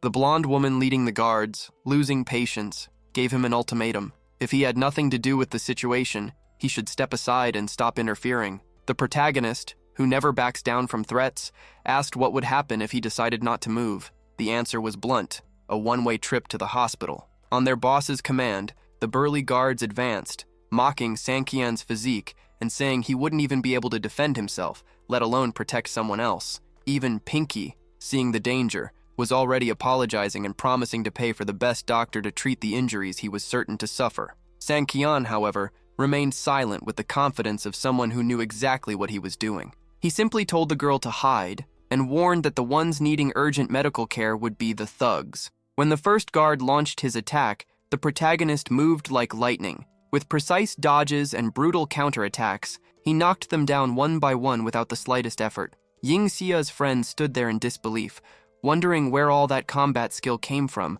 but his focus was elsewhere. After clearing the area and leaving the guards sprawled on the ground, Sanqian demanded that the woman explain the reason for the entire commotion. Before she could speak, the arrogant blonde interrupted, furious, accusing Pinky of entering her store to try on clothes and then running away with the items without paying. She even shifted the blame to Sanqian, asking whether he thought it was right to cover up theft. The revelation of the theft left Yingxia's friend deeply embarrassed and placed Sanqian in a ridiculous situation. He had already beaten everyone up and now discovered the cause was an unpaid shopping bill. With no patience for drama, he apologized to the store owner and offered to cover the cost of the clothes as well as the medical expenses of the guards he had knocked out. The pink-haired woman tried to thank him and promised to pay him back later, but he cut her off firmly. Sanqian warned that she wouldn't be so lucky next time she got into trouble. Changing the subject, she asked whether he planned to attend the college alumni reunion. The protagonist found it strange, since Yingxia had never mentioned the event. The girl explained that his wife had once been the star of the university, admired by every guy on campus, but everything changed after her marriage. Since marrying Sanqian, Yingxia had become the favorite target of cruel jokes among former classmates, especially from rejected suitors. The bullying had become so intense that she began avoiding any gatherings to keep from being publicly humiliated because of her husband's reputation. The conversation then shifted to someone named Hong Momo, a longtime rival who had held a grudge since their school days, and who, now married as well, could hardly wait to step on Yingxia at the event. Sanqian found the nickname bizarre and laughed, but the friend clarified that her real name was Hong Liu, an unbearable and confrontational woman. With a serious expression, Pinky looked straight at the protagonist and laid it out bluntly. Yingxia had swallowed her pride countless times and endured endless humiliation because of him. The message was clear. It was long past time for him to take responsibility and protect his wife's honor in front of those idiots. Sanqian admitted that the girl's lecture made sense. He acknowledged that Yingxia had been through a lot and promised he would handle it. Not wanting to drag the conversation out, he cut it short, saying time was tight and he needed to pick up his wife. As he walked away, Pinky kept watching him, murmuring to herself that Yingxia had no idea how lucky she was or what kind of man she had by her side. When he arrived at his beloved's workplace, the mood was far from pleasant. Yingxia stormed out immediately, demanding to know what he was doing there when he had been ordered to stay home and rest. Sanqian, acting completely shameless, started rotating his hand to show that he was fully healed. The girl nearly had a meltdown. She shouted, asking who had authorized the removal of the cast, reminding him that the doctor had predicted weeks of recovery. In her eyes, he was being careless and putting his own health at risk. Trying to calm the storm, Sankian swore that the doctor had given him the green light after seeing his miraculous recovery, and even suggested she call the hospital to confirm. Still suspicious, she asked if this was just another one of his lies. He assured her he had no reason to deceive her, and, to prove he was 100% fine, demanded the car keys so he could drive them home. During the drive, Yingxia couldn't take her eyes off her husband's hand. She commented that the speed of his recovery had left even the specialists without an explanation. Full of confidence, Sankian joked that the hospital staff had been completely stunned by his regeneration. His wife played along and mocked the way he was driving, saying his slowness was cute, but still far too slow for her taste. The protagonist, however, fired back with a cheeky, double-meaning remark that earned him an embarrassed smack from his wife right there in the car. Sankian tried to brush off the suggestive comment, but after receiving a few light slaps, he decided to come clean.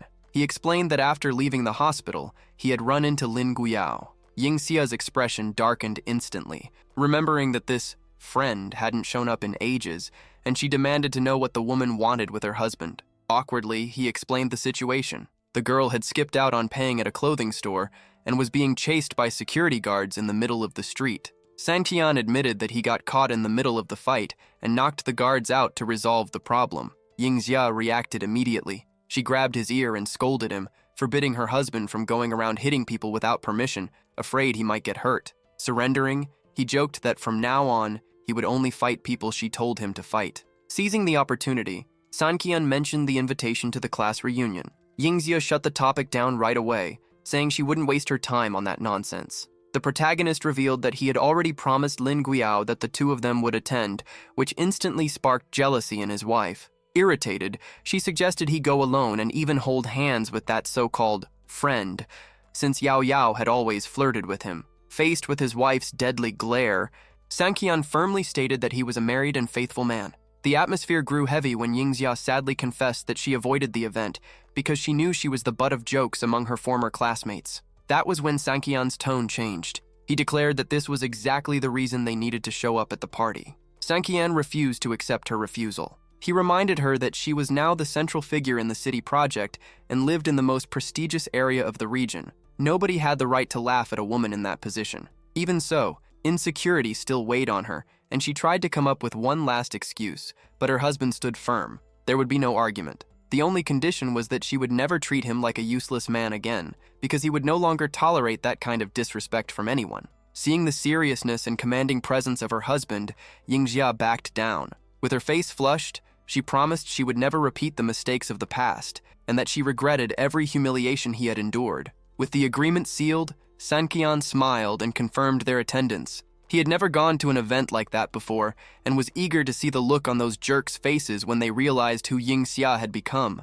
While the couple settled things in the car, the atmosphere at the Su family company felt like a funeral. Su Hai, the jealous cousin, was slumped in his chair, counting the days until his cousin's failure. He was certain the loan would be denied, and that buying the mansion would drive the girl into total bankruptcy. His world collapsed when the other cousin, Su Yihan, burst into the room shouting. The news hit like a punch to the gut. The bank money had already been deposited into the company's account. Hai went into a frenzy, banging his head on the desk and yelling that it was impossible, that no financial institution would extend that much credit to someone with a debt like hers. The concern grew when Yihan revealed that the news had already spread, and that now all the employees were looking at Yingxia as the company's savior, leaving the two villains with no idea how to stop the protagonist's success. The confirmation of the loan amount dropped like a bomb, 1 billion rias, exactly what Yingxia had promised. Su Hai was furious,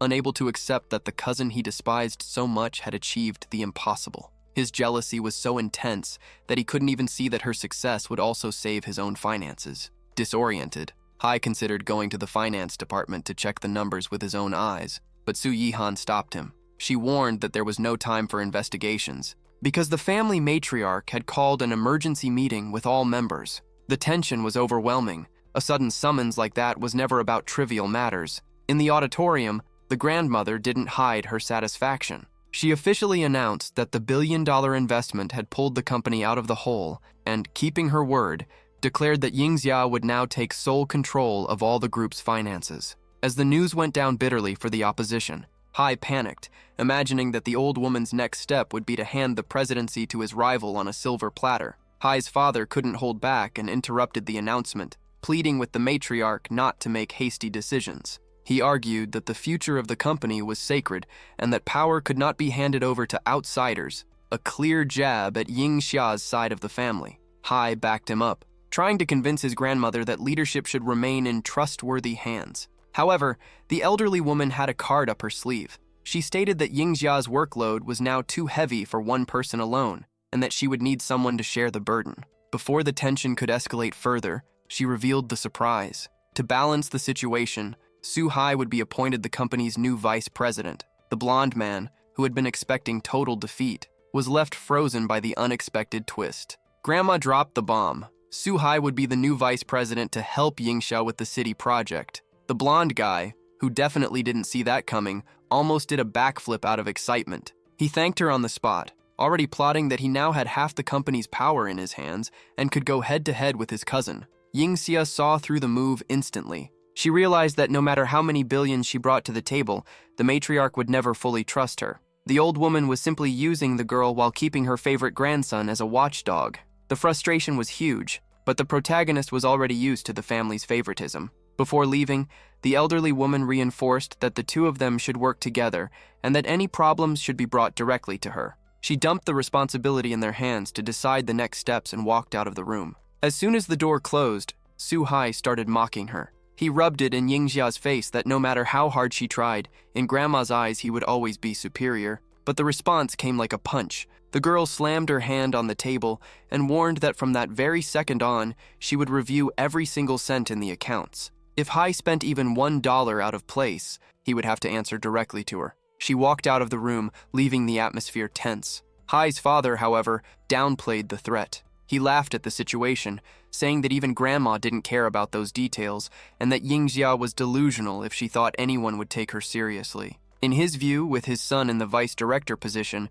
control was still in their hands, and the girl was nothing more than a luxury employee. The mockery ran wild in the meeting room. Hai Chao's father was laughing carelessly, assuring everyone that his son, now the vice director, held the reins of the situation and that Yingxia was just a nuisance with no real power. Hai Chao, already eyeing the company's cash, went even further. With $1 billion in the company's account, he swore he would change his name if he couldn't siphon off a generous slice for himself. He positioned himself as the protector of the rest of the family against his cousin's strict oversight, while the other relatives applauded him, treating Yingxia as someone insignificant who would never measure up to the favorite heir. Later, in the car, the mood was heavy. Yingxia mentioned that her friend, Lin Guiyao, wanted to thank them for the rescue with a dinner and started giving directions to the place. But San Qian noticed that the spark in her eyes was gone. He found it strange. How could someone who had just secured $1 billion loan and saved the company be so discouraged? The girl finally opened up. She explained that her grandmother had used the excuse of easing the pressure to place Hai Chao as vice president, forcing her to share every decision with her jealous cousin. It was a low and shameless move. San Qian wasn't surprised by the matriarch's attempt to corner his wife, but he admitted that the old woman was even more ridiculous than he had imagined. Yingxia exploded in frustration. She couldn't understand why her grandmother refused to see Hai Chao's questionable character, even after she had achieved every impossible target. San Qian stayed realistic. The old woman knew exactly who was who, but her plan was to protect her favorite grandson so he could take over the presidency in the future, without allowing Yingxia to shine too brightly and overshadow the chosen successor. Bitter, she wondered if her grandmother wasn't afraid that she might simply resign, considering the company was only still standing because of her efforts. She knew that without her leadership, the business wouldn't last long. San Qian just looked at her calmly, confirming that she already had all the answers. Grandma was simply using her talent to sustain her grandson's legacy. Silence filled the car as the couple headed to dinner, carrying the weight of a family war that was far from over. When they finally arrived at the venue, Yingxia was impressed by the level of the establishment and asked her pink-haired friend who had managed to secure such a hard-to-get reservation. Pinky explained that the credit went to Hong Momo's husband. The man's uncle was the owner of the resort, which made things much easier. San Qian, observing the structure, commented that the owner, Yang Qi, was an influential man in the city, the kind who attracted powerful figures looking for favors. Yingxia's friend didn't miss the chance to tease him, asking why he was praising the guy so much. To her, Yang Qi was nothing more than a lucky man who had hit the jackpot in the lottery 3 years earlier, since before that he had been just a broke construction worker. Sanqian held back a laugh when he heard the lottery story. He knew the truth. Yang Qi had never won any prize. In fact, the capital came from a tough job that Sanqian himself had hired him to do in the past. The protagonist just never imagined that the former construction worker would use the entire payment to build an empire and create such powerful connections. Meanwhile, in another part of the resort, Hong Lu's husband was showing off a Ferrari, telling his wife that he had borrowed the luxury car from his uncle just to humiliate her friends who were about to arrive. The red-haired woman, dazzled, showered him with praise. When the group of former classmates showed up, the flattery was immediate. They were all shocked by the luxury and by the perfect husband who supposedly bought Ferraris. With an air of superiority, Hong Lu pretended to be humble, saying that her husband wasn't all that impressive and that she had suffered a lot before accepting the relationship. She made a point of showing off an expensive ring, claiming that she only gave him a chance because of the jewelry, keeping up the image of a powerful woman in front of her envious classmates. The former classmates were practically drooling over the ring, while the redhead, Hong Lu, brushed it off casually, saying the jewelry had cost only 100,000 and that she would demand something much bigger for their wedding anniversary. Her husband, eager to maintain his rich man image in front of the group, seized the moment to announce a surprise. He had already ordered an exclusive ring from a world-famous luxury brand. The girls were stunned, commenting that the brand was the most expensive in the world and only allowed one purchase per customer in a lifetime, sealing the man's status as the perfect husband. However, Hong Lu's shine faded the moment Yingxia appeared. The buzz in the room instantly shifted direction. The girls began whispering that the class princess still looked flawless even after all this time, keeping the beauty that had always set her apart. One of the former classmates rushed over to hug Yingxia, saying how much she had missed her and that the event finally felt complete now that she had arrived. Boiling with jealousy, Hong Lu started muttering to herself. She couldn't stand seeing that, just like back in school, Yingxia was still the center of attention. Annoyed that no one seemed to notice that she was now the superior one,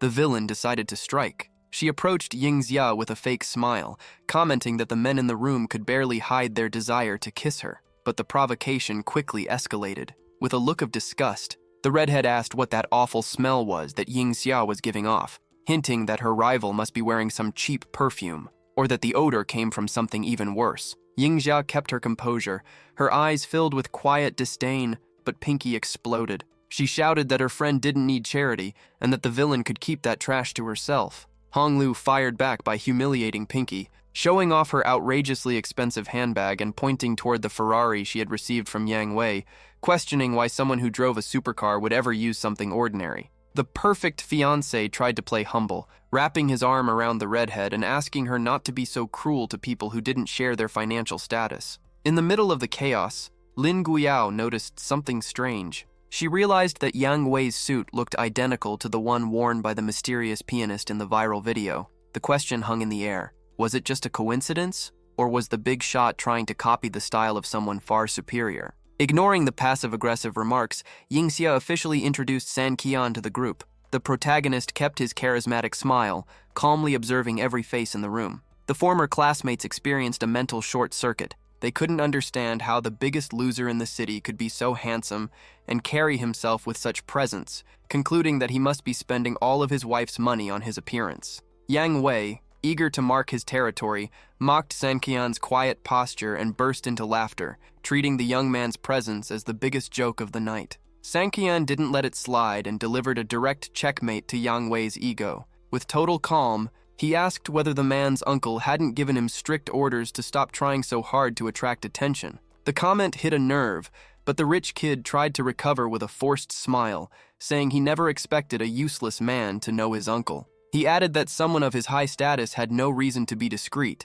After all, what would be the point of being rich and powerful if you had to live hidden like some ordinary failure? With a friendly smile and sharp eyes, Sanqian replied that if that was the case, he would personally do him the favor of teaching Yang Wei the true meaning of discretion, acting as a mentor on behalf of the man's uncle. Sensing the tension rising, Yingxia pulled her husband away, deciding it was better to enter the party and wait for the rest of the guests instead of arguing with shallow people. As the couple walked off, Yang Wei reassured his wife. saying the night was still long and there would be plenty of chances to crush Yingxia and her husband. In his mind, their public humiliation was only a matter of time. Inside the hall, the main topic among the women was the mysterious piano prince who had gone viral online. They talked about the overwhelming success of the video and how thousands of followers had become obsessed with the anonymous musician. Some believed it was just a marketing stunt, while others thought he was a genius who had simply passed through, left behind a masterpiece, and disappeared.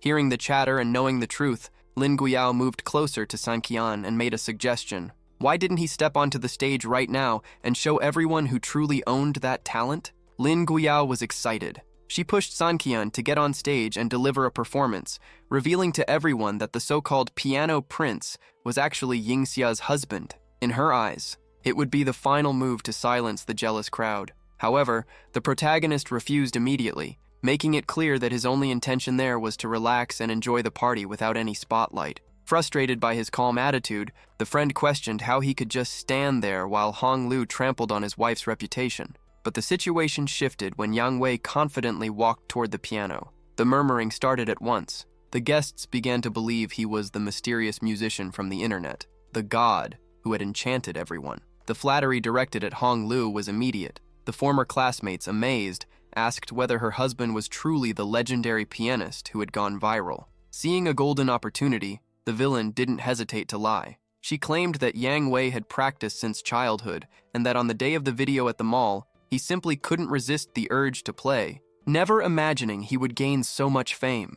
Lin Guiyao and Yingxia were stunned by the sheer nerve. Sanqian simply watched the ridiculous scene without showing any reaction. Meanwhile, the other women lamented the fact that the piano prince was already married, treating Hong Lu as the luckiest woman in the world. Basking in the glory of the lie, the redhead pretended to be humble, saying she always asked her husband to be more discreet about his talents, but that he was too much of an artist to hold back. The fraud completed the performance, striking the pose of a misunderstood genius, and claiming that any piano he came across was an irresistible invitation to his talent, even though he had no idea how to play like the real master. Lin Guiao's patience finally hit its limit. Without thinking twice, she went on the offensive and shouted for everyone to hear that the whole thing was a sham. The man standing at the piano was nothing but an imposter. Hong Lu felt the blow immediately. She had carefully crafted that lie to be the center of attention, and she refused to let her night be ruined. The villain reacted aggressively, accusing Rosie of slander and demanding solid proof that her husband was not the internet genius everyone believed him to be. The answer came at lightning speed. Guiyao pulled out her phone, hit play on the viral video, and called the crowd to make a technical comparison. She pointed out that even though the musician's face was hidden, his profile and body structure didn't match Yang Wei's build at all. The atmosphere in the hall shifted instantly. The guests began to notice that the figure in the video looked far more refined and imposing. The lie was starting to crumble, but Hong Lu made one last desperate move. She blamed the camera quality and lens distortion, suggesting that Guiyao was simply acting out of jealousy for not having a talented husband. That was the redhead's fatal mistake. Without holding back, Yingxia's friend fired back that this wasn't a guess. It was a fact, because she personally knew the real piano prince. Hong Lu burst into a mocking laugh, challenging the girl. She argued that if millions of internet detectives couldn't uncover the musician's identity, there was no way someone like Guiyao could know.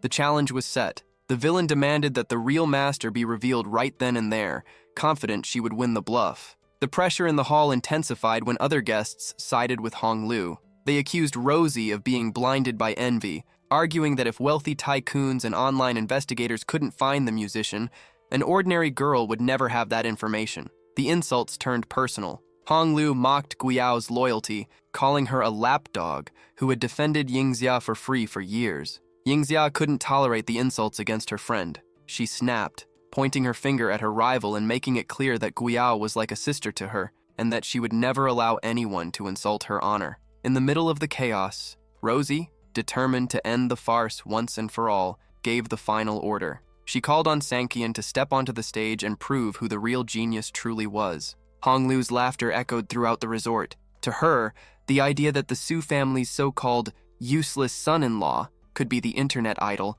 was the joke of the century. Her fraud of a husband joined in, sneering that if Sanqian were the piano prince, then he himself must be the reincarnation of Mozart. He even added, in a threatening tone, that if the protagonist damaged the luxurious instrument, he wouldn't have enough money in 1,000 lifetimes to pay for it. Sankian remained completely silent. He walked toward the piano and, without saying a word, let his fingers glide across the keys. The melody filled the room with overwhelming perfection. The shock was immediate. People began comparing his posture, profile, and hand movements to the viral video. It was a perfect match. The chatter and mocking whispers died instantly, replaced by a reverent silence. The women stood there in disbelief, unable to process that the man they had been humiliating was actually the legend they admired so much. Hong Liu's house of lies had just collapsed. The hall erupted into a frenzy. Sankian's talent mesmerized everyone, and the title of Piano Prince now had an official and undeniable owner.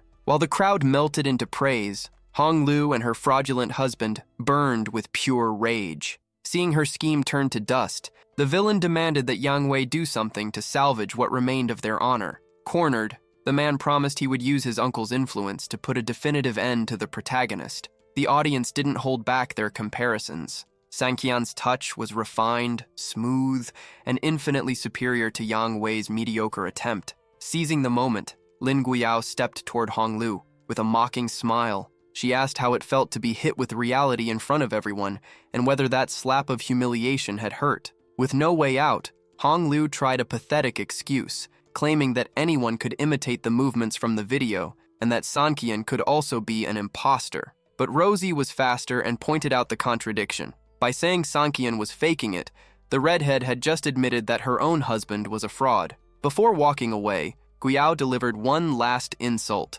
calling her rival a shallow woman worthy of pity. Consumed by resentment, Hong Liu ordered her husband to make Sankian regret everything on his knees. She refused to be humiliated by a so-called loser and by a woman the Su family themselves despised. Yang Wei assured her that his uncle would send men to beat the protagonist and avenge his wife. To him, Sankian and Yingxia's moment of happiness had an expiration date, and the reckoning would be bloody. Yang Wei rushed off to poison his uncle's ear. With his usual shamelessness, he lied, claiming that Sankian and Yingxia knew exactly who they were dealing with, yet deliberately chose to insult Yang Qi's name in front of everyone. The businessman, blinded by anger and with his pride wounded, slammed his hand on the table and declared that their audacity would not go unpunished. He told his nephew to go home and promised to send men to handle the problem that very night. Meanwhile, in a private moment, Sankian reflected on the situation. He knew Yang Qi would never forget their past, but the timing was delicate. With powerful people investigating his life,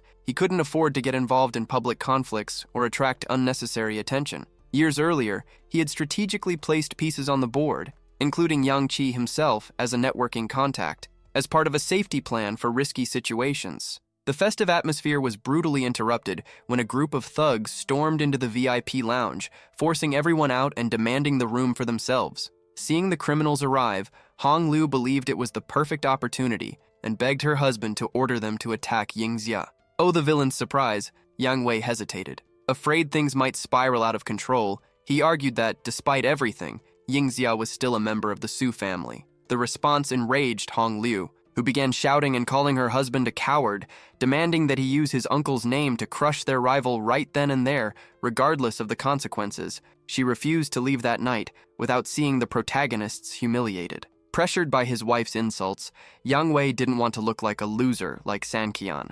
To prove his masculinity, he decided to confront the intruders. He approached the gang leader with an air of superiority, offering his help in an attempt to intimidate them with his presence. The giant leading the group didn't even listen. With a look of contempt, he asked who that idiot was and ordered him to get out of the way. Ignoring the danger, Yang Wei tried to give commands, demanding that the thugs beat up Yingxia and her friend to avenge Hong Liu's honor. The response was brutal. The big man grabbed him by the arm and tossed him aside like garbage, making it clear that no one there was in charge of anything. With the path cleared, the criminals turned their attention to the women. One of them, speaking in a disgusting tone, began complimenting Yingxia's skin and asked if he could touch her, while others made abusive invitations for them to drink with the group. When one of their former classmates tried to step in, he was hit with a violent kick to the stomach and thrown to the ground. Desperate, the young man begged Hong Liu to do something, reminding her that this was her husband's uncle's territory. Instead of helping, the redhead washed her hands of the situation. She claimed that if even her own husband had been attacked, Then the chaos must be Yingxia and Guyao's fault, since they must have provoked the men. Yingxia exploded with anger, but Hong Liu continued her insults, suggesting that her cousin had loose morals and that she wouldn't trust her under any circumstances. Taking advantage of the villain's attempt to humiliate the protagonist, the gang leader invented a filthy lie. He asked if Yingxia had already forgotten the night of love they supposedly shared and said she couldn't ignore him after getting out of bed with him. Filled with disgust, Sanqian's wife slapped the thug hard across the face, declaring that she had never seen him in her life. The counterattack enraged the aggressor. Without hesitation, the large blonde man struck back with a heavy punch to Yingxia's face, ordering her to stop acting arrogant. As the protagonist fell into the corner of the room, hurt and shaken, Lin Guyao stepped in front of her friend, ready to face the criminals even without the strength to fight. The threat to call the police was nothing but a joke to the thug. He burst into mocking laughter, making it clear that the authorities didn't scare him. In his mind, that place was already under his control. Even if he were arrested, he would be back on the streets in the blink of an eye. The tension deepened when he made a direct threat. If her friends interfered, the retaliation would be violent. With sadistic calm, he asked whether she really wanted to live in constant fear of having her front door kicked in every single day. Lying on the floor, Zia tried to strike at Hong Liu's ego. She declared that her rival's hatred was nothing more than accumulated jealousy, since every man Liu ever wanted had always had eyes only for Xia. The provocation was sharp. Liu was incapable of solving her own problems without hiring thugs to do her dirty work. The response came in the form of violence. Liu threw the wine from her glass straight into Zia's face, screaming that she was the only one responsible for her own misery. The accusation was harsh. Liu claimed that Xia's innocent facade hid a chaotic and promiscuous private life. At that moment, Lingia lost her patience. She stepped into the chaos to defend her friend and flipped the narrative, exposing that Liu was the one who changed partners as easily as changing clothes, while Zia's reputation at school had always been spotless. The verbal counterattack made Liu snap. Completely out of control, she punched Lingia directly in the mouth, promising to beat her until she couldn't make a sound anymore. Seeing his wife attack, the coward accompanying the group decided to intervene in the worst possible way. He called out to the thugs, questioning why they still hadn't shut those two women up. Without hesitation, he delivered a violent kick that knocked both Lingia and Xia to the ground at once. As they hit the floor, blinded by hatred, Hong Liu ignored everything else and focused her fury on Xia. She unleashed a barrage of blows, screaming that the warning had already been given. The price for Zia's audacity would be high. The humiliation would only end if her rival crawled across the floor and begged for forgiveness on her knees. Even while injured, Lingia desperately tried to reach her friend to protect her, but she was stopped by a brutal punch to the stomach delivered by Liu's husband. The man still had the audacity to question how she dared to touch his wife, acting like a defender of honor while beating a woman. Far from there, the atmosphere was filled with pure psychological terror. Yang Qi was in shock when he suddenly came face to face with Han San. The meeting was anything but friendly. San made it clear that he was there accompanying his wife, but his tone carried a veiled threat. He reminded Kai that they hadn't seen each other in 3 years, and Kai, trembling with fear, replied that he would never forget the face of the man who had given him everything. San, with a cold stare, warned that what he had built, he could also destroy in a single second. Desperate not to lose everything he had achieved, Kai dropped to his knees and begged to know where he had gone wrong, promising to fix any mistake immediately. San maintained a calm that felt like torture, saying that he only wanted to make sure the seed he had planted years earlier would not have to be uprooted by his own hands.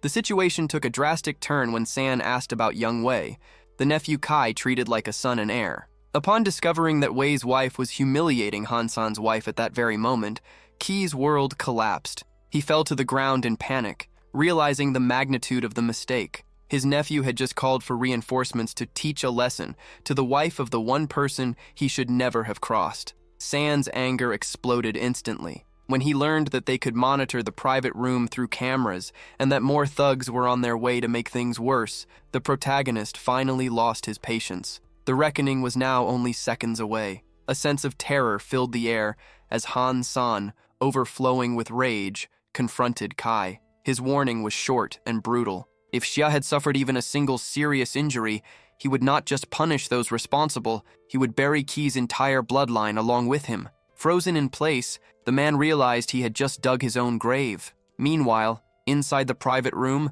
the scene is devastating. Xia and Lingia are completely broken from the violence. Around them, the guests mock Han San's absence, calling him a coward and saying he probably ran away to avoid getting beaten, since with his skinny frame he wouldn't last a second against the thugs. Feeling victorious, Hong Lu grabs Xia by the hair with brutal force. She demands that her rival kneel and beg for mercy, threatening to let the henchman finish the dirty work if she refuses. But Liu's arrogance is suddenly cut short by an icy voice that makes the entire room tremble. It's Han San. His entrance is explosive. Before anyone can react, San storms across the room and delivers a brutal strike to the lead guard, sending him crashing straight to the floor. Shock spreads instantly. No one expected that kind of strength from the so-called loser. He ignores the chaos and rushes to support Xia, who through tears confesses that her pain eased the moment she saw him. The brief moment of relief doesn't last long. Two thugs charge forward with chairs, trying to crush San, but he doesn't even blink, calling them scum. The protagonist takes them down with terrifying ease, leaving the entire room in stunned silence. How could that guy possibly be this strong? Desperate after seeing his men fall, Kai's nephew tries to keep his composure, ordering San to get out with his pathetic body. San's response comes without words, a vicious kick straight to the man's mouth, making it clear he respects neither territory nor hierarchy. Hong Lu tries to rush forward to defend her husband, screaming hysterically, but she's instantly frozen in place by San's deadly glare, paralyzed with fear. Grabbing the woman firmly, San makes it clear that hitting women has never been his style, but this situation demands an exception. Without hesitation, he lands a hard blow directly to her face. Seeing both of Jiang's nephews knocked out cold, the crowd panics and begs the protagonist to run immediately. Everyone fears he will only make things worse, since Young Wei's uncle is known as a ruthless man with no equal opponents. While one of the guests tries to pull Yingxia away for safety, the young woman shows concern for her husband, but San reassures her, telling her to rest. The peace doesn't last long, as Young Wei and Hong Lu rise to their feet, furious. Between shouts and threats, the heir swears that San is a dead man and that his uncle will personally finish the job. With complete mockery, San asks whether that powerful uncle happens to be the famous Yi Qi. In a voice filled with authority, he orders the man to show himself immediately. Yi Qi comes running, but completely ignores his nephew's cries for help, even as the young man tries to show the injuries caused by the protagonist. In a move that leaves everyone in shock, the veteran simply drops to his knees in front of San. The crowd can't believe what they're seeing, trying to figure out whether the man fell or truly surrendered on purpose. The shock spreads when they realize that San's status surpasses that of any local tycoon. Desperate, Young Wei tries to pull his uncle back to his feet, demanding that he carry out the execution plan, but he is met with a violent punch to the mouth. Yi Qi loses his temper, beating his own nephew and calling him disgusting trash for putting them in such a disastrous situation. When Hongli tries to intervene, she ends up getting hit as well. Yi Qi reminds the woman that she is nothing but a burden and that without him she would be living in misery. He demands to know where she found the audacity to order Miss Yingxia to kneel. After delivering the punishment, the man forces both young troublemakers to kneel and beg for forgiveness from San's wife. Completely confused, Young Wei tries to call his uncle by name, but receives another blow to the face and hears that their family bond ends right there. To the guests, the scene feels surreal, since Yi Qi had always treated the young man like a legitimate son. The veteran bows once again before the protagonist, taking full responsibility for raising such an arrogant man and placing his nephew's fate entirely in San's hands. Watching the scene unfold, Yingxia becomes intrigued when she notices that the old man treats her husband like a superior, using brotherly terms that don't match their difference in age. With a cold expression, San simply states that someone attempted to take his wife's life. That single statement is enough to fill Yi Qi with fear, forcing him to interrupt immediately and assure his boss that he understands the message while summoning his security guards at once. Yi Qi makes a drastic decision to save himself. He hands Hong Lu over to his henchmen, declaring that from that moment on, she belongs to them to do whatever they want. Panic takes over the woman as she screams for help while being dragged away. Trying to play the hero, Young Wei confronts his uncle, arguing that she is family, but he is grabbed by the collar. The veteran explodes in rage, making it clear that even if it were his own wife, anyone who disrespected Brother San would be condemned. He places all the blame for the disaster on the woman's arrogance and ignorance. Even humiliated and lying on the floor, Young Wei stares at the protagonist with murderous hatred, swearing that sooner or later he would take San's life.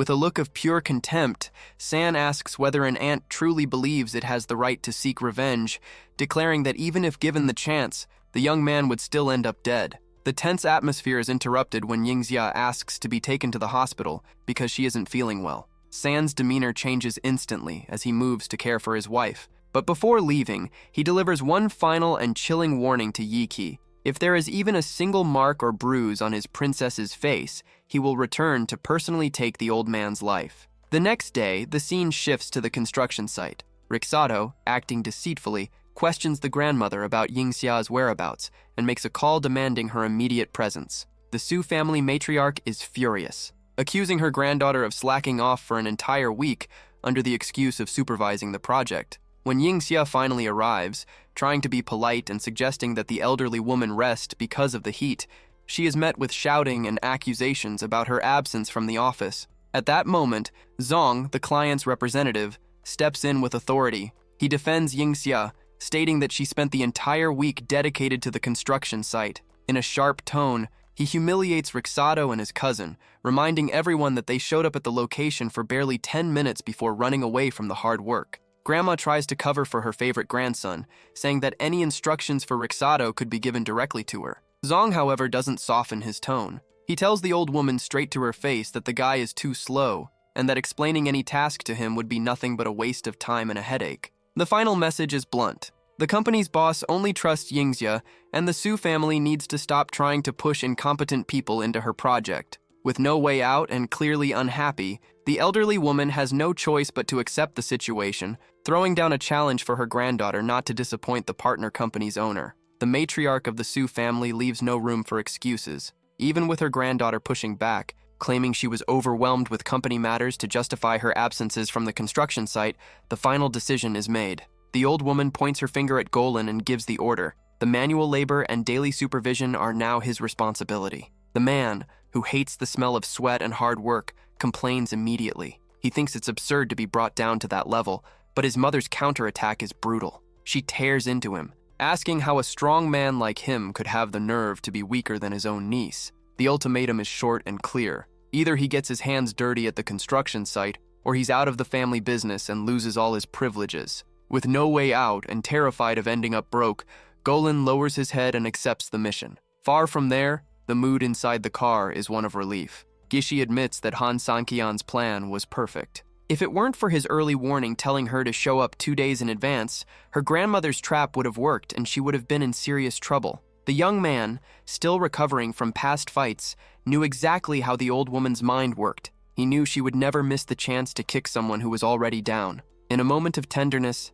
Han Sankian touches his wife's face, relieved to see that the marks from the assault are gone. He swears to protect her from any future threat. When Gishi asks, almost testing his rage, what he would do if the scars had been permanent, the answer comes cold and merciless. It wouldn't just be the attacker Yang Qi who would pay with his life. Han Sankian makes it clear that he would wipe out the enemy's entire bloodline, leaving not a single member behind. Shaken by her husband's thirst for revenge, Gishi decides to change the subject and focus on business. She asks to be taken straight to the company headquarters. The goal now is different: to confront her grandmother's finances and shut off the flow of money to secure control of the situation. Gishi's strategy is clear: suffocate the internal corruption. The $1 billion loan was, in the end, Han Sankian's achievement, and she refuses to let that money be drained by leeches. Sitting in the car, the young man delivers a reality check. The grandmother would never punish Rao, no matter what mistake he made.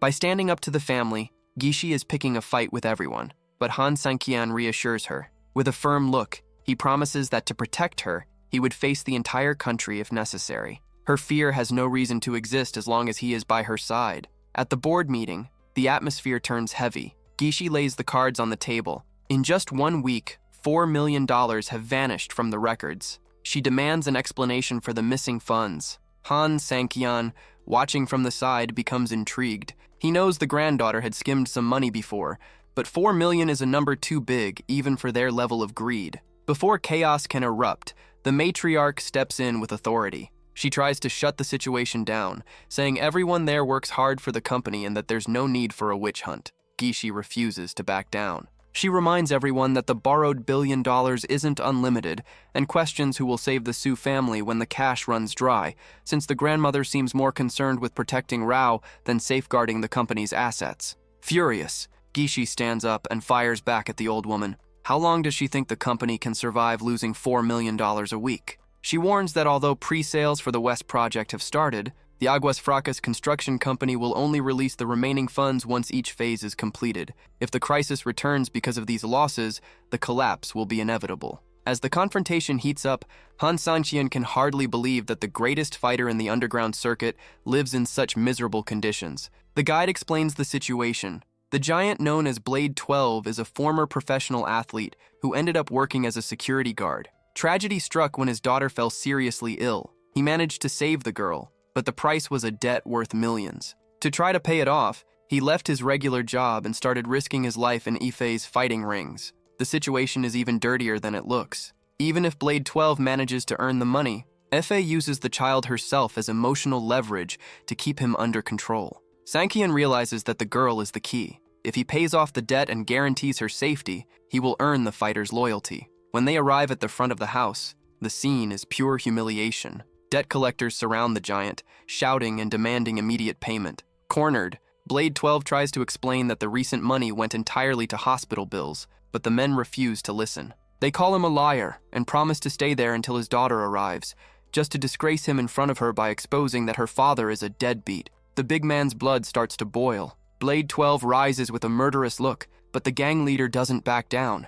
The man challenges him, threatening to reveal to everyone the shameful reason behind those debts if the fighter makes any move. The collectors have no limits. They threaten to call the police and take the case to court so Blade 12 can be dragged off to jail. The worst blow is psychological. They mock him, saying that with him behind bars, his daughter would be left completely alone. Before the situation spirals out of control, Han Sanqian steps in. He approaches calmly and asks for the exact amount of the debt. The men, instantly changing their tone, reveal that the debt is only $5,000. Without wasting time, the protagonist pulls out $20,000 and throws the cash into their hands, ordering them to split the bonus and disappear forever. Sanqian can't understand how a king of the ring, a man who has never tasted defeat in underground boxing, could be humiliated over such a small amount of money. Blade 12, suspicious, demands to know who this stranger is, how he found him, and why the hell he's paying his debts. Sanqian doesn't hide his intentions.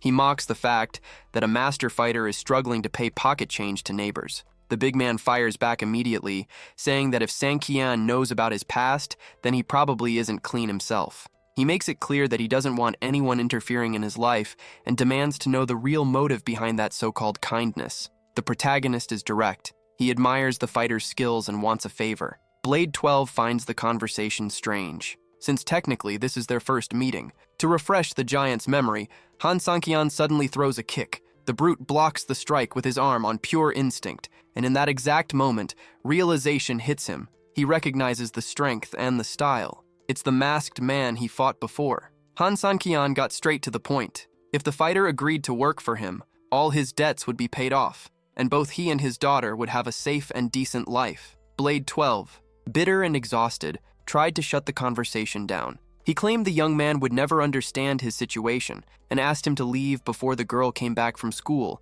because he didn't want strangers hanging around her. The protagonist didn't back down. He questioned whether the giant wasn't afraid of Ifei turning the girl into a permanent target, revealing that he knew the mob boss was exploiting him and skimming his pay after every fight. Sanqian called Ifei trash and insisted on helping. Blade admitted the young man could fight, but warned that the villain was far more dangerous and complicated than he imagined. With a dark and determined look, Sanqian delivered his final word. The fighter didn't need to worry, because he would personally put an end to Ifei that very night. As evening fell and Sanqian prepared for the mission, his ally showed concern. He asked if the plan was really to invade enemy territory alone. The protagonist confirmed it. To him, it was a matter of survival. If he didn't eliminate the mob boss now, sooner or later he would be the one targeted, and the danger would reach his wife. On top of that, Ifei's death would solve two problems at once, giving him the control he needed. His partner tried to warn him about the suicidal risk, reminding him that the target was the head of the underground boxing scene,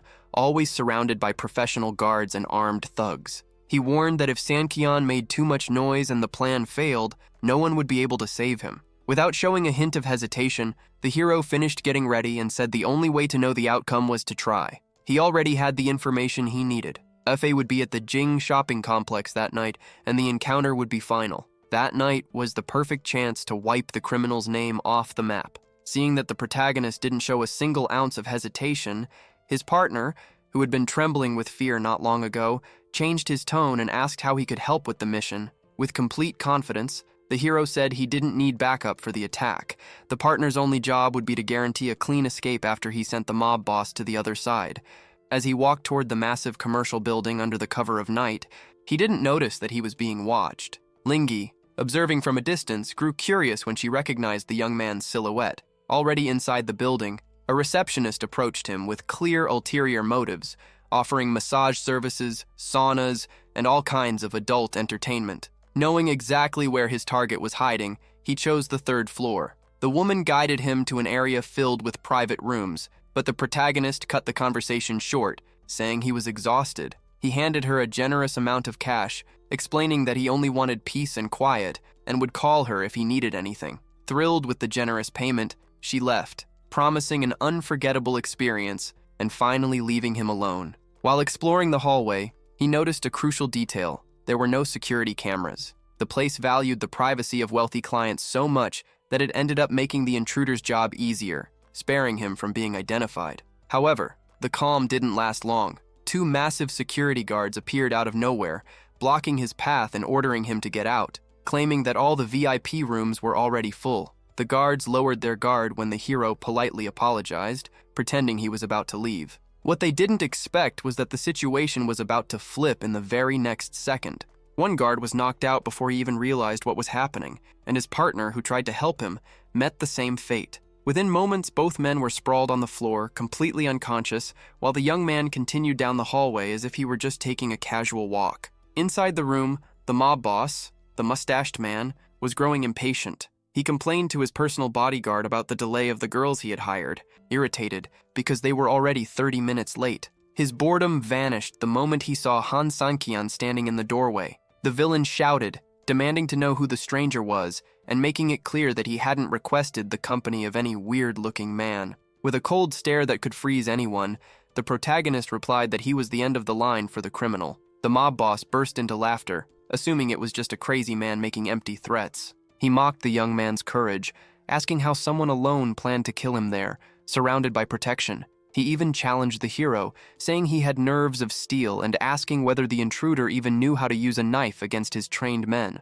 Confident, the villain ordered the attack, while the protagonist realized that besides the 2 in front of him, 4 more guards were emerging from the shadows, surrounding him from every side. The first guard charged forward, shouting that it would be the young man's last day. However, Han Sankian dodged with unbelievable agility, without showing the slightest effort. Realizing their target wasn't easy prey, the rest of the guards attacked together, trying to crush him all at once, but the protagonist was already ready to turn that room into a scene of destruction. With precise movements, he avoided every strike and countered with clean, decisive blows, dropping them one by one without even losing his breath. After clearing the room, he mocked the lack of challenge, asking if that was the best the thugs had to offer. The mustached man, realizing death was knocking at his door, dropped to his knees and begged for mercy, promising rivers of money and anything the hero wanted. But the protagonist wasn't there to negotiate. He looked straight into the man's eyes and declared that the only thing he wanted from Efe was his life. Before he could finish the job, 2 guards burst into the room shouting about the disturbance and announcing that a crime was in progress. They tried to surround Sankian to stop his escape, but the young man was faster. In a calculated move, he threw himself out of the 3rd floor window as if it were just a casual jump. The guards rushed to the balcony in shock, expecting to see a shattered body on the pavement. Instead, they watched the man hit the ground unharmed and run off as if nothing had happened. Disbelief took over the officers, who couldn't understand how someone could survive a fall like that without a single scratch. Later, when he arrived home, Sankian noticed the lights were on and the silence of the late night. He assumed his wife was waiting for him, maybe worried about how long he had been gone. He walked in with a light mood, trying to create a warm moment to break the tension, but the reception was ice cold. Gishi, visibly furious, didn't even look at him, making it clear that her patience had finally run out. The honeymoon phase after the victory didn't last long, because the atmosphere at home was extremely heavy. Gishi didn't want small talk and dropped the bomb. She had discovered that he had bought the entire mountain village area. The punishment was immediate. Han Sang-kyan was banished to the floor. Lying in bed and boiling with anger, she warned that she wouldn't set foot at work the next day and didn't want her husband anywhere near her. The protagonist was left speechless, thrown onto the carpet and trying to understand why, after so much time together, she still reacted so explosively to his secret plans. The next morning, life moved on at the pace of business. Inside the car, Sang-kyan confirmed to his allies that Afei was permanently out of the picture. His companions were stunned, questioning whether there was any limit to the young man's abilities. With a serious expression, he commented that the city of Ginao would certainly cover up the case to avoid media scandals, but reminded them that legalizing a boxing arena wouldn't be an easy task. Ling stepped in, pointing out that the success of the plan depended entirely on Blade 12. Even if his gym wasn't famous, the giant's reputation was respected by everyone, and no one would be crazy enough to challenge him. The group parked in front of a school, and Ling quickly identified it as the place where the fighter's daughter studied. With a mischievous smile, she hinted that she had a plan to help Sang-kyan finally win the brute's trust. Inside, the atmosphere was tense. Blade 12 confronted the principal, demanding to know why his daughter was being expelled. The staff member, clearly annoyed, claimed that the girl was constantly getting into fights and skipping classes. The father became furious, calling the principal trash and insisting that his daughter was a calm, home-loving child, making it impossible for her to be a troublemaker. Seeing that he wouldn't get anywhere with the giant, the principal ended the discussion. No matter what the father believed, the decision was final, and the girl was banned from continuing at the institution. The principal, trembling under the giant's deadly stare, made it clear that he wouldn't reverse the expulsion, even under threats. Without saying another word, Blade 12 simply warned that the matter wasn't over and walked out of the office, leaving the man terrified. When he reached the courtyard, he ran into Han Sang-kyan and Ling talking to his daughter. The fighter moved forward defensively, demanding to know what they wanted with the girl. Before the situation could escalate, the little girl, her eyes filled with tears, asked her father if she really wouldn't be able to study anymore. Blade tried to stay strong, promising that he would find a much better school, but the child's crying broke him when she reminded him that it was the only school in the region. The fighter's desperation was obvious. He had nowhere else to turn. Seeing the perfect opening, Sang-kyan stepped forward and got straight to the point. If the giant accepted the job offer, he would personally guarantee the girl's enrollment at the best school available. To prove he wasn't joking, the protagonist showed a photo confirming that Afei was no longer among the living. The fighter was shocked. He knew the mob boss was always surrounded by security, and yet Sang-kyan had eliminated him without leaving a trace or causing public chaos in the city. Recognizing the young man's power, Blade 12 accepted the proposal. The hero explained that his only mission would be to keep running the boxing arena and serve as his strong arm to crush any enemy that appeared. When he returned home expecting some rest, Sang-kyan was greeted by a discouraging scene. His mother-in-law, Jlan, blocked his path with a bitter smile, informing him that Gishi had already packed all his belongings. The order was clear. He was kicked out of the bedroom and would no longer sleep with his wife. Without understanding the reason for so much hostility, the protagonist had to listen to the woman's insults as she asked why he didn't just disappear from the house once and for all to stop causing trouble. Han Sang-kyan's patience ran out. Fed up with his mother-in-law's insults, he fired back immediately, delivering a harsh reality check to Jangan. She shouldn't forget that the true owner of that mansion was him, not her. The tension rose instantly, but Gishi appeared in the middle of the argument. With a cold stare, she declared that if her husband insisted on throwing her mother out, the two of them would pack their bags and leave immediately because she wouldn't stay in a place where her family wasn't welcome. Confused and shaken, the protagonist tried to understand the source of so much anger. He couldn't comprehend how. After 3 years sharing the same room, she suddenly treated him like a stranger. That was when Gishi threw her phone into his hands. The proof was right there. A photo of him entering that suspicious commercial building in the neighboring city. For her and her mother, the verdict was obvious. Betrayal. Sang-kyan admitted that it was indeed him in the picture, but begged his wife to believe in his loyalty. He insisted that he hadn't gone there looking for women, but the silence weighed heavily. He couldn't reveal that the real reason for the trip had been an execution. His mother-in-law seized the moment to shout that everyone knew what kind of services that place offered, and demanded that he stop humiliating her daughter and disappear for good. Ignoring the woman's yelling, Sang-kyan focused only on Gishi. He swore that he would never betray her, and asked her not to make a rash decision she might regret later. He promised that, at the right time, he would tell her the whole truth. Even hurt and suspicious, Gishi felt the sincerity in his voice and gave in, leaving her mother furious when she allowed him to return to the bedroom. As they walked upstairs, the hero felt the weight of his secret. He knew there were things the criminal world forced him to do, things his wife could never even imagine. Han Sang-kyan's dilemma was desperate. He was one step away from losing the love of his life because of secrets that protected him. Meanwhile, in Junsheng, the plot took a darker turn. The matriarch of the powerful Kim family visited the prison to see Hanjun, Sang-kyan's twin brother. The moment he saw his grandmother, the inmate wasted no time demanding his freedom. Faced with the difficulty of getting him out legally, the young man proposed a twisted plan. He should switch places with Han Sang-kyan. After all, they looked identical, and no one would notice the substitution. Hanjun began playing a heavy psychological game, accusing the old woman of always favoring his brother, even though he was the grandson who had always tried the hardest to please her. In a dramatic outburst, he slammed his own head against the table, pretending he had no reason left to live. Desperate, the grandmother begged him to stop. The young man, shedding crocodile tears, swore that he had never intended to kill those people and complained about the abuse he suffered in his cell. Moved by the performance, the elderly woman hugged him, promising to move heaven and earth to get him out of prison. Far from there, at the hospital, the atmosphere between Sang-kyan's parents was also filled with uncertainty. The protagonist's mother admitted that her son was proving to be someone very promising, which made her question whether the decision to favor the criminal twin had truly been the right one. However, her doubts were abruptly cut short. Mrs. Han stormed into the room in a fury, ready to impose her will and make sure the interests of her favorite grandson were placed above any sense of justice. The matriarch of the Han family did not hide her contempt.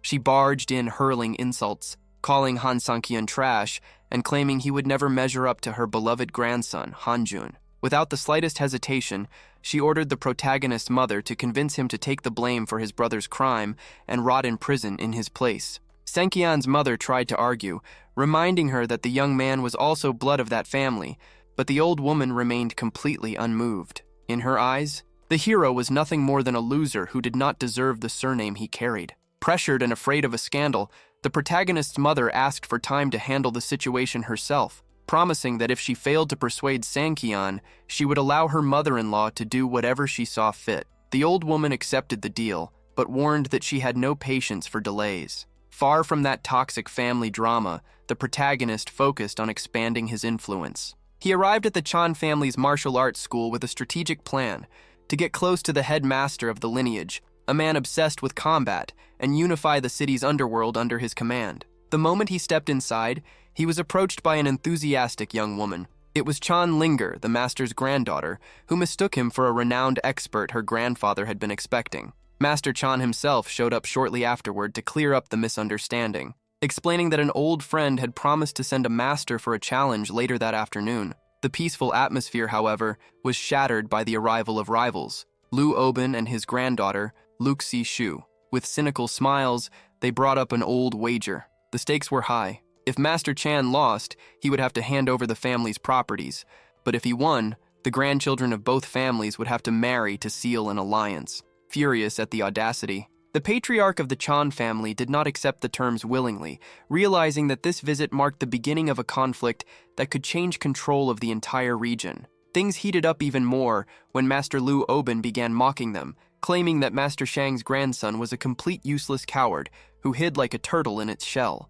The unprovoked insult made Chan Linger furious. She stomped her foot and assured her grandfather that they had elite specialists in the gym and had nothing to fear from that bunch. Pressured by his pride and his granddaughter's confidence, the old Master Shang ended up accepting the wager, much to his rival's delight. As the fights began, Han Sang-kyan observed everything with a sharp, analytical gaze. He noticed that although Lu Oben's students appeared thin and unimpressive, they concealed a dangerous, explosive power. When Linger noticed Sang-kyan smirking to himself, she lost her patience and demanded to know what he was laughing at. With a teasing tone, the young man replied that he was simply celebrating her upcoming wedding. The girl exploded in anger, threatening to sew his mouth shut if he did not stop talking nonsense. She insisted that her grandfather had powerful fighters and that victory was guaranteed, but Sang-kyan simply handed her his contact information and told her that if she truly wanted to learn how to fight properly one day, she should give him a call. The main fight finally erupted in the center of the mat. Sang-kyan analyzed the movements in silence. The home team's fighter had poured all his energy into brute strength while completely neglecting speed and agility. In underground boxing or elite martial arts, being a walking tank without quickness is a death sentence. The result was inevitable. With a sharp and lightning-fast strike, Shang's fighter was knocked out cold. The master fell into despair, shouting that it was impossible, while Liu Oben celebrated the success of his cunning strategy. Liu Oben wasted no time rubbing it in, mocking the weakness of the neighboring school's students and saying they could not withstand even the slightest breeze. Master Shang, sweating heavily, tried to keep his composure and insisted that their victory was still within reach because he had many more fighters in reserve. But his confidence collapsed within seconds when the next student was knocked out and fell flat at his feet. Linger panicked as she realized the disaster that was about to unfold. She begged her grandfather to call in the real experts, but the old man, completely discouraged, confessed that the ones who had already fallen were the best he had. With no other option left, the girl turned to Han Sanqian and asked if he could step in. With complete calm, the hero assured her that he would only need a single punch to put an end to that farce. Master Shang, even though he believed the young man was just showing off, was pushed by desperation. He promised Sanqian that if he won the fight, half of the properties he would gain from the Liu family would belong to him. The protagonist became interested immediately, and treating the old man with ironic respect, asked if he was truly certain about that offer, considering that no one there had ever seen him fight before. As Han Sanqian stretched and walked toward the center of the mat, Linger and her grandfather whispered to each other, torn between hope and disbelief. The old man admitted that the young man did not inspire much confidence, but swore he would rather bet on a stranger than see his granddaughter married to the useless heir of the Liu family. In the center of the arena, the rival fighter did not hide his contempt, calling the protagonist arrogant and promising that he would leave the place in a coffin. Without saying a single word, Sanqian simply watched as his opponent charged forward with full force. The brute lunged with a heavy strike, certain he would crush the young man, but what happened next left everyone in the gym in complete silence. In the blink of an eye, Han Sanqian simply vanished from the attack's path, leaving the aggressor punching nothing but air. Before the man could even understand what had happened, the protagonist appeared behind him and delivered a brutal kick. The impact was so sharp that the brute collapsed instantly. Liu Oben jumped out of his chair, unable to believe the unbelievable speed he had just witnessed. With a mocking smile, Sanqian reminded everyone that he had already warned them. For someone that weak, a single strike was more than enough. Silence filled the room, broken only by Linger's excited cheers. Master Shang, still in a daze, admitted to himself that he had completely underestimated the young man's potential. Regaining his composure, he demanded payment of the wager. Half of the Liu family's assets would now change hands. Liu Oben, acting like a sore loser, tried to pull a trick. He argued that the victory did not count, since Sanqian was not an official student of the school. Master Shang did not let it slide and mocked his attitude, asking if his rival was too old to whine and run away from a bet made in front of everyone. Humiliated and out of excuses, the Liu group retreated while Shang's laughter echoed throughout the gym. The old master thanked him for stepping in, and even though the opponent had fled without paying, he assured Sanqian that he could ask for anything in return for the favor. The protagonist, with the confidence of someone who already had everything planned, replied that he did not need favors. He stated that the Liu family's properties would soon fall into his hands anyway, and that after that, no one in the city would ever hear from those people again. Shang felt a chill run down his spine. The aura surrounding the young man was intimidating. He realized that this stranger was a force of nature that the city of Yun had yet to truly recognize. Before the young man left, the master begged to know his name. With an unshakable posture, he simply glanced over his shoulder and revealed, "Han Sanqian." As he walked away, Linger could not take her eyes off him, captivated not only by his devastating strength, but also by the relentless confidence of the man who had just saved her freedom. Linger's mind began racing. She remembered a viral video circulating online about someone known as the Piano Prince, and the resemblance to the man she had just seen was uncanny. Could it be possible that the martial arts master and the musical genius were the same person? Noticing his granddaughter's trance-like state, Master Shang asked what was troubling her. The young woman questioned how a man with so much power and talent could possibly be connected to the mediocre Su family. The grandfather, sensing her interest, spoke bluntly. Her future would be bright beside someone like him, and he would give his blessing even if she chose to become nothing more than his mistress, as long as she stayed close to him. Meanwhile, Han Sanqian rushed toward the Su family company headquarters, but suddenly stopped halfway there. A chill ran down his spine as he remembered that Gishi had strictly forbidden him from showing up there. He knew the situation at home was still on fire, and that her forgiveness would not come without a solid explanation. Lost in those thoughts, someone suddenly covered his eyes from behind and challenged him to guess who it was. Without hesitation, he said Linger's name. The girl was surprised that he figured it out so quickly, and explained that she had come on her grandfather's orders to thank him for helping at the academy. Her invitation was straightforward. She wanted to cook dinner for him. Staying true to his blunt style, Sankian responded sarcastically, asking whether she actually knew how to use a stove or if her plan was simply to poison him once and for all. Linger turned red with anger and blocked his path, making it clear that she would not take no for an answer and that she would follow him to the ends of the earth if necessary. Realizing she would not give up and wanting to avoid an even bigger scene in front of his wife's workplace, Sankian gave in and told her to get in the car, ready to deal with that unexpected encounter once and for all. To prevent an even bigger scandal at the company entrance, the protagonist relented and told Linger to hop on the back of his motorcycle so they could head straight to her house. The risk was high, since he was in hostile territory, and anyone from the Su family who saw him there would only fuel the rumors of betrayal even further. When they arrived at the Chan family residence, the girl rushed into the kitchen, leaving Sankian alone in the living room with the patriarch. Master Shang wasted no time and invited him to play a game of Chinese chess. The young man tried to be modest, saying he was not very skilled at the board, but the old man insisted, joking that he needed company to survive his granddaughter's exotic cooking. Sankian's humility was nothing but an act. Within just a few moves, he began completely dominating the match, leaving the old master fuming with frustration after realizing he had been fooled. The protagonist simply thanked him for the game, maintaining a polite posture and addressing him respectfully as master, which only irritated the elder even more. Stung by defeat, Shang warned that his birthday was approaching and that a friend, a national-level professional, would be present to teach the young man a lesson. With total confidence, the hero accepted the challenge, ignoring the taunts that he would embarrass himself. The aroma coming from the kitchen finally shifted the mood. Linger served dinner, and to Sankian's surprise, the food was excellent. He had expected a disaster after hearing the grandfather's jokes, but he discovered that the girl truly had talent. During the meal, he noticed that she could not take her eyes off him. Uncomfortable with the intensity of her gaze, the young man asked what was going on, and the girl, wearing a mysterious smile, made it clear that the dinner invitation was only the beginning of her true intentions. The girl finally revealed her plan. With an eager look in her eyes, she proposed a trade, dinner in exchange for his talent.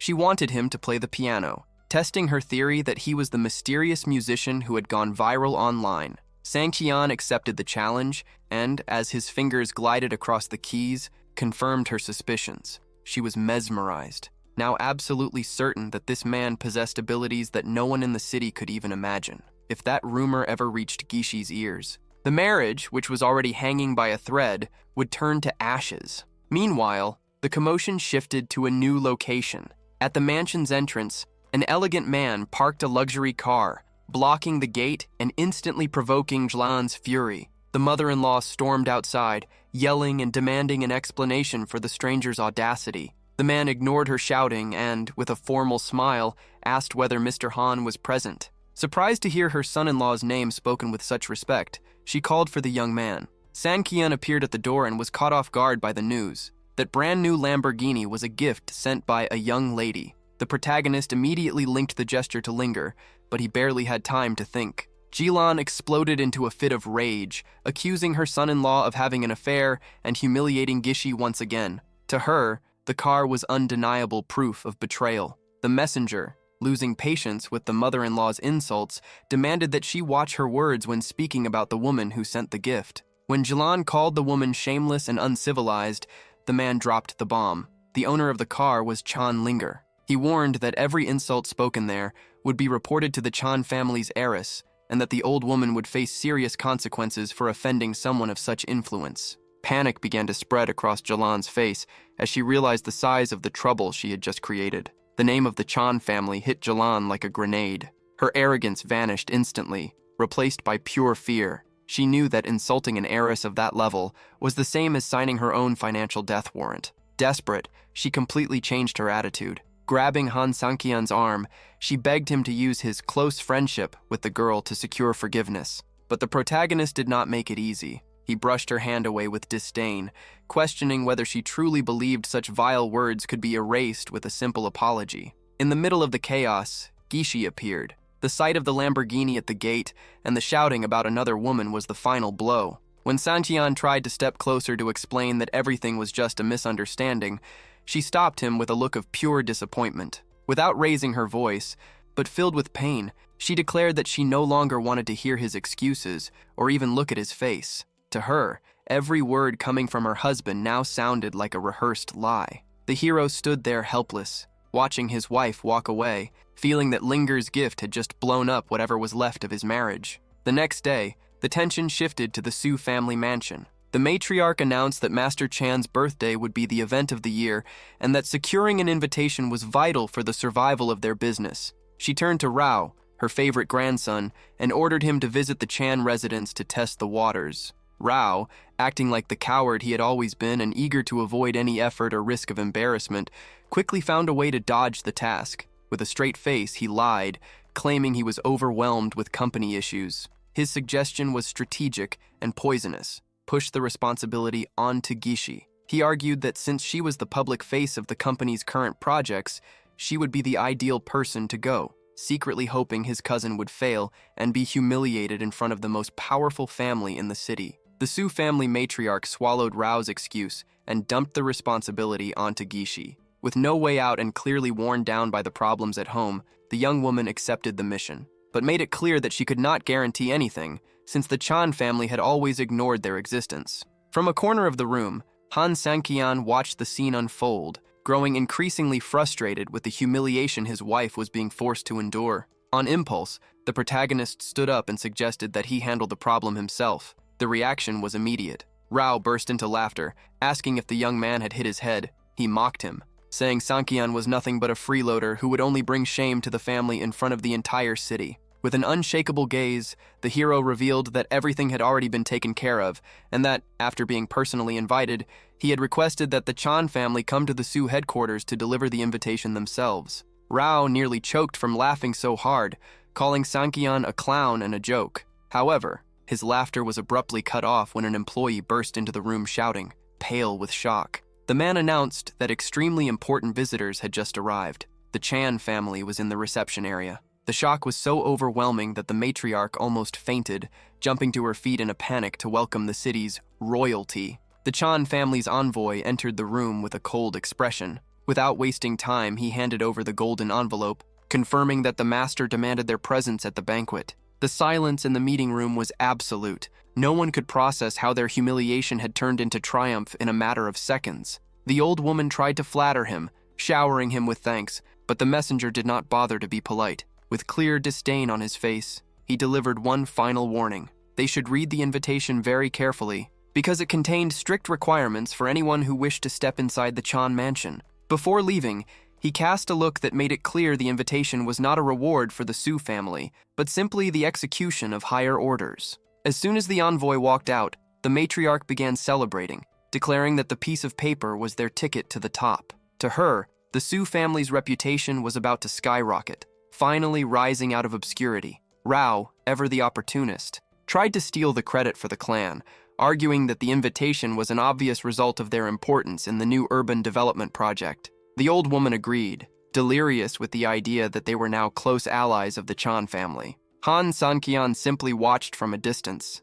amused by the illusion. He knew very well that the master would never lift a finger for those people if he had not intervened. Rao, bothered by the protagonist's calm attitude, walked over to mock him, asking why his name was not on the envelope. Calmly, the hero replied that since he had been personally invited by the patriarch himself, he did not need to carry a piece of paper to gain entry. Rao let out a hysterical laugh, claiming that Sankian was having a full-blown psychotic episode. He even made a bold bet. If the useless son-in-law managed to set foot inside the banquet, Rao would kneel in front of everyone and spend the entire party barking like a dog. The protagonist simply smiled, thinking that his cousin's level of stupidity was so high that the fall would be painfully spectacular. However, the day had some bitter surprises in store. As Sankian tried to move forward, he ran straight into a heavy blockade of guards and barriers. The situation felt strange to him, since all of his vehicles had always been granted free access to the mountain villa. As he stepped out of the car, he spotted a familiar silhouette.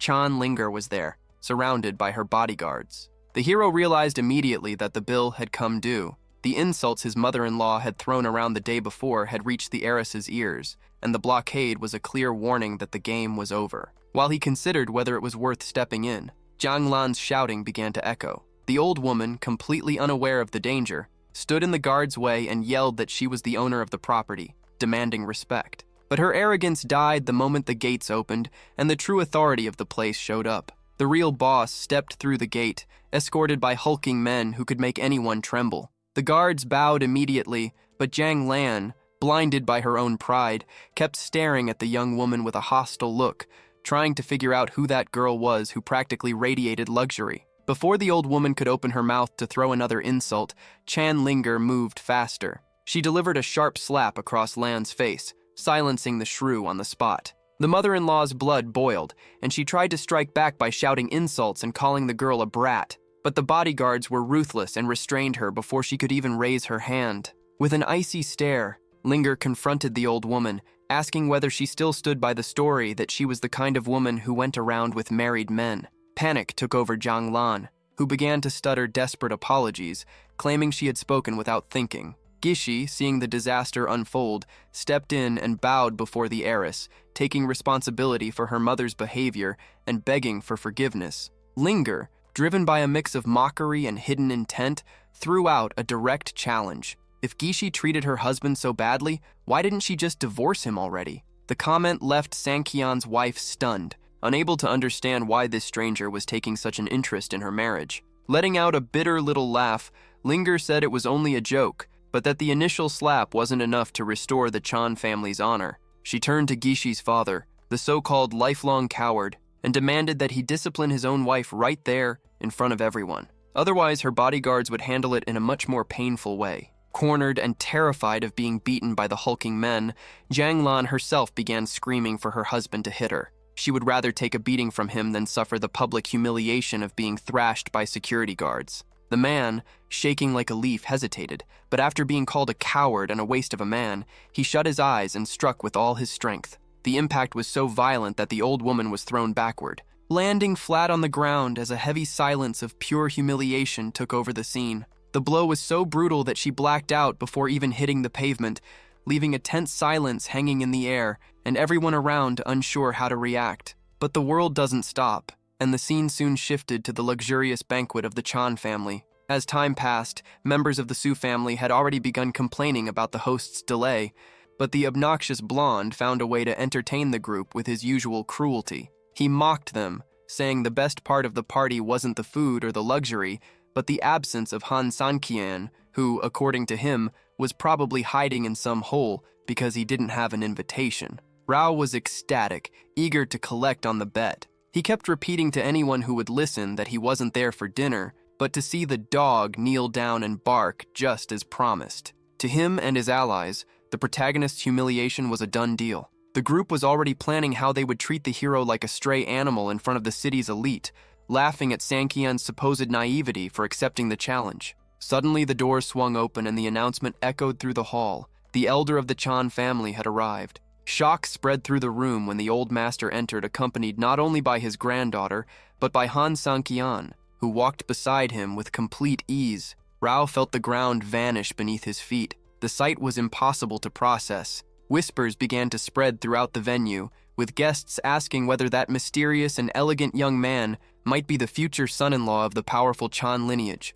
remembering that they had already seen the two together in the combat arena. Gishi watched everything from a distance, her heart tightening. It was painful to realize that strangers showed more value and respect to her husband than his own family ever had, since they had always treated him like trash. But the Su family matriarch had no time for emotional reflection. Driven purely by self-interest, she ordered her granddaughter to go over there and offer a toast to the elder, trying to use Sanqian's proximity as a stepping stone to climb the social ladder. Bitter and resentful, Gishi simply replied that the effort would be pointless, because she knew that, to the Chan family, the Su family meant less than nothing, and that invitation had never been earned by their own merit. Gishi was blunt and direct. The Chan family didn't care at all about the Su family's project. The only reason they were there was because of their connection to Han Sanqian. The matriarch, however, ignored the warning. spitting venom as she said she didn't care if the young man ruined his own future, as long as he didn't drag the Su family's name through the mud. But the old woman's arrogant mood quickly turned into confusion when Chan Linger appeared in the middle of the hall with a predatory smile, loudly asking where this so-called Rao was. The blonde felt a cold sweat run down his back. He tried to play dumb, asking whether the heiress was really looking for him, since they had never spoken before. Linger didn't waste time on politeness and went straight for the jugular.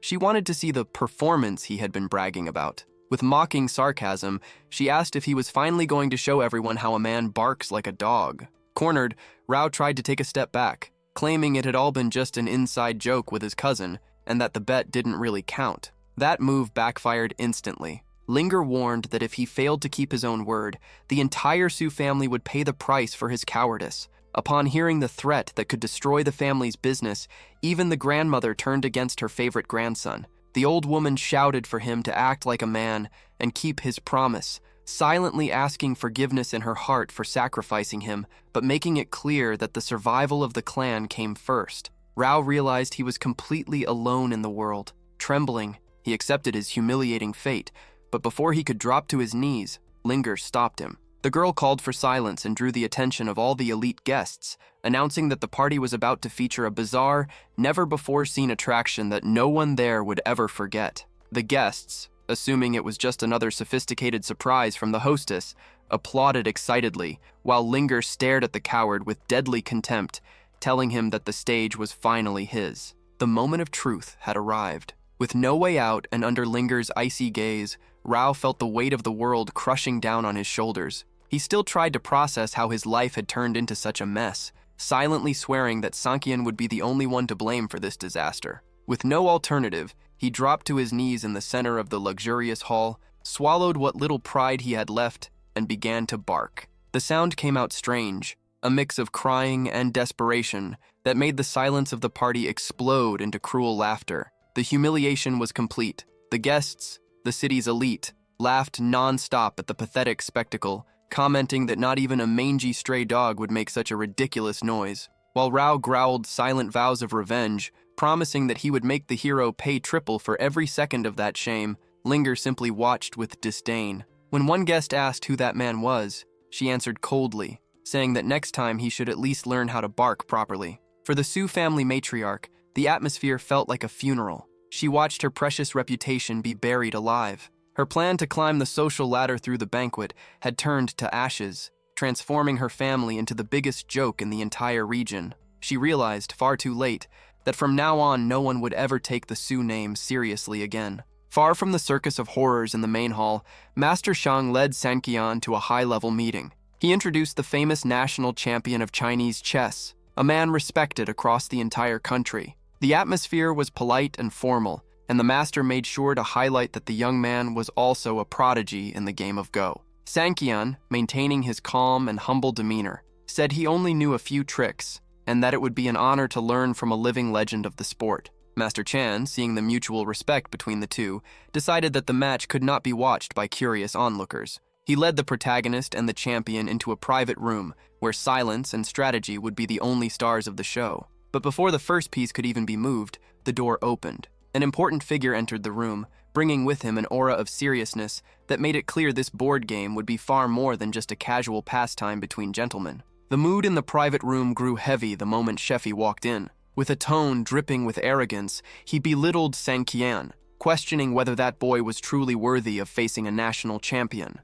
Ma, maintaining his composure as a master, scolded his student's arrogance, but still issued a genuine challenge to the hero. He warned that he would show no mercy because of the boy's age, and that he should play as if his life depended on winning. With the confidence of someone who knew his own worth, Sankian accepted the terms, assuring him that mercy was the last thing he would need. The match began, and within just a few moves, the board turned into a battlefield of minds. The silence in the room was broken only by the sound of the pieces, but the tension was clearly visible on Ma's face. The national champion, who had expected an easy victory, realized with growing horror that he was being cornered. Sankian moved his pieces with surgical precision, surrounding the master and proving that he had the game completely under his control. Sheffy, realizing that his master's glorious reputation was about to be shattered by a kid, lost whatever dignity he had left, In a sudden act of dishonesty, he struck the board, scattering the pieces and ruining the magnificent match. Shouting cynically, he claimed that the master was too tired to continue and that the game should be rescheduled. The reaction was immediate.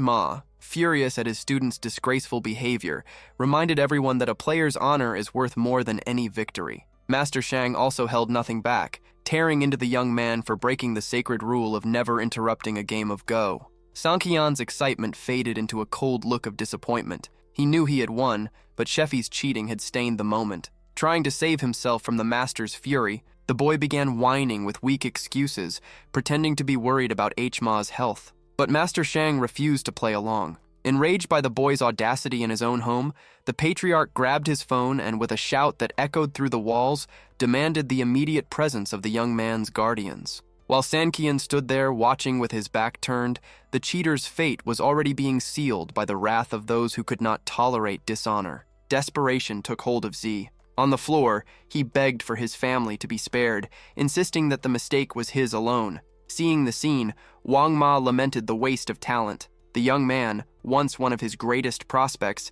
had thrown everything away with disgraceful conduct. Without hesitation, the master expelled him and cut off all ties of mentorship. The situation got even worse when one of Z's relatives appeared and punched him straight in the mouth, demanding an explanation for such a monumental blunder. Shang Chung, boiling with rage, went even further. He withdrew all financial support from the Ji family and issued a furious ultimatum, demanding that every one of them leave Yuncheng immediately. As he was being driven out, Z kept muttering in disbelief, unable to understand how a small mistake like that had escalated into the complete destruction of his life. Ignored by everyone, Wang Ma tried to restore the mood by suggesting a new match for Han Sanqian. The protagonist, however, politely declined. He explained that the stress in the room would prevent the master from playing with full focus, which would make the match unfair. Instead, he proposed a future rematch, when both of them could face each other with clear minds and proper dignity. With few options left, the veteran agreed,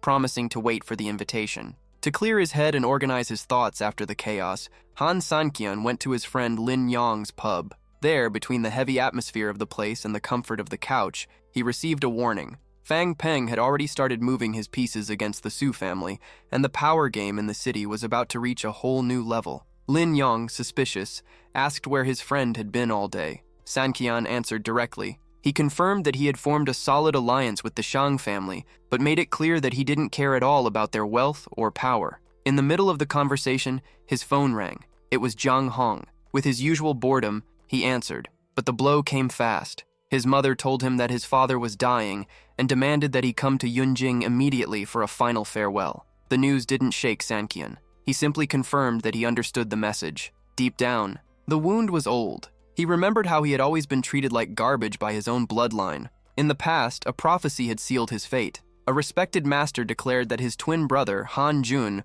was the reincarnation of glory and would lead the family to fortune. As for Sanqian, the verdict had been cruel. He was cursed, destined to bring only disaster and pain. The memories hurt. He saw himself as a child again, forbidden by his grandmother even from playing outside, humiliated with the claim that his appearance would disgrace the family name. The rejection reached its peak at 18, when his own mother kicked him out of the house, ordering him to disappear from Yunjing and forget that Han blood ran through his veins. As the smoke from the pub drifted upward, Sanqian questioned himself. Why, after so much coldness and a permanent exile, was his mother now begging for his return with such urgency? That sudden change smelled like trouble. The final piece clicked into place in Sanqian's mind. His mother didn't want a family reunion. She wanted a substitute. The plan was obvious. He was supposed to take Han Jun's place so the favored brother could escape prison. If his own family treated him like a disposable pawn, he wouldn't feel guilty about returning the same coldness.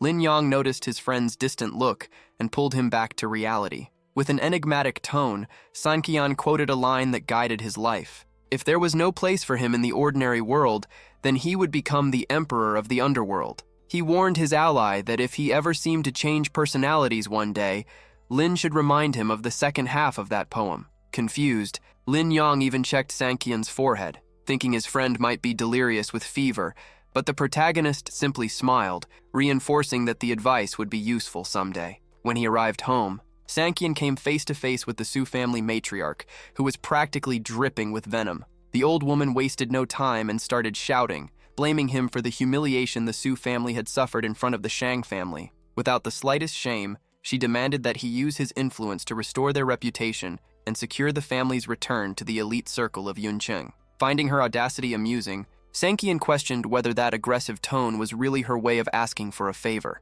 The old woman nearly exploded with rage, ordering him to go to Old Master Shang and declare that the Su family was superior and essential. Faced with her desperation, the protagonist remained calm, making it clear that she should watch her words, because he was no longer the doormat who silently accepted orders. The old woman fired off her final threat. As soon as Ying Xia took over leadership of the project, she would find a way to kick Sanqian out, since she still held ultimate authority in the family. The protagonist, with cutting disdain, didn't even bother to argue. He simply turned his back, telling her she could do whatever she wanted, because none of it affected him. On the verge of a nervous breakdown, the matriarch took her anger out on Zhang Lan, demanding that the useless son-in-law take action. Polite but firm, Xia's mother tried to calm things down, promising that her daughter would talk to her husband. Impatient, the elderly woman issued an ultimatum. They had 3 days to fix the problem with the Shang family. If they failed, they would be erased from the will and from the history of the Su family. Back at the mansion, the old woman was cornered by Harry Su. The young man, spewing venom, insisted that they couldn't allow Sanqian to grow so powerful. He begged for leadership of the project, claiming he needed authority to crush his rival's arrogance and put the intruder in his place. His grandmother's answer hit like a bucket of ice water. It was impossible. Harry snapped, shouting that he had prepared his whole life for that position. The old woman, disappointed, responded with brutal honesty. If he had even a shred of talent or a promising future, she would have already appointed him. The words struck Harry like a punch, as he boiled with silent hatred. Feeling worthless in his grandmother's eyes, she delivered the final blow. If he wanted the throne without competence, he would have to wait until she died. Alone and consumed by resentment, Harry swore revenge against his own grandmother. Meanwhile, in another room, the matriarch consulted a trusted assistant about her grandson's potential. The response was pure mockery. The best future for Harry would be a low-level job,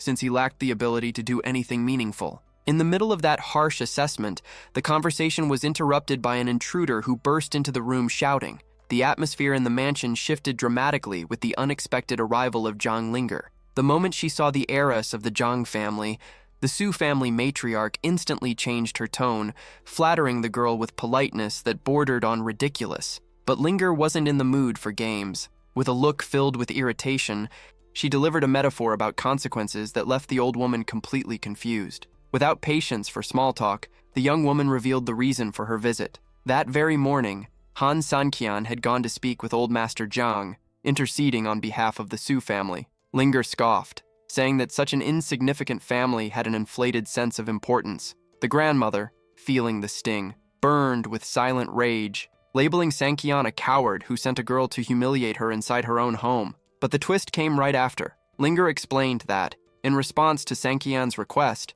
her grandfather had decided to offer a strategic partnership between their companies. The impact was so overwhelming that the old woman nearly dropped her cane. Shocked and ecstatic, she began pouring out words of gratitude, swearing to honor the opportunity. Linger, however, cut the act short. She pulled her hand away from the old woman's grip and made it clear that she wasn't responsible for any of it. If the matriarch wanted to thank someone, that person was Han Sanqian. Immediately, the grandmother ordered someone to call Harry Su. The young man rushed in, out of breath and confused, unable to understand the urgency of the summons. The scene he walked into was one of a radiant grandmother waving a document in the air. With a wide grin from ear to ear, she presented the signed contract with the Zhang family. To her, that piece of paper wasn't just business. It was the ultimate passport to the rise of the Su family, all thanks to the move Sanqian had made behind the scenes. The Su family flaunted the kind of luxury reserved for those at the top, living in an imposing mansion that radiated power.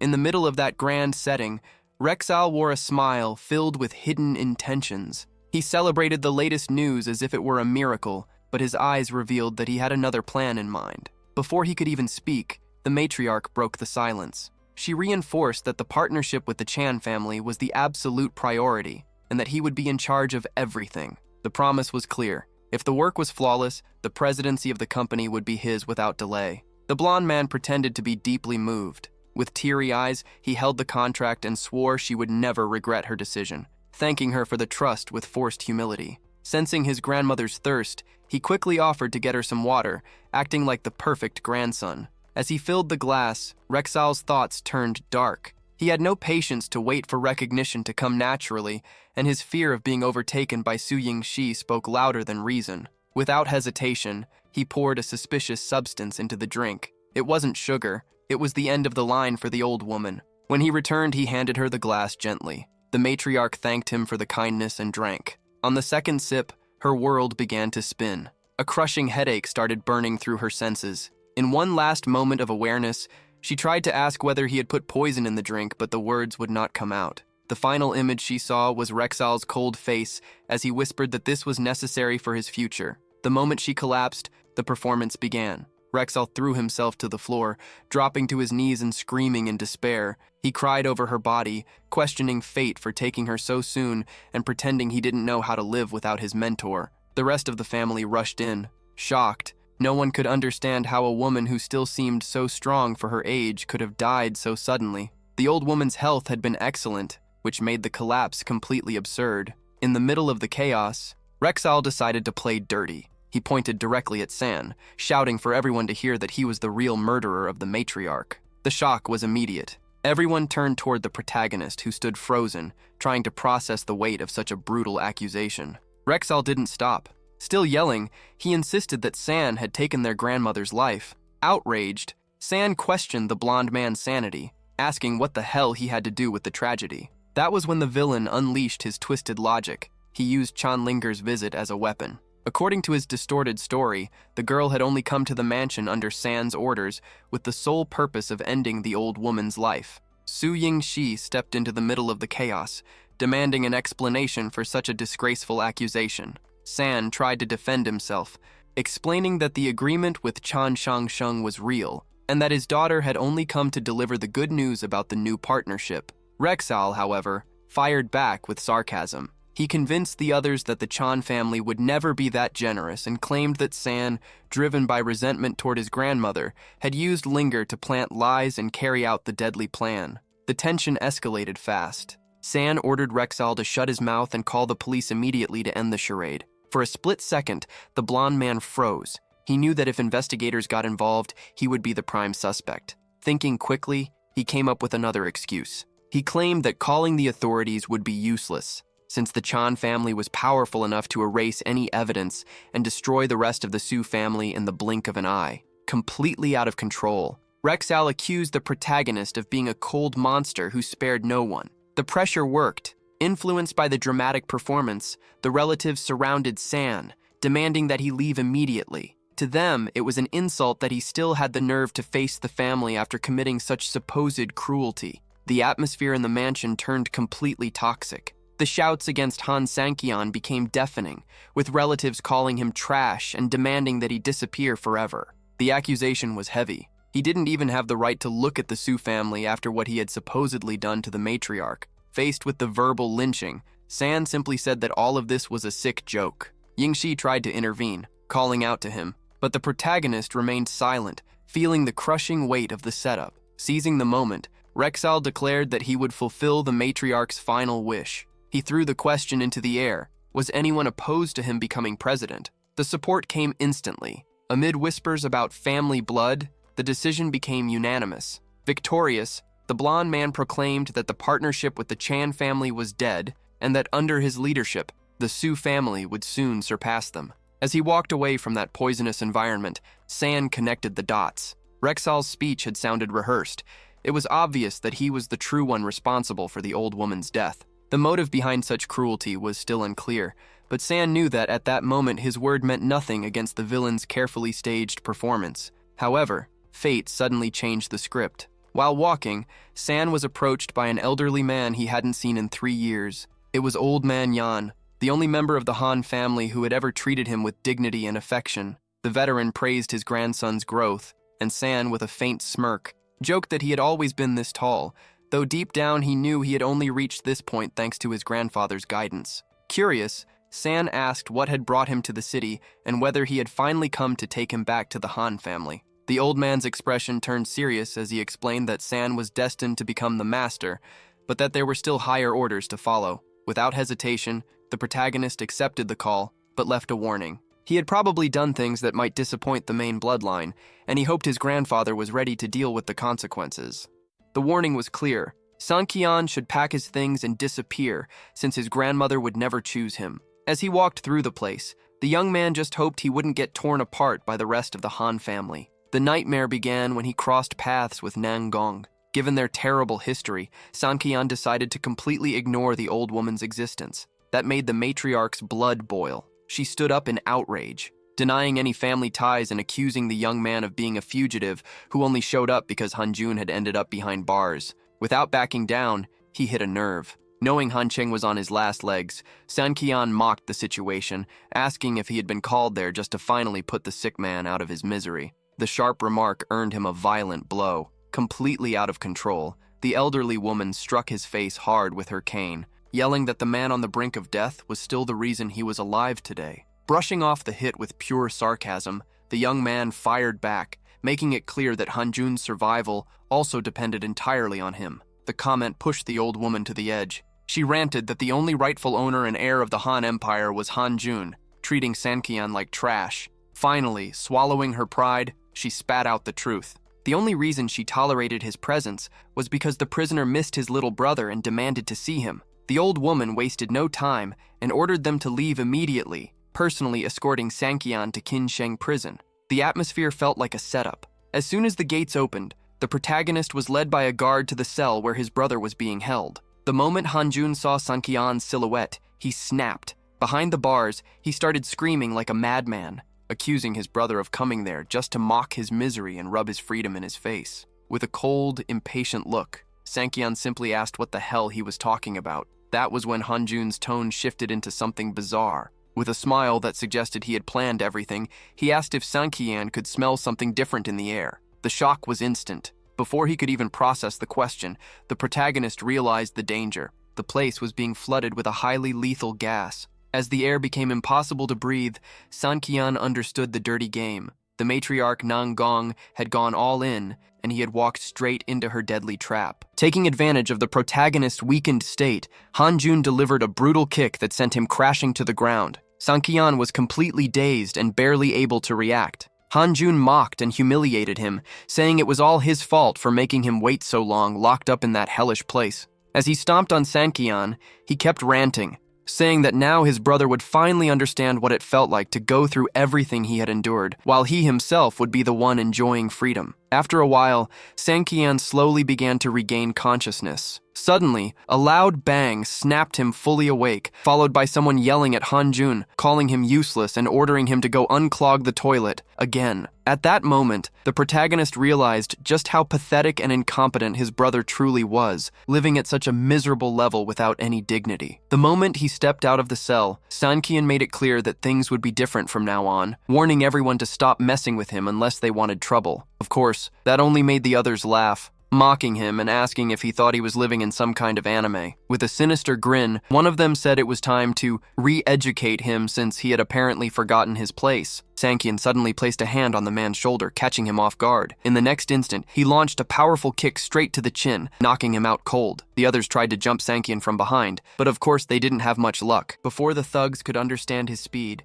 they felt the weight of the counterattack. Sankian grabbed both of them at the same time and smashed their heads together, knocking them out cold on the floor. A bystander watching everything from a distance was in shock. He couldn't believe that the Hanjun he knew, always cowardly and incapable of reacting, had turned into a combat monster. Noticing the terrified stare, Sankian looked at him and asked who was in charge of that sector. Shaking from head to toe, the man denied being the leader and declared that from that moment on, Sankian was the absolute master of the prison. While chaos took over the cell, the real Hanjun was already outside, taking on Sankian's identity. With impressive cynicism, he fawned over his grandmother, helping her sit down with forced care. The old woman, weakened and barely able to open her eyes, complained about the overprotection, but the imposter assured her that his only priority was to serve the matriarch after so much time apart. Moved by the suffering her grandson supposedly went through in prison, the elderly woman lamented his pain, Taking advantage of her fragile state, the fake Sanqian smiled and asked for permission to travel to Yunsheng. He claimed he needed some fun to make up for lost time, but the immediate request to go to the city where his brother lived put the old woman on alert. She didn't hide her disdain, questioning why her grandson would want to set foot in such a mediocre, hopeless city. With smooth talk, the impostor claimed that Sanqian had been tarnishing the Han name for too long, and now he would take control to restore the family's honor himself. Not long after, the matriarch went to the prison to face the real Sanqian. Surprised by the unexpected visit, the young man barely had time to react before hearing the provocation. She revealed that Hanjun was already on his way to Yunsheng to steal his identity and take over his life. Sanqian's blood boiled. He exploded in rage, making it clear that if his brother caused any trouble there, he would personally end the traitor's life. The old woman just laughed, calling him trash and assuring him he would rot in that cell with no chance of escape. Staring at her with a deadly look, Sanqian warned that she had pushed him to the limit, and that every second of that humiliation would be repaid with interest. Out in the yard, anxiety took over. Sanqian knew that, given his brother's questionable character, it was only a matter of time before something terrible happened at his home. The urgency to get out of there became a matter of survival. That was when a strange man approached him, treating the protagonist with respect and calling him boss. Without wasting time on pleasantries, Sanqian got straight to the point and demanded to know the plan to escape that hell as quickly as possible. Sanqian's urgency was absolute. He didn't care about the method, he just needed to get out of that cell immediately. The ally, however, brought him back to reality, reminding him that Qinsheng prison was a dead end, and no one walked out of those gates back to freedom that easily. The sense of discouragement hit hard, but it was soon replaced by a promise. The contact assured him that a foolproof plan would be set in motion, and that, within at most 3 days, the protagonist would be out of there. Meanwhile, the real Hanjun landed at the airport, enjoying the breeze of freedom. Walking through Yunsheng, he looked down on the city, thinking everything was inferior compared to the capital, and even complained that his appearance wasn't at its best to attract the local women. But the villain's luck changed fast when he ran into Rosina. Thinking she was talking to Sanqian, the girl asked what he was doing there alone. Confused, the impostor realized she had feelings for his brother, and noticing how beautiful she was, he decided to play along. When she, embarrassed, apologized for past arguments and invited him over for dinner, the scumbag accepted with a sly smile, making it clear in his thoughts that the feast he wanted wasn't just the food. At her place, the young woman felt fulfilled to have a moment alone with who she believed was the protagonist. However, the mood shifted when she noticed Hanjun's predatory, fixed gaze on her, starting to find his sudden aggressive behavior strange. Hanjun couldn't hide his hunger, staring at her in a way that made her believe he had finally given in to his feelings for her. Breaking the silence with a tone of superiority, he criticized her clumsy way of cooking and, in a bold move, grabbed her hand, suggesting he could give her some private lessons. Rosina, nervous and uneasy, tried to buy time by asking him to wait in the living room while she finished cooking, but the impostor got aggressive. He whispered in her ear that he already knew about her feelings and suggested they skip straight to the bedroom. The indecent proposal hit like a bomb. Confused and shocked, the girl remembered he was a married man with the beautiful Ying Xia. She pulled away abruptly, shouting that even though she had feelings for him, she would never betray her best friend in such a cowardly way. Hearing Sanqian's wife's name, Hanjun paused, recalling the woman he considered a burden. He realized his identity was at risk, but had no intention of backing down. Angry and disappointed, Rosina pointed to the door and demanded he leave immediately, making it clear the secret would die there so she wouldn't break her friend's heart. Threatened, Rosina kicked the impostor out, warning him he would face consequences if he hurt her friend. As she watched him leave, she couldn't understand how that man, who had always ignored her, had changed so quickly. Suspecting something was seriously wrong, she grabbed her phone to warn Ying Xia, fearing her friend's marriage was falling apart. When Ying Xia answered, she admitted they had a bad fight and that he had disappeared from the city, leaving only a vague message behind. Meanwhile, the fake Sanqian arrived at the official residence. At the entrance, the guards greeted him with their usual respect, treating him almost like a deity. Completely indifferent, he walked past them, surprised by the level of prestige his brother had there, and already planning how to enjoy all that luxury. As he entered the mansion, he admired the comfort, but the mood turned tense when Zhang Lan showed up furious. She immediately confronted him, asking how he had the nerve to come back home after spending days partying with other women. Instead of apologizing, Hanjun stayed mocking, thinking she deserved that treatment for being insignificant. With an arrogance Sankian would never show, he ordered his mother-in-law to get him a glass of water. The demand left her in shock, unable to believe the submissive son-in-law had completely lost his mind. Hanjun's audacity had no limits. He demanded the water immediately, threatening to ruin her reputation across the entire city if she disobeyed. Furious at the nerve, Zhang Lan shouted that he had lost all sense of danger and ordered him out of the house right away. The response came with violence. The imposter slapped her hard across the face. Shocked and teary-eyed, she could barely react to the attack. Without any remorse, Hanjun sat down on the couch and warned that if she didn't learn to obey, she would be beaten 3 times a day. Humiliated, the older woman swallowed her anger, planning to get revenge as soon as Yingxia came back from work to throw him out for good. The tension only got worse when the water arrived. Realizing it was warm, Hanjun knocked the glass away with a strike and yelled, accusing his mother-in-law of trying to kill him. He pointed at the dispenser, demanding she redo it the right way. Losing her temper, Zhang Lan lunged at him to retaliate, but was met with a violent kick to the stomach that sent her flying.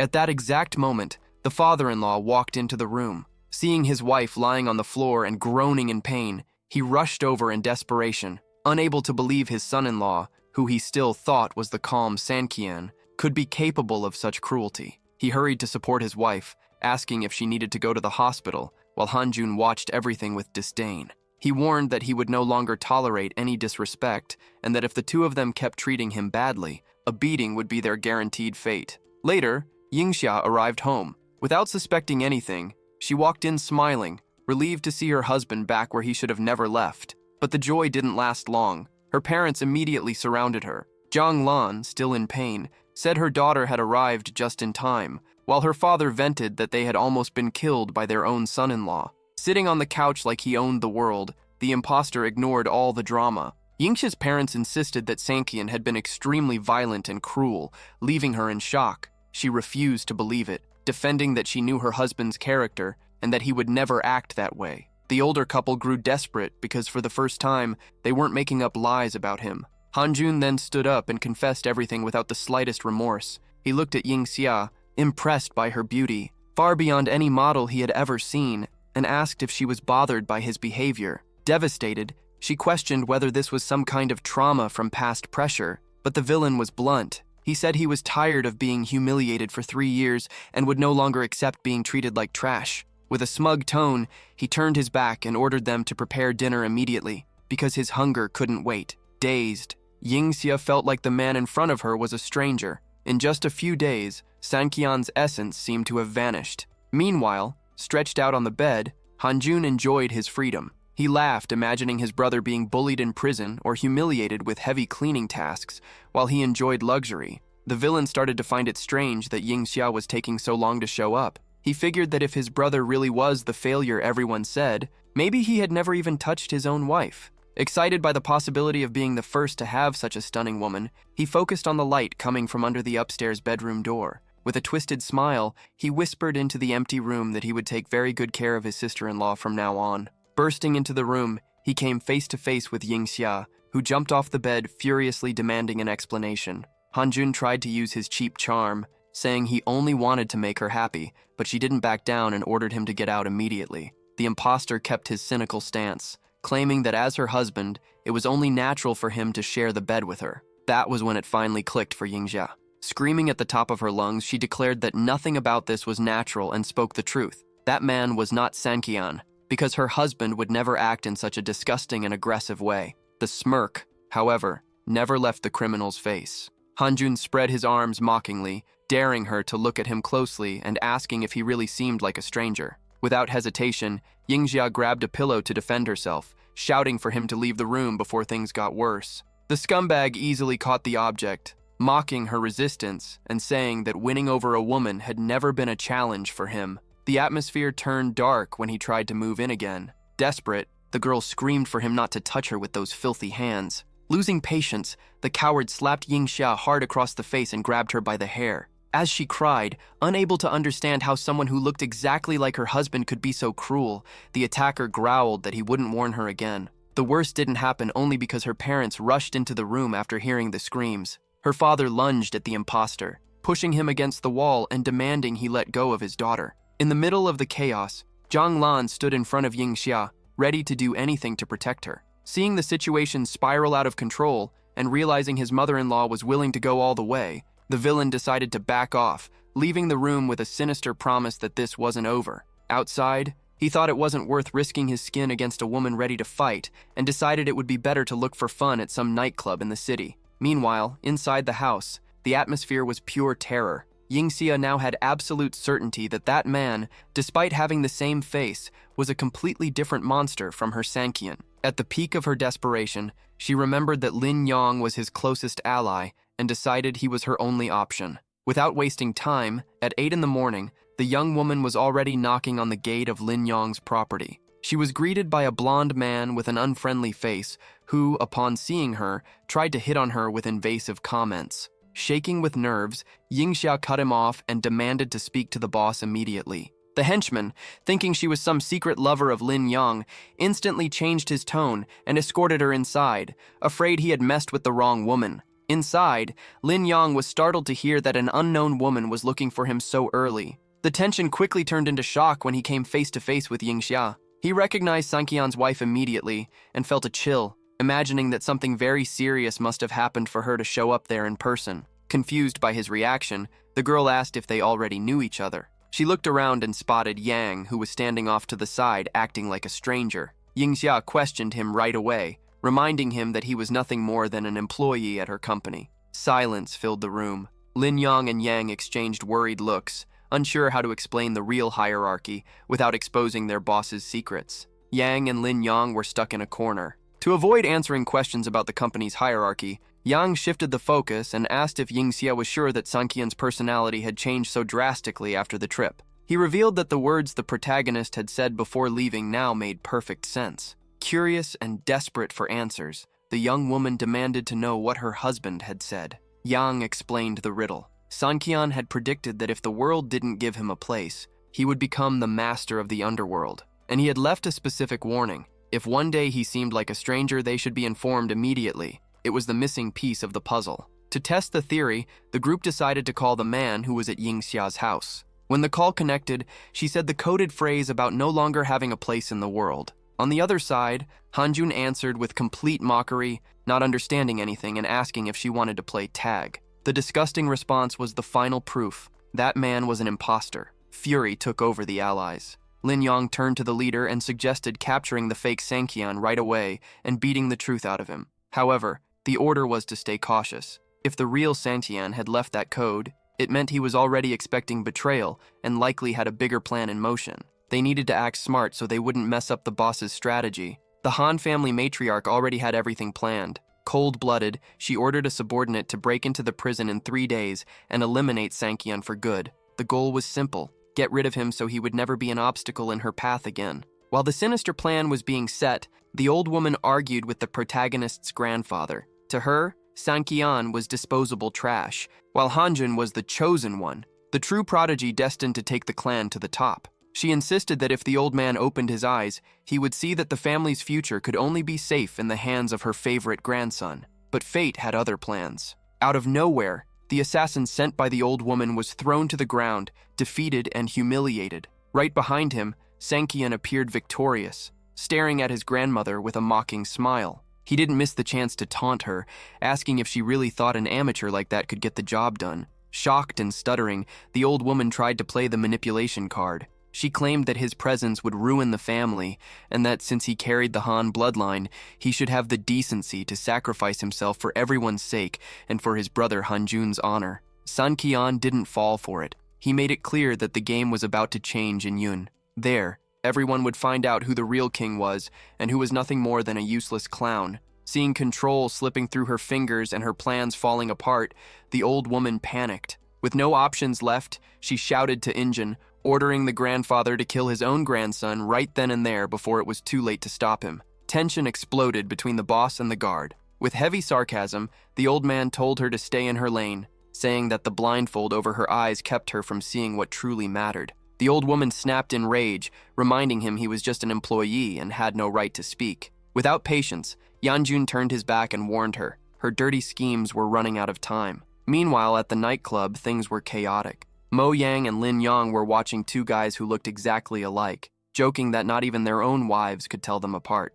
The conversation was cut short by a shout. Han Sanqian stormed in looking for answers. The two were startled and tried to stand up to the intruder, but Sanqian wasn't playing around. With the look of someone who had been through hell, he demanded to know where Su Yingxia was, since she had disappeared from home. Mo Yang explained that, for her safety, she was hiding with a friend. The real question now was different. Who was the imposter out there ruining Sanqian's name? The answer came straight. It was Han Jun, his brother. Sanqian immediately ordered them to mobilize the entire underworld and hunt him down. Far from there, Han Jun was living it up, surrounded by women and laughing at his brother's misfortune. He planned to destroy Sanqian's reputation before fully taking over his life, believing the real one was rotting in prison. But the party didn't last long. Suddenly, the trap closed in. Mo Yang and his crew showed up out of nowhere, ready to settle the score with the fraud who thought he could pretend to be someone else. The imposter tried to keep his composure, arrogantly telling the girls to leave the room, but the act didn't last long. Thrown to the ground and shaking with fear, Han Jun asked how much his freedom would cost, thinking money could solve everything. The answer came brutal. Mo Yang grabbed him by the neck and demanded a 2 million debt, threatening to feed him to the pigs if the money didn't show up. Desperate, the fraud started shouting that it was all a misunderstanding and that he wasn't Han Sanqian. To prove it, he pulled out his ID and showed the name Han Jun, unable to understand how his idiot brother could owe so much money to dangerous people. But the plan failed. Mo Yang slapped the document out of his hand, sending it flying, and warned that fake identities didn't work there. It was pay or die. The humiliation was complete. Han Jun dropped to his knees, crying and begging for mercy, swearing they had the wrong person. Mo Yang just watched with disgust, commenting on how pathetic that behavior was for a man. At that moment, the real Han Sanqian walked into the room. The shock was immediate. Stunned, Han Jun asked how his brother wasn't behind bars. Mo Yang simply stepped aside, handing the worm over to the rightful owner of the name. With no way out, Han Jun tried to convince himself it was all a nightmare or some kind of bad joke. He stood up, pretending to be brave, and charged at the protagonist with a punch, shouting that he would finish him. But Sanqian didn't even move. With a look of contempt, he said he wasn't going to waste time fighting, since he didn't feel like killing his own brother right there. Han Sanqian didn't wait for the punch to land. With a precise kick to the chest, he slammed his brother against the wall. Han Jun collapsed, completely broken, but instead of fighting back, he started crying. Between sobs, he threatened to tell everything to their grandmother, swearing the matriarch would make Sanqian regret it deeply. The protagonist didn't flinch and told him straight. Han Jun was already grown enough to stop running to his grandma instead of acting like a man. Provoked and furious, the imposter challenged Sanqian to hit him again. The answer came instantly with a heavy punch straight to his mouth, as the trash bled on the floor and kept threatening revenge from the old woman. Sanqian simply turned his back. Watching the scene, Mo Yang found it absurd that someone could get beaten that badly and still think a phone call would fix things. Sanqian explained that his brother had always been spoiled and had never faced reality. With no patience for the drama, he gave the final order: throw this idiot back into the hole he came from and clean up the mess. Later, things got tense at the mountain villa. The doorbell wouldn't stop ringing, and an irritated Jiang Lan went to answer it. She came face to face with a sinister entourage from the Han family, radiating a heavy presence. The group's leader, in an authoritative tone, demanded to see Han Sanqian. Sensing danger, Jiang Lan stepped away and immediately called Su Yingxia, warning her that her husband was in trouble and that dangerous people were at the front door. Half an hour later, Yingxia showed up in a rush, desperate to understand how serious the situation was. Yingxia arrived flustered, trying to make sense of everything. Keeping her composure, she introduced herself as Han Sanqian's wife, explaining that he was busy, but she could take the message. The old woman's reaction was pure mockery. Laughing in her face, she asked if she was that useless woman everyone talked about, and out of nowhere, slapped Yingxia hard across the face, making it clear she had no right to speak. Hit directly, Yingxia stepped back but didn't lower her guard. She stood her ground, questioning how the woman dared to assault her inside her own home. Furious at the audacity, the old woman raised her cane to strike again. But Yingxia was faster. She blocked the blow and warned that, at her age, the woman should be careful not to overexert herself and collapse. The situation escalated instantly. Nangong gave the order, and the thugs moved in. Without hesitation, they grabbed Yingxia by the hair, and one of them landed a solid punch to her ribs. The beating continued until they forced her to kneel in front of the matriarch. Even humiliated and injured, Yingxia kept her composure. staring at the old woman with sarcasm and asking if she wanted anything else now that she was already on her knees. That provocation was the final straw. Enraged at being mocked, the old woman ordered the guards to beat her even more. One of the brutes grabbed Yingxia by the collar and started a brutal series of slaps across her face. In the back of the room, Sanqian's mother felt a tightness in her chest, watching the scene, and trying to mask it, suggested the old woman not waste time on someone so insignificant. The plan was to shift the focus and get her to call the protagonist instead. The matriarch approached Yingxia, offering one last chance to reveal her husband's whereabouts, but the response came in the form of a spit to the face. Yingxia hit her and made it clear she could keep dreaming. The old woman snapped. Completely out of control, she ordered the guards to finish the girl right there. That was when Han Sanqian stormed in, consumed by rage, shouting at the old woman for laying a hand on his wife. He rushed to Yingxia, who could barely believe he was there. Gently touching her injured face, Sanqian apologized for dragging her into that mess. The old woman interrupted, yelling that he had to decide whether he would go willingly or be taken by force. Sanqian stood up with a murderous look, warning that she had crossed a line with no return. With a mocking tone, she questioned whether that trash really thought he could stand against her trained men. Sanqian simply asked his wife for a minute, saying he needed to deal with a few idiots. As the guards charged, he spoke the truth. His whole life. They treated him like he was weak because he never fought back against his brother's beatings. But it wasn't just out of respect for the family. The real reason was that he was afraid of accidentally killing someone. Then the massacre began. Like a tiger awakened from sleep, Sanqian tore through the guards one by one, smashing their heads against the ground with terrifying ease. The old woman watched in shock, unable to understand how men trained by elite masters were being defeated like children. With the floor covered in bodies, Sanqian looked at her and asked if she finally understood why he had held back all those years. The atmosphere turned suffocating. With a cold stare, Sanqian made it clear, only when someone backs him into a corner does he feel the real urge to destroy them. The old woman nearly trembled, asking if he had completely lost his mind and whether he wasn't afraid of getting shot right there for trying to kill his own grandmother. With unsettling calm, Sanqian told her to relax, because he wouldn't dirty his hands with her, at least not now. Instead, he gave an order, and they brought in a gift. When Hanjun appeared, battered and covered in bruises, the old woman froze in shock. Her favorite grandson ran into her arms like a crying child, complaining that Sanqian had sent people to beat him. Even beaten up, the idiot still tried to act tough, shouting for Sanqian to kneel and apologize now that Grandma was there. The old woman, stunned, tried to defend him, saying it made no sense for Sanqian to attack his own blood. The answer came cold. She had a short memory, because if he hadn't fought back before, the two of them would have gotten rid of him a long time ago. Without patience, Sanqian grabbed his brother by the collar. Hanjun, who had been acting tough moments ago, started begging to be let go. The protagonist didn't care and sent him flying with a brutal kick to the stomach. The old woman threw herself in front of her favorite grandson, swearing that anyone who wanted to touch him would have to go through her dead body. Sanqian watched the scene with contempt, questioning why she wasted time protecting someone so useless. He gave the ultimatum. Either she settled things right there, or it would be the end for everyone. In total defeat, the old woman gave in. While the traitorous brother cried on the floor, reminding him they were of the same blood, Sanqian simply placed his foot on him, showing who was in control now. Seeing death up close, Hanjun desperately tried to convince his brother that their blood bond should save him. But the mask finally fell completely. He grabbed his own grandmother and, in a pure act of selfishness, begged her to sacrifice herself in his place. He even said that since she had already lived long enough, she could die now and he would take care of her grave. The old woman, shocked by the coldness of her favorite grandson, regretted all the mistakes she had made raising him, realizing there was no way out anymore. In that heavy atmosphere, Sanqian's mother stepped into the final scene. She handed a handkerchief and a rope to the matriarch, cutting ties with the old woman right then and there. Before leaving, she threw one last truth in her mother-in-law's face. The idea of eliminating Han Sanqian had always come from fear, because the old woman had known from the very beginning that he was the only giant in that family. Sanqian was the real dragon, while the other was nothing more than a shadow.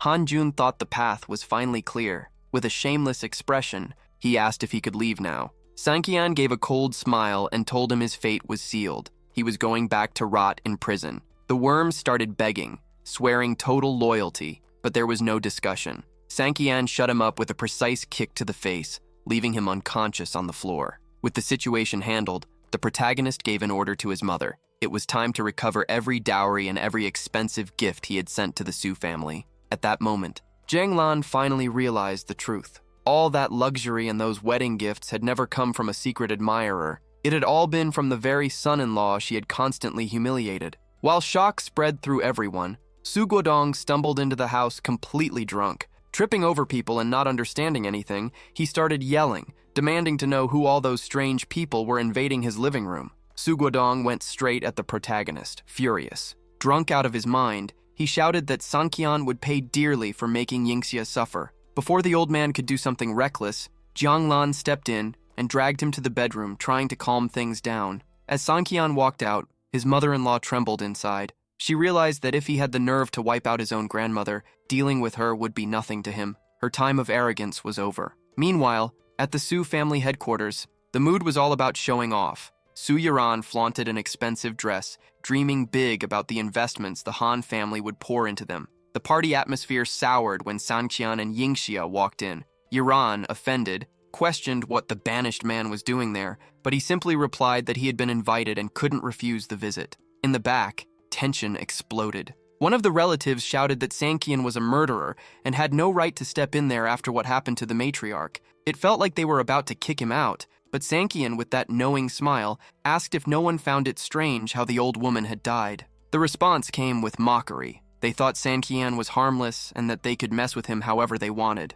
Realizing that the useless son-in-law mask he had worn for 3 years had fallen apart, Sanqian decided to leave. It was a shame. He preferred to move pieces from the shadows, but the game had changed. Jiang Lan, seeing him back down, didn't understand anything, but Yingxia immediately cut her off. Sanqian always had a plan and knew exactly what he was doing. The show was just getting started. Yiran didn't miss the chance to throw insults, rubbing it in Yingxia's face that she had the bad luck of marrying a failure, while her own husband was a source of money and power. Yingxia simply smirked, warning that the Han family's source of wealth was about to dry up. Yiran ignored it, looking down on her cousin and saying that poor people like her would never understand the luxury of receiving millions in gifts. The atmosphere of arrogance was cut short by an announcement. The head of the Han family had arrived. The mystery behind the millionaire gifts was finally about to be revealed. Radiant and already seeing herself as part of the elite, Yiran rushed to the entrance with the rest of the family. When they came face to face with Sanqian's mother, the sycophants immediately started putting on a show. Yiran boldly called her mother-in-law and offered herself for the role. The response was ice cold. With chilling indifference, Sanqian's mother had no interest in small talk and demanded to know where every cent and every piece of jewelry from the dowry had gone. Still trying to keep up appearances, Yiran insisted on calling her mother-in-law, claiming she had taken great care of the gifts. The woman snapped. She made it clear she wasn't anyone's mother-in-law there and had come only to reclaim every gift and investment she had made. Shock spread instantly. Desperate, Yiran tried to hug her, begging for it all to be some kind of bad joke. She even went as far as saying it didn't matter who that woman's son was, she would marry him no matter what, without hesitation. The girl's greed had no limits, but Sanqian's mother looked at her with pure contempt. Her patience ran out. She pushed Yiran away and lashed out, asking who she thought she was to dream of entering her family. Panic spread among the Su leaders. Seeing their empire shaking, the blonde man tried to intervene, stuttering that it all had to be a misunderstanding and that they needed to stay calm. The answer hit like a punch. The dowry had never been meant for Yiran. The order was clear. Return everything now, or the Su family would be wiped off the map of Yun City. Yiran, still trying to act tough, demanded an explanation and said she wouldn't accept threats. But Sanqian's mother didn't even blink, asking who she thought she was to demand anything. At that moment, the sycophant relatives started barking. They shouted that her money didn't intimidate them and that they wouldn't accept being humiliated on their own turf. After all, Yiran was under the protection of the family patriarch. They acted like they owned the place, but their bravado didn't last long. A man in a black hat suddenly appeared in the middle of the hall, carrying a heavy, intimidating presence. With a mocking tone, he asked if the Su family really thought they ran the city. When he revealed himself, the blonde man went pale. The shock was immediate. It was none other than the master of the powerful Chen family, Chen Hongju himself. Silence filled the room as the Su family realized they had just dug their own grave. Roshan felt a hit to his chest when he saw the prestigious Sheng, desperate and sensing the danger. The blonde man ordered his cousin to bring the dowry immediately. The girl, trembling, begged for help, but things only got worse. Swinda dropped a bomb that froze the entire room. Out of the jewelry and the original 8 million, only 1 million was left. A loss of 7 million. Chaos broke out. The women of the family rushed at Suiran, shouting in pure rage. No one could believe she had burned through a fortune in such a short time. The accusation was direct. She was digging the grave of the entire clan. While the public humiliation crushed Suiran, Ruoshan desperately tried to salvage what was left of his dignity. With teary eyes, he humbled himself before Miss Han, begging for 24 hours to cover the loss and repay every cent. But the protagonist's mother wasn't there to negotiate. With icy contempt, she turned her back on Roshan. To her, any conversation there was a waste of time, making it clear their fate was already sealed.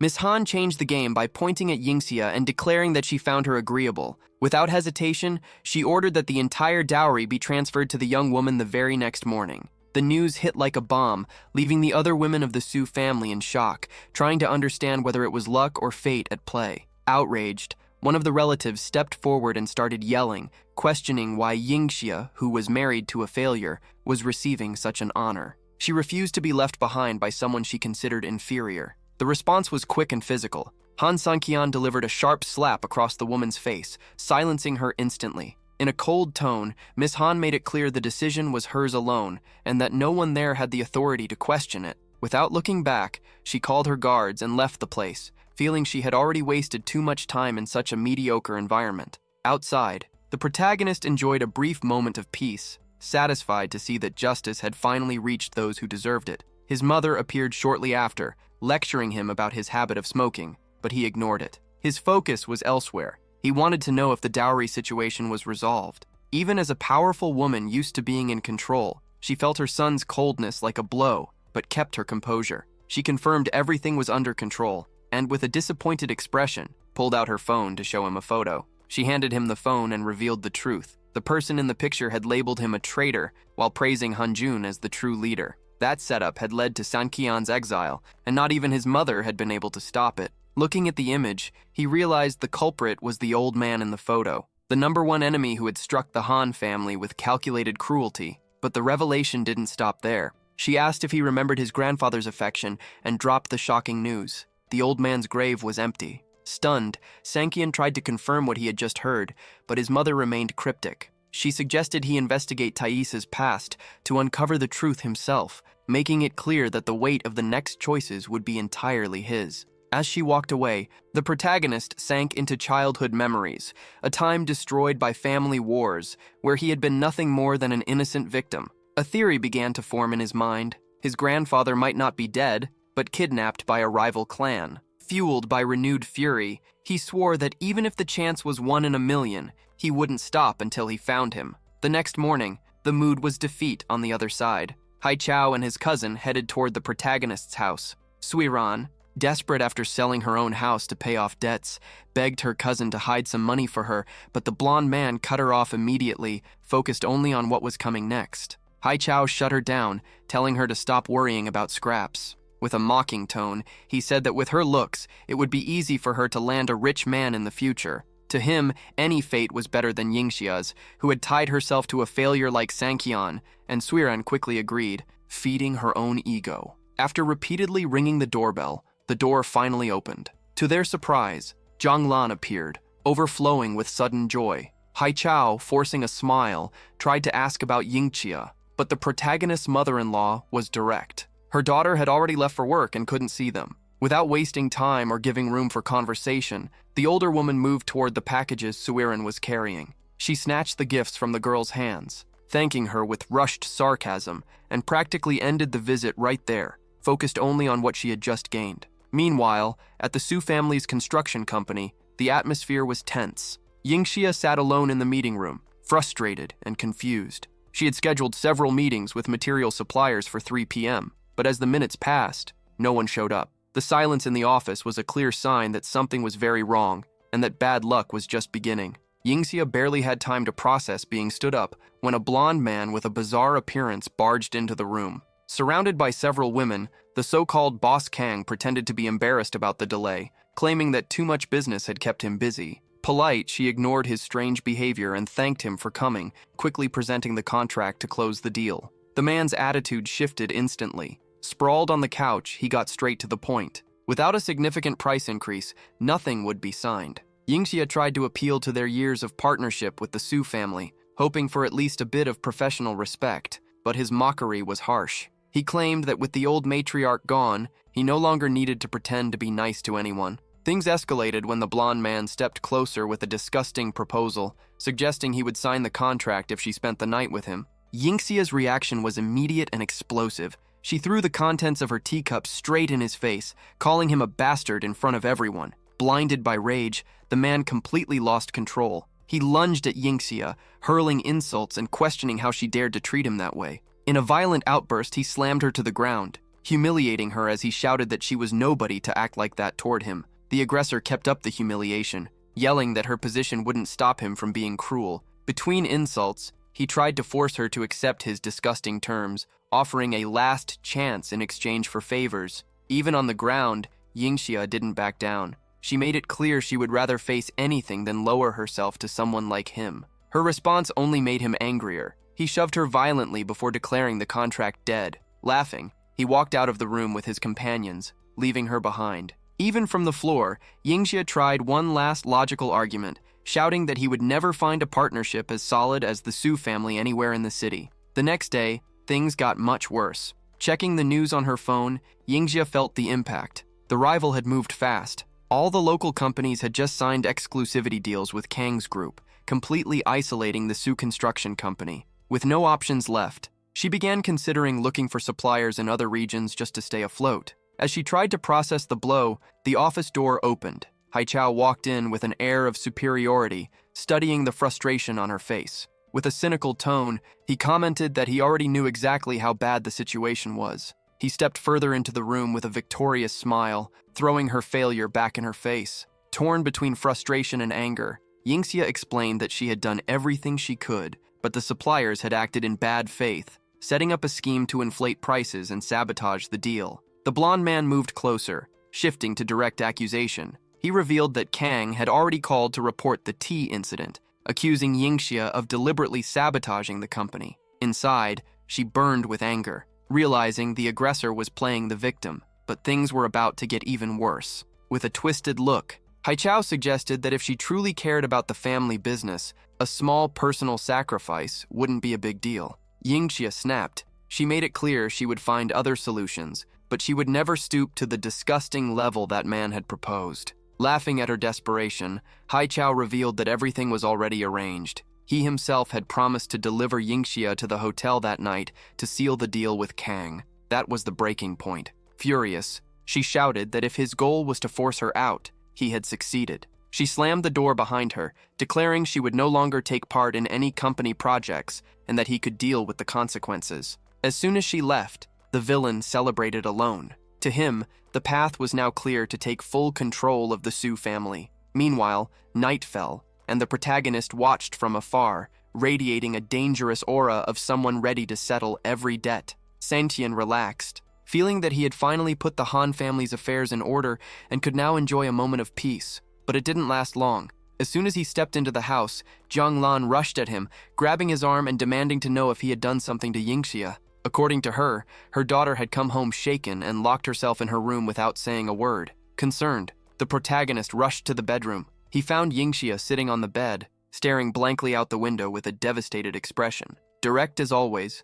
Sanqian asked what had happened. With a heavy voice, she said everything was fine, but that she was no longer working for the family company. Sanqian's blood boiled. He immediately asked if Haichao was behind it, but Yingxia took the blame. She explained that the suppliers had blocked the project and that she saw no way out except giving up. To calm her, he was firm. Not being responsible for the project wasn't the end, and he assured her she would still rise to the top as president of the Su family. The next morning, the atmosphere at the company felt like a coup. Haichao gathered everyone to announce that Yingxia was out and that he was taking full control of the main project. With arrogance, he challenged anyone to question his leadership. The silence that followed was heavy, as everyone knew his incompetence. Tension filled the room as the board members began raising concerns. One warned about the possibility of Rushu canceling the partnership, while another pointed out an even bigger issue. If the project failed, they would still have to repay the $1 billion loan Yingxia had secured.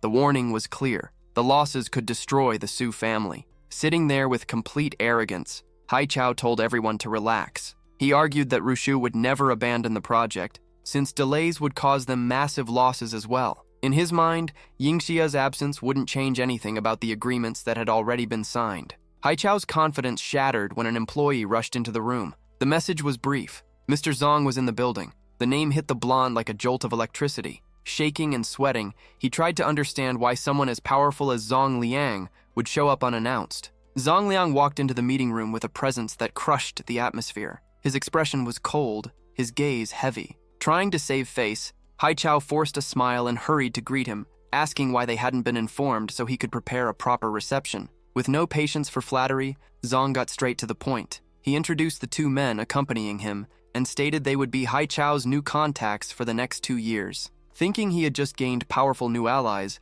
the blonde began thanking him non-stop, not realizing the trap had only just begun. Haichao felt his ego swell, imagining the visitors were executives from Rusho ready to secure the project's success. In his mind, he was already on top, but the cold splash came quickly. Zong Liang revealed that the men were actually lawyers. Confused and starting to panic, the blonde tried to understand what was happening. One of the lawyers didn't hold back. Representing Rushu, she announced the immediate termination of the entire contract. The partnership was over, and if there were any complaints, they could take it up with legal. Haichao's world collapsed. Without that deal, the Su family would be stuck for a decade with no chance at new business. Desperate, he chased after Zong Liang, begging for an explanation or another chance. He tried to figure out what he had done wrong to provoke such fury, but Zong wasn't interested. With an icy look, he said the Su family had already exhausted every opportunity, and Haichao would only learn when he faced total ruin. With nothing left, the young man collapsed in the middle of the room.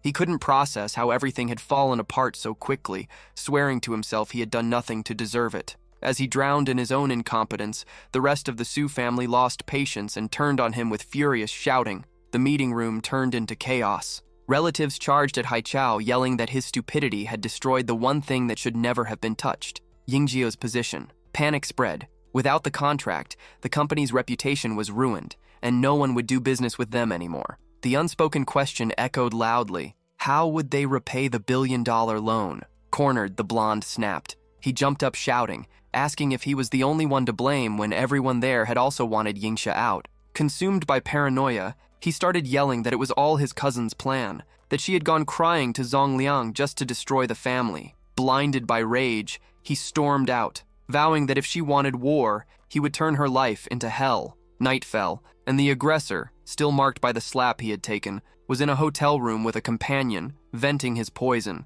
He muttered to himself that no matter the cost, Yingxia would end up in his hands. But his fantasy didn't last long. Suddenly, the door was kicked in. Armed, determined men stormed the room, leaving him in shock. Trembling, he recognized dangerous figures from the underworld and stammered that it was all a misunderstanding. The leader didn't even bother responding. With a simple gesture, he ordered his men to move in and teach the coward a lesson he would never forget. One of the henchmen moved without warning, slamming the man against the wall and delivering a brutal kick straight to his stomach. Before he could catch his breath, another precise punch hit his face, leaving him completely dazed. The woman with him didn't wait to see the rest. She ran out in panic as Moyang's men continued the beating, making sure the lesson stuck. Sanqian stepped into the room with an intimidating presence. Bleeding and on the ground, the blonde tried to mumble a question, asking who he was and why he was being attacked, insisting he had never crossed paths with him. When the protagonist revealed his name, the aggressor's mind collapsed. He couldn't believe that the powerful man,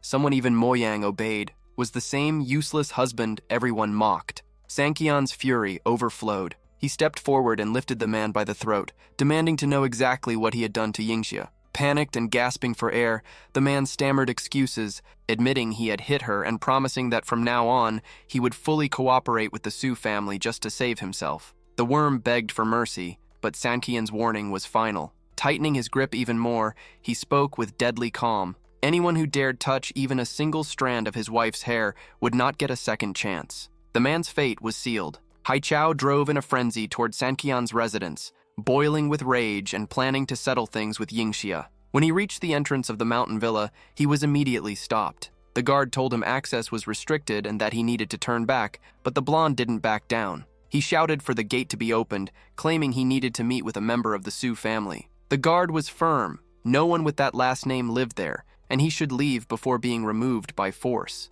In the middle of the commotion, Haichao spotted Sanqian approaching calmly and immediately lashed out. He demanded that the protagonist bring Yingxia out to explain herself, accusing her of betraying her own blood and sabotaging the family's business. With an icy look, the protagonist shut it down. He reminded his rival that Yingxia was no longer part of the company, so she didn't owe anyone any explanations. Marching straight toward his own downfall, Haichao grabbed Sanqian by the collar, insisting his cousin had manipulated Zong into canceling the contracts. He even mocked him, calling him a cuck and laughing at the situation. Sanqian's patience ran out. He locked Haichao's arm with full force and gave him a final warning. If he didn't let go of that collar right now, he'd be leaving in a wheelchair. The mocking tone vanished instantly, replaced by real fear in the face of the useless husband's fury. Sanqian didn't give him a chance. He started twisting Haichao's wrist, increasing the pressure until desperation took over the blonde's face, pushing him to the verge of tears.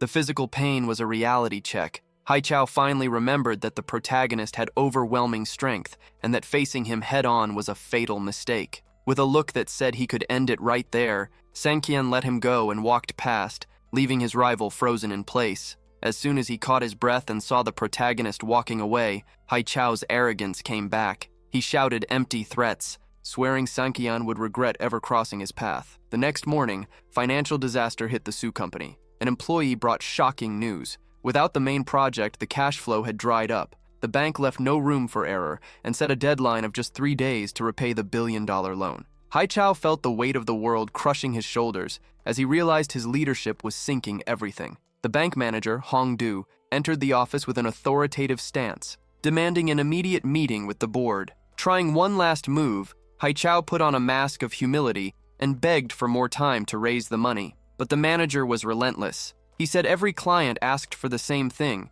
but the Su family's situation was too critical for any exceptions. In the middle of the chaos, manager Hong Du brought unexpected news. There was a buyer interested in taking over the company and keeping all employees. It was the only lifeline available, but Haichao snapped. He shouted that the company belonged to his family and that he would never give up what he saw as his inheritance. The reaction from the rest of the family was pure fury. They yelled that this was their last chance to avoid total bankruptcy. The pressure turned against the blonde. Everyone agreed that if he wanted to sink alone, fine, but he had no right to drag the entire clan down with him. Furious at the pressure, Haichao told everyone to shut up, insisting he was still in charge. He refused to lose the position he had fought so hard to steal. In a moment of desperation and complete lack of integrity, he came up with a dirty plan. He would use Suiran to seduce Zong Liang, believing that if the businessman fell for her, the contract would be restored. Ignoring the bank manager, Haichao called his cousin,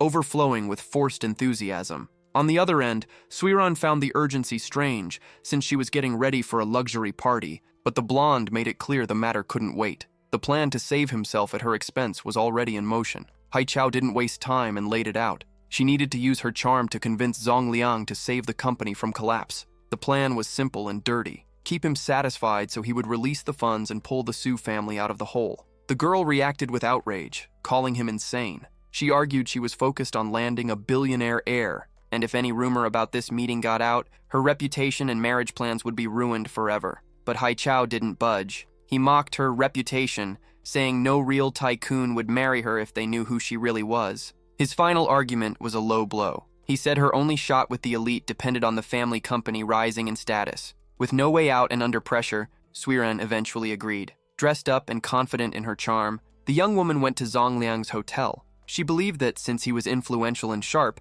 getting involved with him wouldn't be a bad deal. When she knocked, the businessman answered, surprised by the timing. Suiran played her best seduction game, suggesting an unforgettable romantic night. The response was a cold slap. Zong shoved her away and slammed the door in her face. From inside, he shouted that he was disgusted by her behavior, saying women like that were repulsive. Suiran stood frozen in the hallway, humiliated, unable to believe her perfect plan had turned into a complete disaster. Han Sanqian was now facing a bold proposal, the sale of the Su family's construction company. An intermediary, trying to earn points with him, asked if Sanqian himself would lead the negotiation. Not wanting the spotlight yet, he gave the order. The manager would go in his place, but with one explosive condition: the new name for the presidency would be Su Yingxia. The employee, excited about the mission, promised to handle everything in no time. The business atmosphere was shattered by the sharp ring of a phone. It was Jiang Lan, going off on him. His mother-in-law didn't hold back,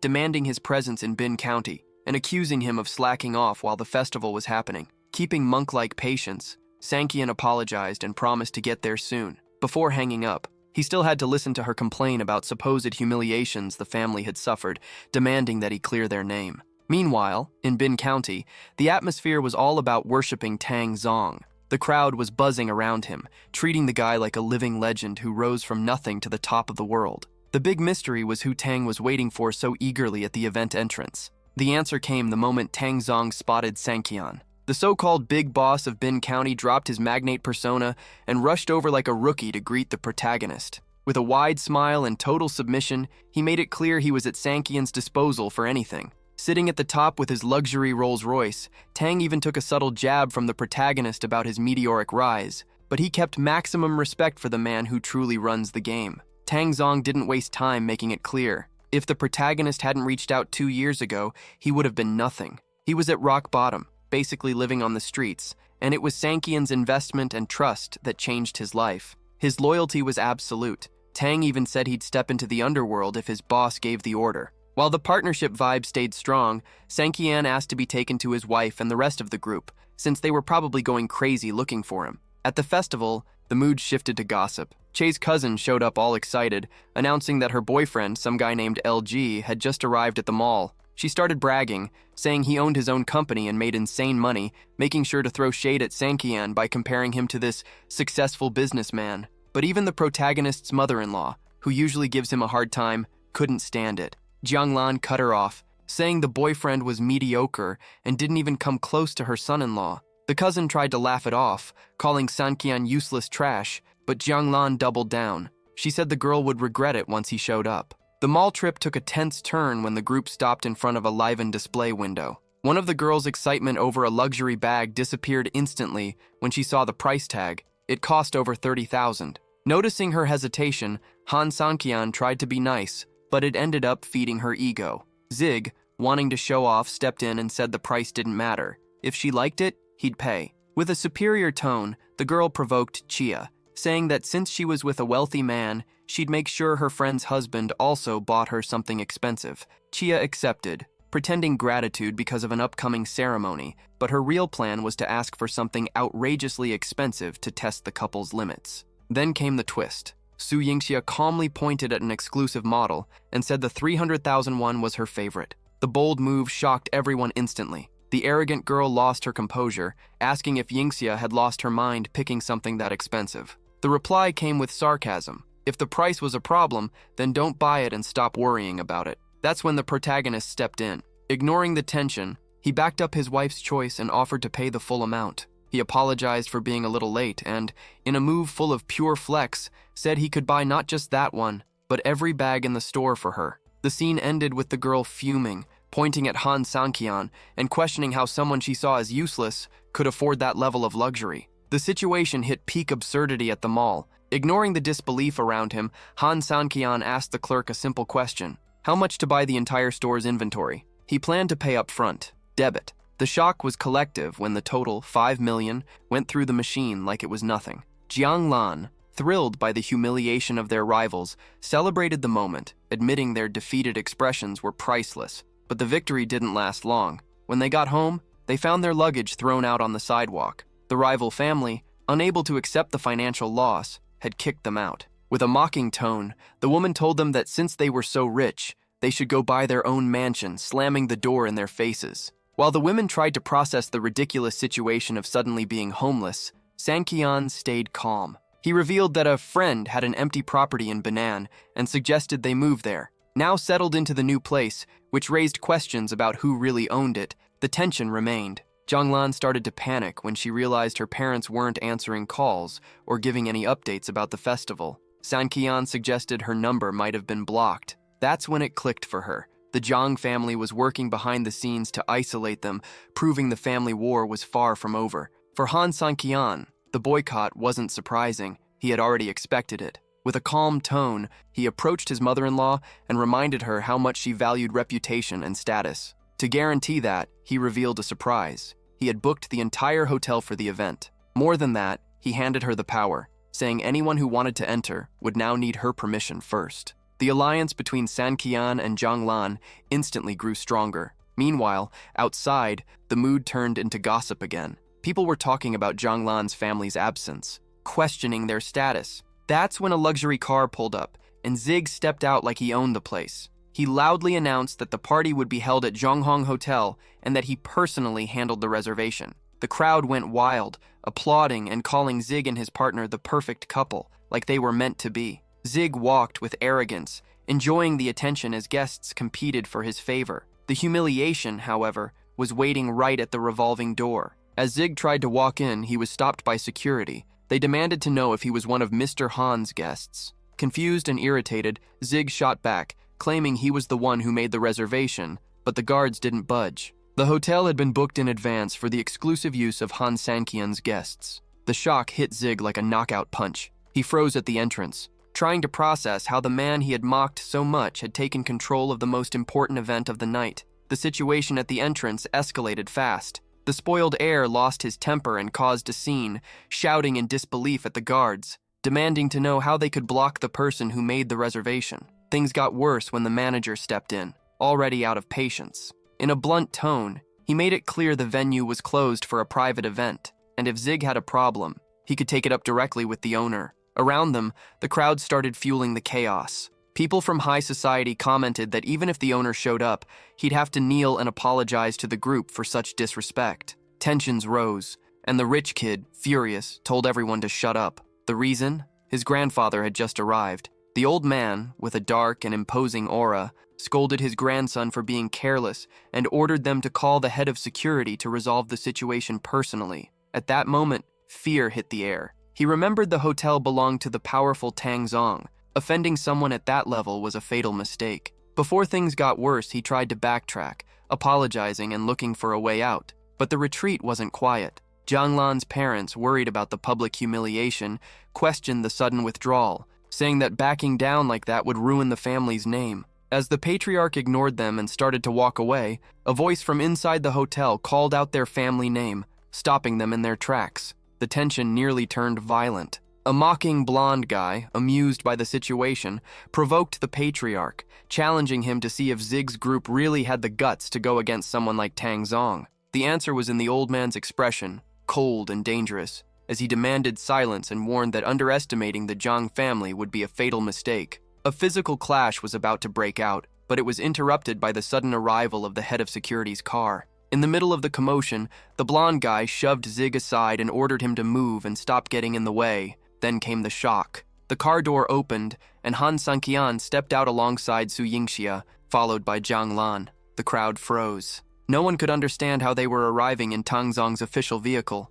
Zhang Lan's father stood there, stunned, watching his daughter step out of that luxury car. Without dropping her mocking tone, she revealed she had been in the city for days, staying at Jiang Zan's house until she got kicked out. At that moment, the girl responsible for kicking her out lost control. Without filtering herself, she shouted that it had been intentional because she couldn't stand her, even admitting she had secretly taken her grandfather's phone to block Zhang Lan's contacts. That confession triggered the patriarch's fury. Outraged by the betrayal, he confronted his granddaughter and demanded she apologize to her aunt immediately. As he publicly humiliated her to save face, Zig watched in silence, realizing the weight of the situation. The fact that they arrived in Tang Zong's car made one thing clear: their connection was on another level. The impact was so strong that even the girl's husband, sensing danger, turned on her. He demanded she drop her pride and apologize right away, fearing the consequences. Abandoned and shaken, the girl yelled at her husband, unable to believe he wouldn't support her. But his ultimatum was cold. If she didn't apologize, the marriage was over. Realizing she was about to lose her luxurious life, she swallowed her pride and bowed to Yingxia and her mother, taking full responsibility for everything. Trying to ease the tension, the patriarch suggested they all go to dinner now that things were settled. But just as the group headed toward the restaurant, Han Sanqian blocked their path. With a mocking tone, he asked who had invited them to dine with his group. The old man exploded. Shouting, he humiliated Sanqian, claiming he was only there because of Yingxia's position in the company and had no right to speak in front of him. The twist came immediately after. Yingxia cut him off and told the truth. This reservation had nothing to do with her job. Han Sanqian had paid for the entire event himself. The old man, completely shaken, could only mutter as the reality hit him. Still boiling with anger, the patriarch tried to turn things back on Yingxia. He accused her of losing respect for her elders and said that because of her attitude,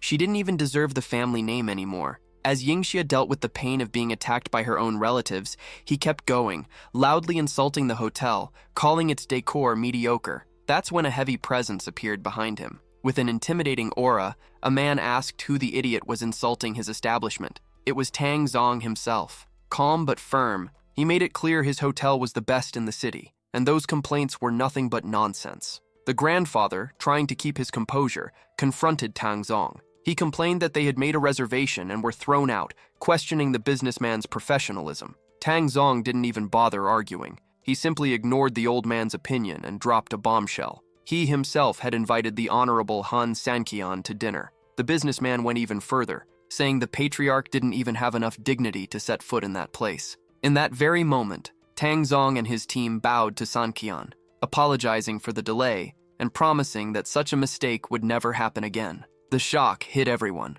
The spoiled heir silently thanked himself for not pushing things further, watching the most powerful man in the city humble himself before Sanqian. Even Han's mother-in-law, confused, asked her daughter how he had suddenly become so influential. Yingxia simply watched, pointing out that while everyone saw him as a useless coward, the reality was something completely different. With Sanqian and Tang Zong walking together, the guards stepped in. Without ceremony, they started clearing out anyone who wasn't welcome, leaving the Zhang family behind on the sidewalk. The security team was blunt. Anyone who didn't leave on their own would be removed by the police. With no choice, the group began to walk away, humiliated. Zhang Lan's father, watching the scene, admitted the obvious. He had never imagined his son-in-law was someone so powerful and influential. To him, it felt unreal, but there was some relief in knowing that at least part of the family was on the right side and protected. After the chaos and shouting finally died down, Han Sanqian managed to get a moment of peace. He sat down to relax with friends and family,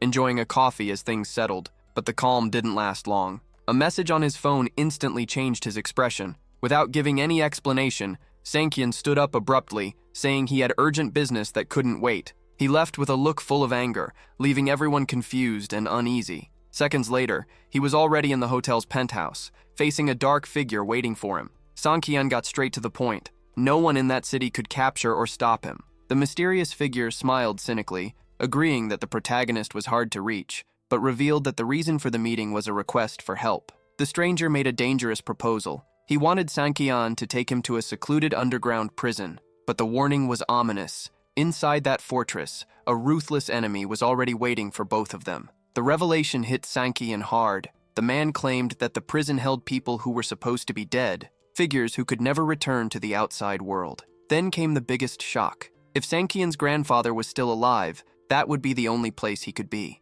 The news left him stunned, trying to process the existence of such a secret place that had never even been mentioned before. After dinner, Sanqian walked lost in thought. He knew infiltrating a structure like that was nearly impossible, and finding someone who knew its exact location would be even harder. In the middle of his thoughts, something unusual caught his attention. A man with a cheerful yet mysterious vibe appeared on the street, acting as if he were just there to test fate and point directions. Curious, Sanqian approached the fortune teller and challenged him. If he really knew everything, he should be able to predict his true fate. As he got closer, Sanqian noticed something disturbing. The man's clothes were identical to the ones in the photo his mother had shown him. With an enigmatic smile, the man, who introduced himself as Pidon, said that a beggar knows the secrets of the world, but that Buddha's will stands above all. He ended the conversation by saying Sanqian wasn't destined to know the truth yet, leaving the mystery hanging in the air. Intrigued, Sanqian stayed behind, trying to understand the connection between that stranger and the pieces of his past that were starting to come together. Later, while Sanqian was getting ready to sleep on the floor, Yingxia showed up holding a pair of scissors. Confused, he asked why she was still awake. She explained that the markings on the bed, limiting his space, were still there, and she planned to remove them right then. Moving with surprising slowness, Sanqian took the scissors from her hand, insisting he would handle it so she could rest. As he carefully cut the lines, Yingxia just watched, frustrated by how oblivious he was. Annoyed, she turned her back and went to bed. thinking to herself that despite all the obvious signals she had been giving, Sankian still didn't understand her intentions. The next day, the atmosphere at the old Su family headquarters was pure chaos. Employees and relatives surrounded Rao, demanding that he step down from the president's seat. Losing control, he shouted back, trying to hold on to authority he no longer had. The tension escalated when one of them confronted him directly, blaming him for the company's collapse. Rao tried to ignore the attacks, but his attention suddenly shifted to the back door. Tang Zong had just entered, ready to decide the fate of the place. Hoping for a miracle, Rao rushed over to manager Zong. He desperately tried to rebuild the partnership with the Su family, but got a cold response. The executive was blunt. He was there only to collect the losses and deal with the financial damage caused by poor management. That's when it finally hit Rao. He was completely cornered with no way out. Excitement took over the room when it was announced that the company's new owner had arrived. Yingxia walked in with an imposing posture and a serious look, immediately taking control of the situation. Even cornered, Rao didn't lose his arrogance. He pointed a finger in Yingxia's face, demanding to know what she was doing there and insisting she pay for the company's losses. Completely out of control, he shouted that she was solely responsible for the family's downfall and ordered her to leave and never come back. With an eerie calm, Yingxia asked if he was sure he wanted her gone. She pushed further, questioning who he thought had called that meeting with the board. The room froze. Some relatives began to suspect the truth, while others mocked the idea, claiming it was impossible for her to have bought the company and that she must be acting on behalf of some bank. Blinded by rage and unable to accept reality, Rao lost what little control he had left and lunged at Yingxia. Rao snapped. Blaming her for everything, he threw a punch straight at her face, but it never landed. Yingxia's bodyguard stepped in instantly, catching his fist with one hand. The guard twisted Rao's arm, issuing a clear warning. If he didn't want to leave with broken limbs, he'd better shut up and walk away. Panic replaced arrogance in an instant. Humiliated, Rao started begging for forgiveness, promising he wouldn't do it again. The guard had no patience for it. He ended things with a kick that sent Rao flying. Yingxia regained control of the meeting. With full confidence, she told manager Zong that she was aware of all the financial risks and required compensation, making it clear that the debt amount wasn't an issue for her. Impressed by her composure, Zong agreed immediately, assuring there would be no more delays. Still not giving up, Rao shouted from the ground, questioning how long she could last dealing with losses of that scale. Yingxia didn't flinch. She acknowledged the challenges but made it clear that her priority was stabilizing finances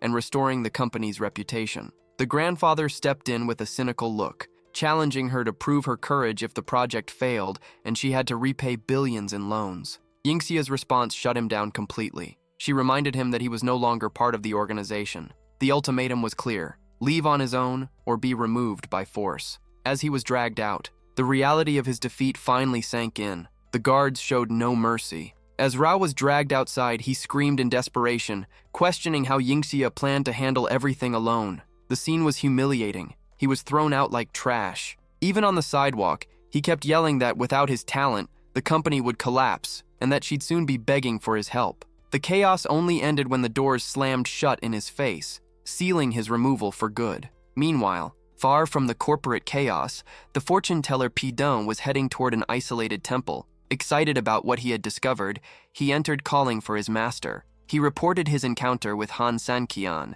insisting the man didn't seem like the threat his master had imagined. With a smug tone, Pidon even claimed that if Sanqian tried anything, he could bring him to his knees in minutes. The response was immediate, a smack to the head. The old master asked if he had done anything else stupid, but Pidon quickly denied it. Changing tone, the master handed him a mysterious object and ordered him to protect it with his life. The final mission was clear. Pidon had to go down the mountain, find Sanqian, and earn his friendship. Confused, he asked why. The master, calm and cryptic, said his questions would be answered in time, and that he should let fate take its course to avoid tragedy. The order was absolute. Pidon was forbidden from returning to the temple until he completed his mission. Pidon hesitated. Worried, he asked who would take care of his master if he really left. The old man, who had seemingly vanished, suddenly appeared right in front of him. Without warning, his cane dropped, and he collapsed, unconscious. Panic set in. As Pidon examined his master's body, he realized something horrifying.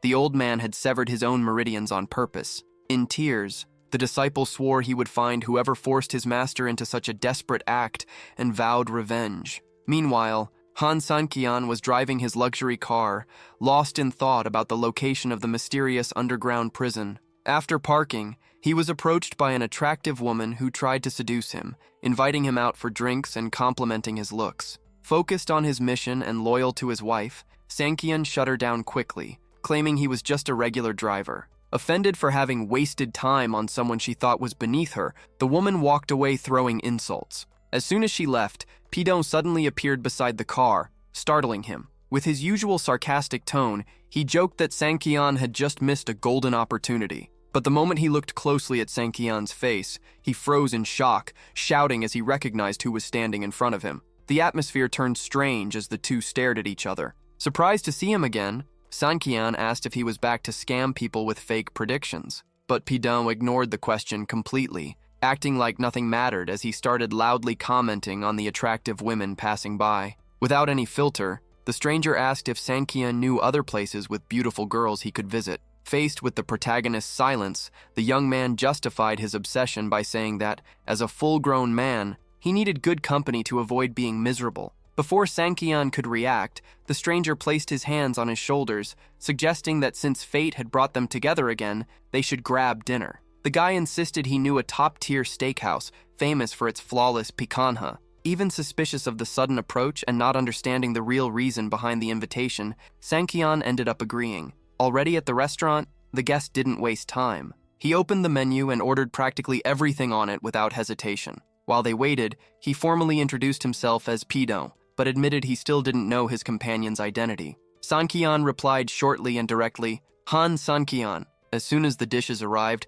the guy's excitement exploded. He started devouring everything, shouting that he hadn't seen food like that in ages, and that he was finally going to satisfy his hunger. Sitting back, Sankian watched the scene with disdain. He questioned how someone so obviously broke had the nerve to invite him to a luxury restaurant without having a single cent. The guy, between bites, shot back that the protagonist shouldn't judge him, claiming his fortune-telling actually made him good money. Out of patience with the nonsense, Sankian stood up to leave. He said he'd cover the bill this time, but made it clear he never wanted to run into the fortune-teller again. However, before reaching the exit, he was chased down by the guy, shouting for him to wait. Annoyed, Sankian demanded to know what he wanted now. With shameless audacity, the guy declared that since Sankian paid for such an expensive dinner, he had become his big brother. He announced he would follow him everywhere from now on. Sankian hated the idea, but the fortune-teller insisted, grabbing his hands and arguing that someone of his status needed a loyal assistant, as long as the job wasn't too hard. The tension rose when Sankian threatened him, saying that if he kept sticking around, he'd beat him until he threw up everything he just ate. The guy didn't flinch. In a dramatic tone, he said he was as fragile as paper, and that if he was going to get beaten, Sankian should at least have an ambulance ready. Exhausted by the persistence, the protagonist mocked that the fortune-teller could be the big brother instead, but the guy corrected him immediately. To be the older one, you needed the money, so Sankian would keep the title. While the heir wondered how someone could be so bizarre, the guy was already approaching nearby women to strike up conversations. Pidon wasted no time. He started approaching women on the street, inviting them for a ride in his big brother's luxury Lamborghini and asking if they were single. While Sankian waited for the show to end, a young woman approached, admiring the car, but was quickly discouraged by her friend, who said with disdain that he was nothing more than a driver. The woman spat venom, calling Sankian disgusting and saying going out with someone like him would be humiliating. This time Pidon didn't let it slide. He confronted the woman on the spot, mocking her arrogance and pointing out that she was all plastic and silicone. The situation heated up, and while the woman shouted threats, Sankian simply dragged his partner away, warning that if he didn't get out of his sight, he'd break his legs himself. Already away from the chaos in a secluded alley, the fortune-teller praised Sankian's attitude, saying he was a great brother for protecting him. The protagonist, however, kept a cold tone. He allowed the guy to stick around, but made it clear that any betrayal would be paid with his life. Internally, Sankian analyzed Pidon's body, realizing he hid unusual strength and a very stable martial foundation.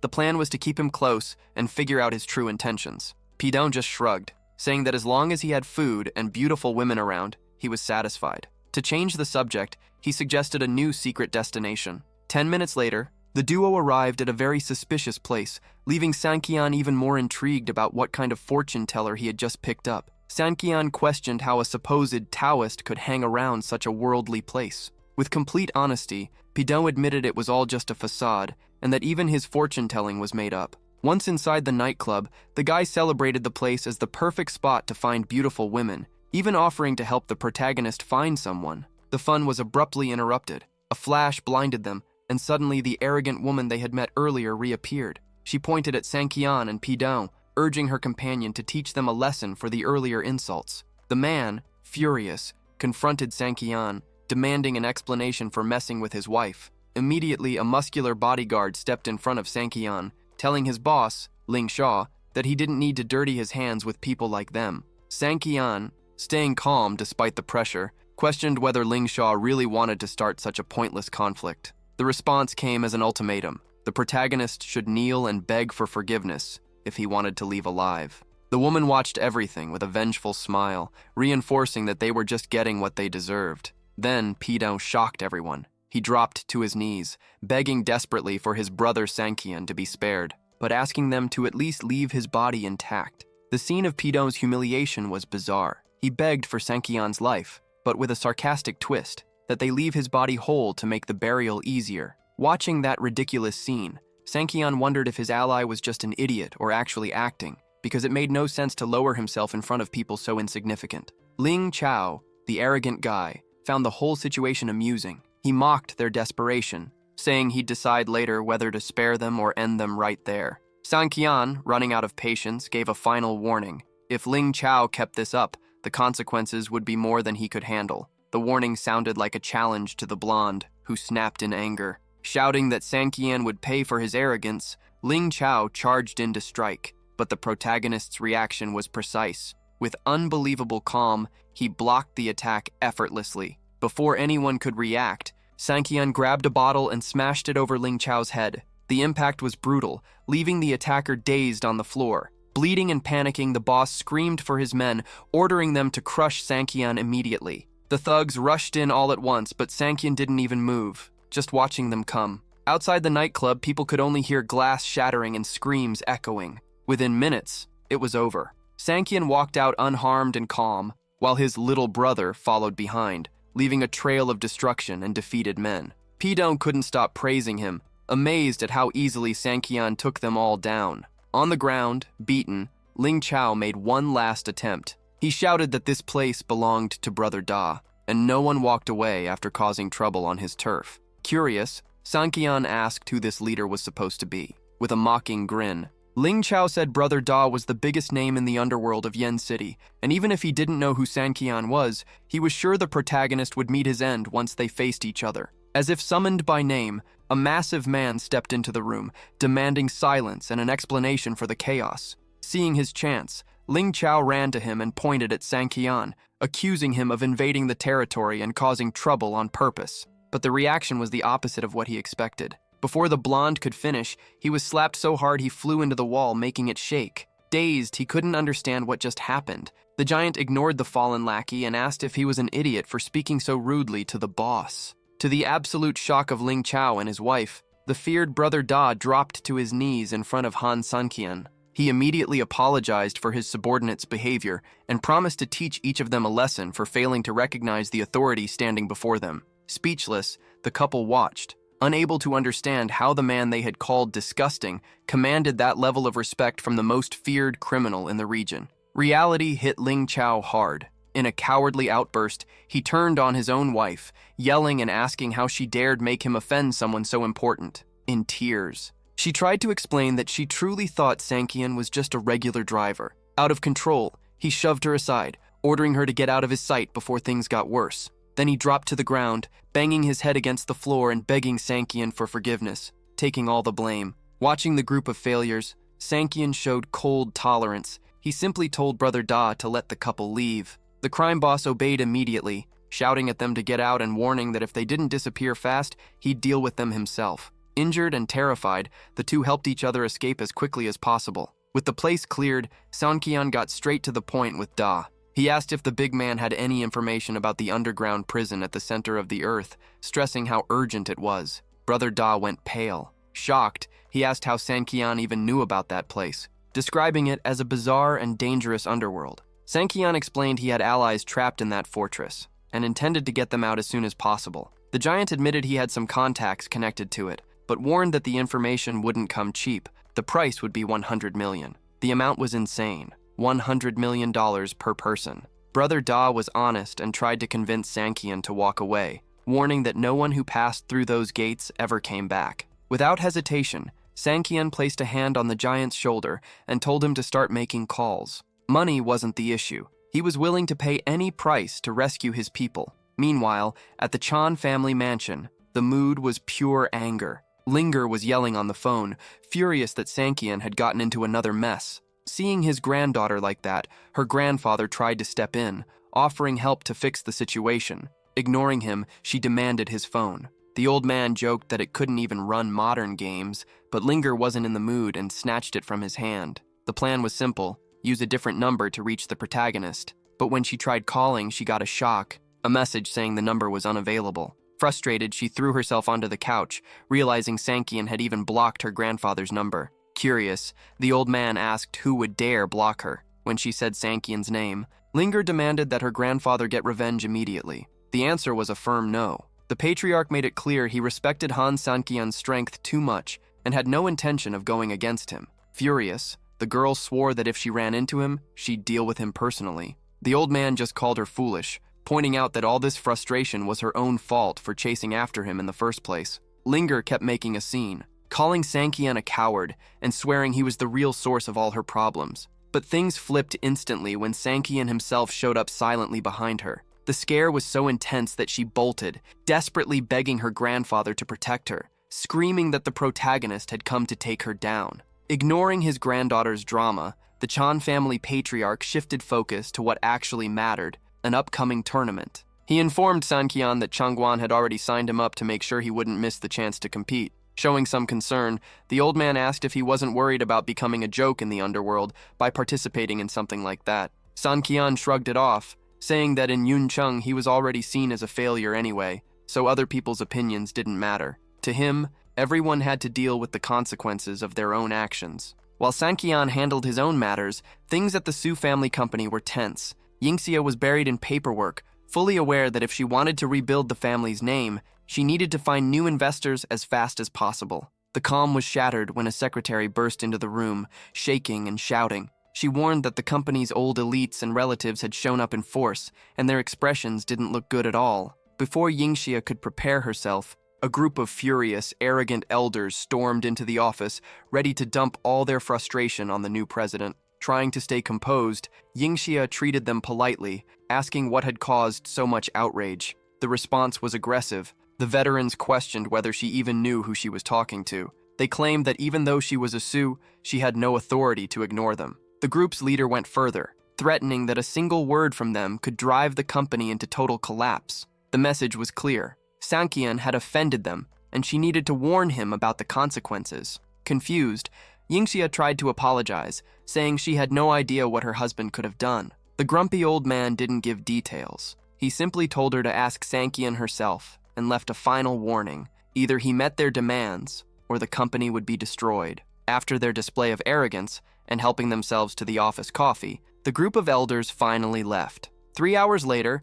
Sankian was already home, taking care of Yingxia. While giving her a massage to ease her stress, she told him about the unpleasant visit and demanded to know how he managed to anger so many powerful figures at once. Sankian, showing a hint of unease, explained that those men were part of the prestigious General Association of Yuncheng. According to him, the issue was simpler than it looked. They just wanted him to play a game of Go. The revelation left Yingxia stunned. She had never imagined her husband had the skills for such a complex and traditional strategy game. Sankian admitted honestly that he wasn't any kind of expert, asking if she really saw him as a Go master. She pushed back, saying that if the association's big names were after him, it meant they believed in his potential. Still, she grounded him a bit, warning him not to underestimate things, since he didn't even know Changwan's true level. With a softer, almost romantic tone, Sankian said her words motivated him and that he'd prove himself through action. Accepting the challenge, Yingxia proposed a test.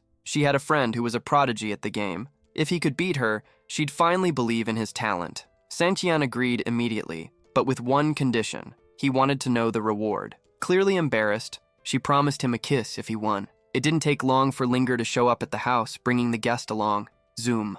Yingjia introduced her friend, emphasizing that she was award-winning and considered the best player in the city. Politely, Zoom said she had heard a lot about Sanqian and apologized for missing their wedding since she had been overseas at the time. Sanqian accepted the apology without issue, but focused on the promised reward, asking right away when they could start the match. Linger, noticing his eagerness, teased him, asking if he was that excited because he was nervous or scared of getting beaten by the champion. Sanqian brushed it off, saying he had a busy schedule and needed to finish the game before dinner. Once they sat down in the living room, Linger hyped her friend up, telling her not to hold back and to show who really ruled the board. As the pieces started moving, Yingjia explained that Zoom had returned to the country with a clear goal, to win the Go tournament. She suggested Sanqian should watch the competition to understand the real level of professional players, but the mood in the room shifted quickly. Linger noticed Zoom's expression tightening and questioned whether the protagonist was actually dominating the champion. Shocked, Yingjia admitted it seemed impossible for him to be talented at everything. Zoom finally broke the silence, praising Sanqian's exceptional skills. She admitted she hoped not to face him in the qualifiers since his level was intimidating. Linger tried to downplay her friend's embarrassment, saying he just got lucky and that Zoom wasn't playing seriously. Ignoring the jab, Sanqian confirmed that if his wife allowed it, he would enter the tournament. Relaxing on the couch, he made sure to remind Yingjia about their deal, asking her to keep her promise. Before she could respond, Linger stepped in possessively, hugging her friend and saying they had things to discuss. She dismissed Sanqian, telling him not to bother them anymore. Right then, the phone rang. It was Brother Wei. Sanqian answered jokingly, asking if he had run out of money again. But his expression changed instantly when he heard the real reason for the call. The news was troubling. Brother Da had been brutally beaten and was now hospitalized. When he arrived and saw the giant covered in bandages, Sanqian didn't miss the chance to ask what the hell he had done to end up in that condition. Still groggy, Da explained that it all started with a stranger who came out of nowhere and raked in $500,000 in the betting ring the night before. The worst part was his own overconfidence. He bet he could beat the guy, and if he lost, he'd pay another $500,000. The result? A massive financial loss and a beating he wouldn't forget anytime soon. Sanqian mocked the reckless bet, while Brother Wei was clearly panicking. With Da out of commission, there was no one strong enough to replace him in the scheduled fights. Noticing that their rivals had even gone as far as writing insults on his cast, Sanqian told him to just rest, making it clear he would handle everything himself. Later at the arena, the manager introduced himself to Sanqian and offered full support. Sanqian thanked him, but made it clear his only interest was seeing whether the mysterious fighter would show up again. Blending into the crowd, Sanqian listened as people complained about how boring the current fights were, all waiting for the return of the man who had destroyed their champion. Stirring things up, Sanqian suggested to a nearby spectator that he should step into the ring himself.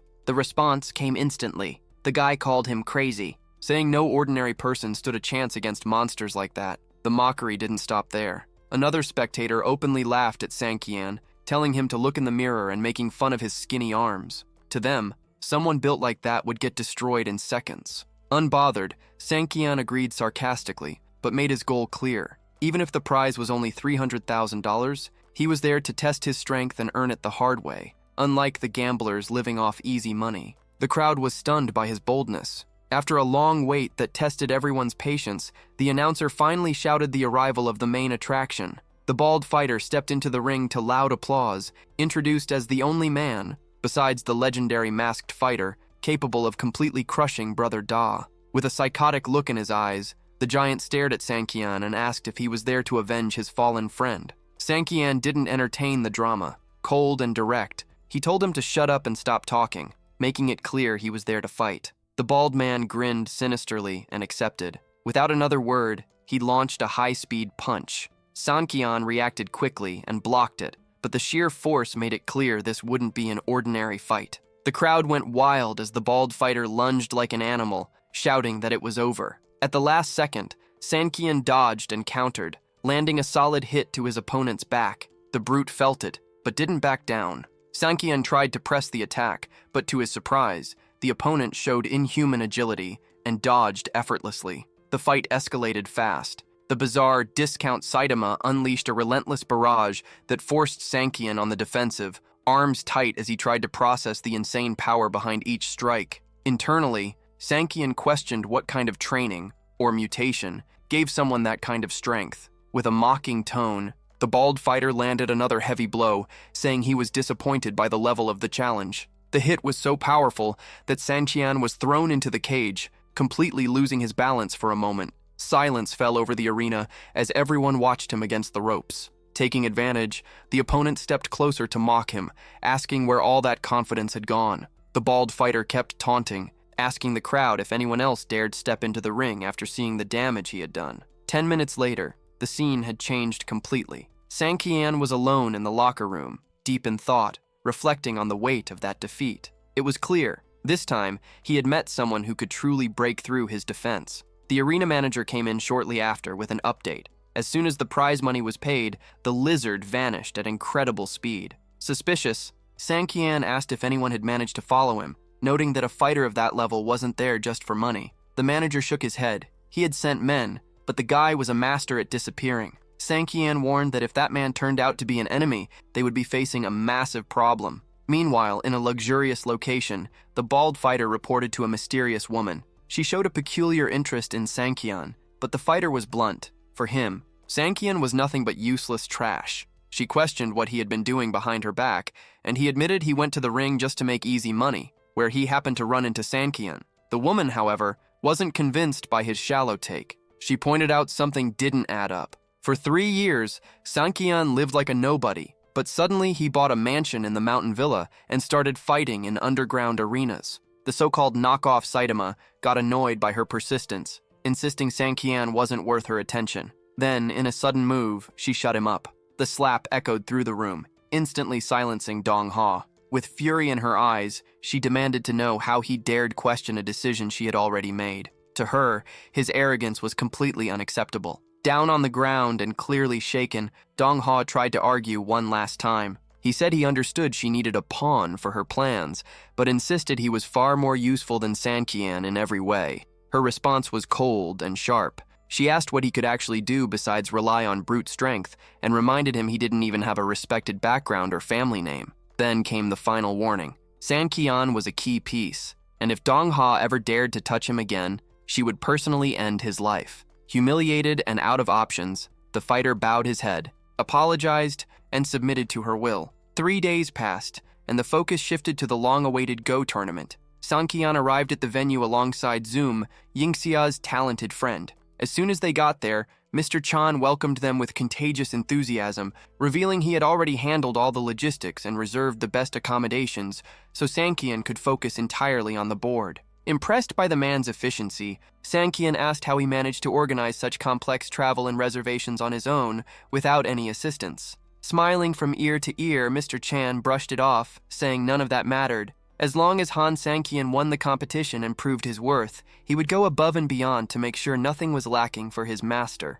Noticing the young woman with him, Mr. Chan quickly asked who she was. Sanqian introduced Zoom, explaining that she was a close friend of Yingxia and also there to test her skills in the tournament. With great warmth, the old man welcomed her, praising Yuncheng for producing so much talent, and soon led them to the car to take them to the best restaurant in the area. During the ride, curiosity got the better of him, and Sanqian asked if the legendary Changguan would be attending the tournament. Mr. Chan's tone shifted as he answered seriously. Changguan was an absolute master, someone who had never known defeat, and he asked if Sanqian was truly ready to face someone at that level. For the first time, Sanqian didn't just accept the challenge, he revealed he had a very specific reason for wanting to win. And that reason, of course, was the reward Yingxia had promised. In his mind, that simple kiss was already turning into something epic, with him imagining that victory would give him full permission with his wife, when in reality, he was just being the same love-struck fool as always.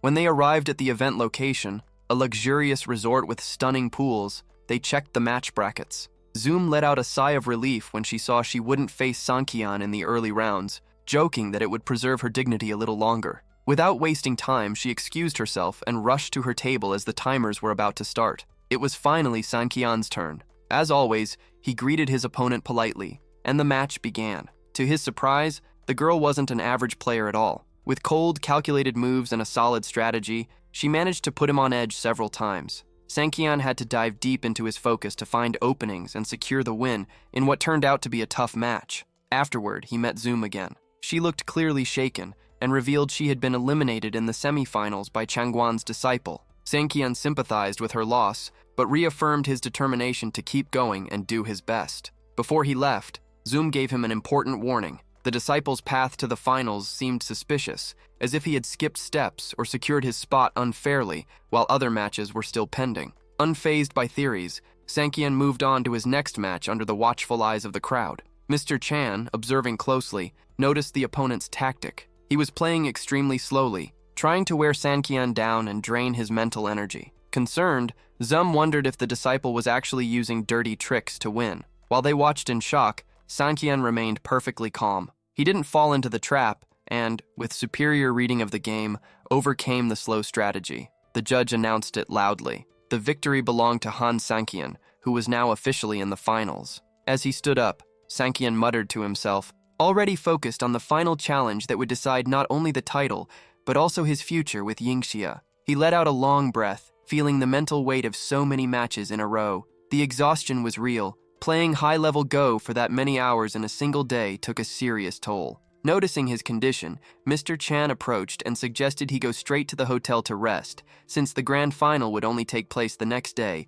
and he needed to be mentally sharp. But the rest didn't even get the chance to begin. The judge suddenly burst into the room with forced enthusiasm, apologizing as he announced a drastic change. The final would have to take place immediately. Mr. Chan exploded in outrage. He yelled at the judge, pointing out that Sankian had been playing non-stop for 12 hours and that forcing the final now was completely unfair. The judge shrugged with a mocking tone, saying the organization wasn't responsible for his exhaustion, and if Sankian couldn't continue, he should just forfeit and hand over the victory. At that moment, Master Changguan himself appeared beside his disciple, drawing everyone's attention. Without a hint of remorse, he explained that the change was his request, as he had an urgent commitment the next morning. The judge, acting like a complete lackey, justified it by saying Changguan was the tournament's biggest sponsor and contributor, so what he wanted was final. Looking straight at Sankian with a cynical smile, the dirty old man made a mocking offer. If Sankian felt things were unfair, he could simply have his disciple Jur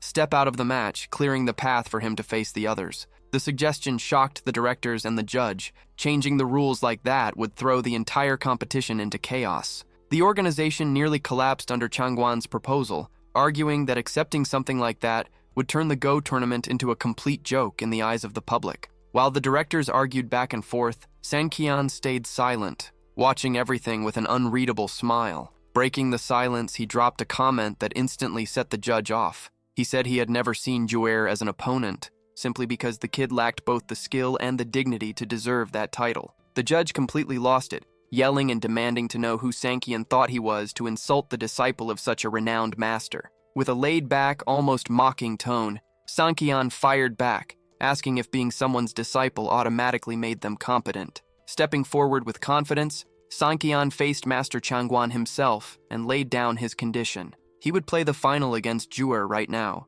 but after crushing the disciple, he wanted a match against Changguan personally. Surprised by the boldness, the master accepted, promising that if Sankian won, he would face him himself. Sankian smiled, thinking only about the reward waiting for him from Yingxia. He sat down at the table and, with a calm gesture, invited the disciple in yellow to take his seat so they could begin the inevitable beatdown. Before stepping away, Changguan leaned in and whispered one last piece of advice to Juer. Don't forget what you've learned. Play slow, force mistakes, and wear him down. Fully confident, Juer assured his master he wouldn't disappoint him and would repay everything he had been taught with this victory. With a concerned look, Changguan stepped back, leaving the two face to face. As he walked away, he couldn't shake the image of the absolute confidence he had seen on Han Sankian's face. The old man made a quick call to check on the progress of his plan. On the other end, a subordinate confirmed that Su Yingxia was already in custody and even offered photos as proof.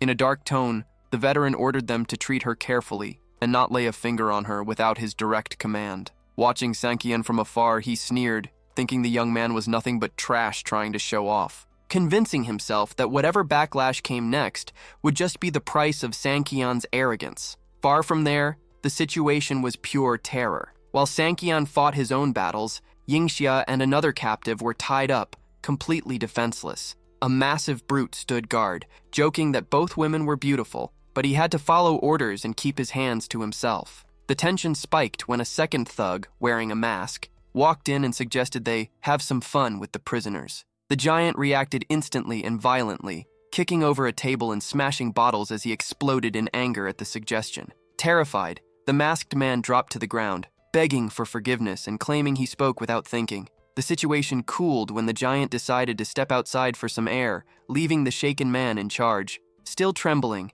he promised to behave, but the moment the brute walked out, his fear twisted into something darker. He approached the women with sinister intent, taking advantage of the moment to ignore the orders he had just been given. Alone with the captives, the masked thug's tone changed instantly. The fear was gone, replaced by pure arrogance. He began mocking them, demanding they beg and humiliate themselves. Confused and shaken, Su Yingxia tried to understand the hatred, asking why he was treating them like that. The answer came in the form of violence, a hard kick that sent her reeling as he shouted at her to get on her knees. The other girl with Yingxia snapped, confronting him and asking what they had done to deserve this, since they had never even seen his face before. With no patience for questions, the coward kicked her as well, sending her flying and saying his reasons were none of their business. Yingxia didn't back down. Even under threat, she challenged him to reveal who he was, saying she was sure she recognized him. The tension snapped. He lost control and raised his hand to slap her,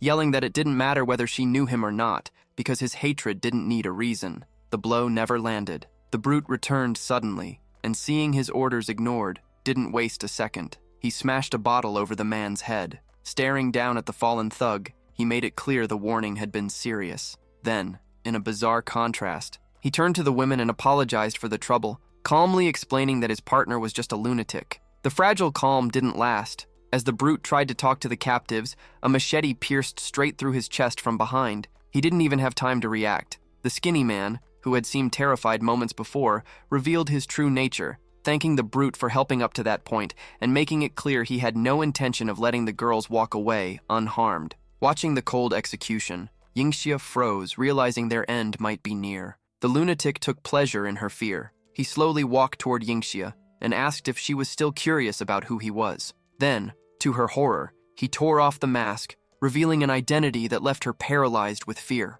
Meanwhile, back at the Go tournament, the situation had completely flipped. Changguan's disciple, who had entered the match with confidence, was now breaking into a cold sweat trying to keep up with Han Sanqian's moves. With total control over the board, Sanqian made it clear there was no point dragging things out. His opponent's defeat was inevitable. Irritated by that confidence, the young man snapped back, calling Sanqian arrogant and insisting the game wasn't over yet. In the audience, whispers spread everywhere. Spectators were stunned by Sanqian's level of skill, speculating that he must be a disciple of some legendary master to play that flawlessly. Even the referee tried to reassure Changguan, suggesting his student might still have a hidden trump card to turn things around. But the old man ignored him, keeping his eyes locked on Sanqian, filled with deep hatred as he realized his plan on the board was falling apart. At the peak of the match, while Sanqian was completely crushing his opponent, his phone suddenly started vibrating non-stop. Annoyed by the interruption, he checked it, and his world collapsed. The screen showed a photo of Yingxia and her friend tied up, clearly in serious danger. The shock hit instantly. While the exhausted crowd wondered when the long match would finally end, Sanqian understood the dirty move. He shot a deadly glare at the old man, realizing the bastard had used the kidnapping as insurance to avoid losing. The cheating master kept his composure, pretending nothing had happened, waiting for Sanqian to break. With no immediate option, Sanqian raised his hand and asked to go to the restroom urgently. Alone, he desperately tried calling his wife, but her phone went straight to voicemail. With no other choice, he called home. Jianglan answered sleepily, confirming the worst. Yingxia had gone out to dinner with a friend and hadn't come back yet. The nightmare was real. Sanqian returned to the hall, and the referee, excited, allowed the match to continue. But everything had changed. The audience watched in confusion as Sanqian's advantage suddenly disappeared. He began making bizarre mistakes, practically handing over the board. The tournament directors celebrated, praising Changguan's disciple as if it were a well-earned epic comeback. Nearby, Wang Chan realized something was seriously wrong. She noticed how completely Sanqian's behavior had changed after going to the restroom. He seemed distracted and careless. While the cheater took the opportunity to shine and impress everyone with his skill, Sanqian simply rushed the end of the farce. He deliberately threw the match, losing the tournament just to get out of there as fast as possible and save his wife. With the defeat confirmed, the crowd erupted in an unbearable celebration, praising the supposed talent of the opponent. The atmosphere was full of mockery, with many calling Sanqian's performance a disgrace to Yun Cheng. Ignoring all the criticism, he turned his back and walked out immediately. Wang Chan caught up to him, frustrated and confused, demanding an explanation for his sudden surrender. With a serious expression, Sanqian told her the truth. Yingxia and her friend had been kidnapped, and he needed to return to Yuncheng immediately. The return trip was frantic. As soon as he arrived, he went straight to his base of operations at a nightclub to demand answers from his allies. Yang reported that their surveillance team had seen the two being taken by a vehicle, but they lost track of it shortly after. Even with thousands of men searching the streets, there wasn't a single clue about their whereabouts. Sanqian found it strange. If the kidnapping had only been Shangguan's move to win the Go match, they should have been released already since he had thrown the game. The silence from the kidnappers pointed to something worse. At that tense moment, his phone rang. It was Yingxia's number. He answered immediately, but a stranger's voice demanded a ransom of 1 billion. Without hesitation, Sanqian agreed, but demanded proof of life. For a brief moment of relief, Yingxia's voice came through, assuring him she was okay and telling him not to worry too much. The kidnapper gave the ultimatum. Sanqian had to gather the money immediately and wait for further contact to complete the deal. As soon as the call ended, Han's allies tried to understand what was happening, but he didn't say a word. His anger was so intense that he crushed his phone with his bare hands. With pure rage in his eyes, he dropped the bomb. The one behind everything was that bastard Su Haichao. At the hideout, Haichao mocked Yingxia, celebrating that the Su family would finally go bankrupt after paying the ransom. Even restrained, she didn't bow her head. She told her cousin that this amount of money meant nothing to Sanqian, but warned that even if he got the money, he'd never have peace to spend it. The blonde burst out laughing, calling her faith in her husband pathetic, while Yingxia calmly replied that she hoped he wouldn't regret provoking a lion. With a sadistic look, the villain promised that she would be the one regretting it, right after watching Sanqian crawl at his feet. While the villain made his plans, justice came crashing in. The door of Haichao's house was kicked off its hinges with a brutal strike, flying into the living room. His parents panicked, screaming without understanding who would dare invade their home like that. In the darkness that followed, Han Sanqian's silhouette appeared, radiating deadly fury. Haichao's father, completely unaware of the danger, charged at him, demanding an explanation for the destruction. Sanqian ignored his threats and went straight to the point, demanding to know where that bastard was. The old man, still arrogant, pointed at Han's chest and started yelling, complaining that ever since Yingxia became president, the son-in-law thought he could just break into people's homes. Sanqian's patience ran out. He grabbed Haichao's father by the collar with terrifying strength, asking the question one last time. Trying to defend his son, the man insisted that the boy was a promising young man, probably out closing a big deal. Sanqian threw him aside with disgust, asking if kidnapping his own cousin and demanding ransom was now considered a promising plan. The shock hits the blonde's father instantly. He goes pale, stammering as he tries to insist his son would never have the guts to commit a crime like that. Sanqian cuts him off with an ultimatum. If he has to find Haichao himself, the man won't make it out alive. The coffin is already reserved. Seeing her husband frozen in fear, Haichao's mother steps in and gives it up.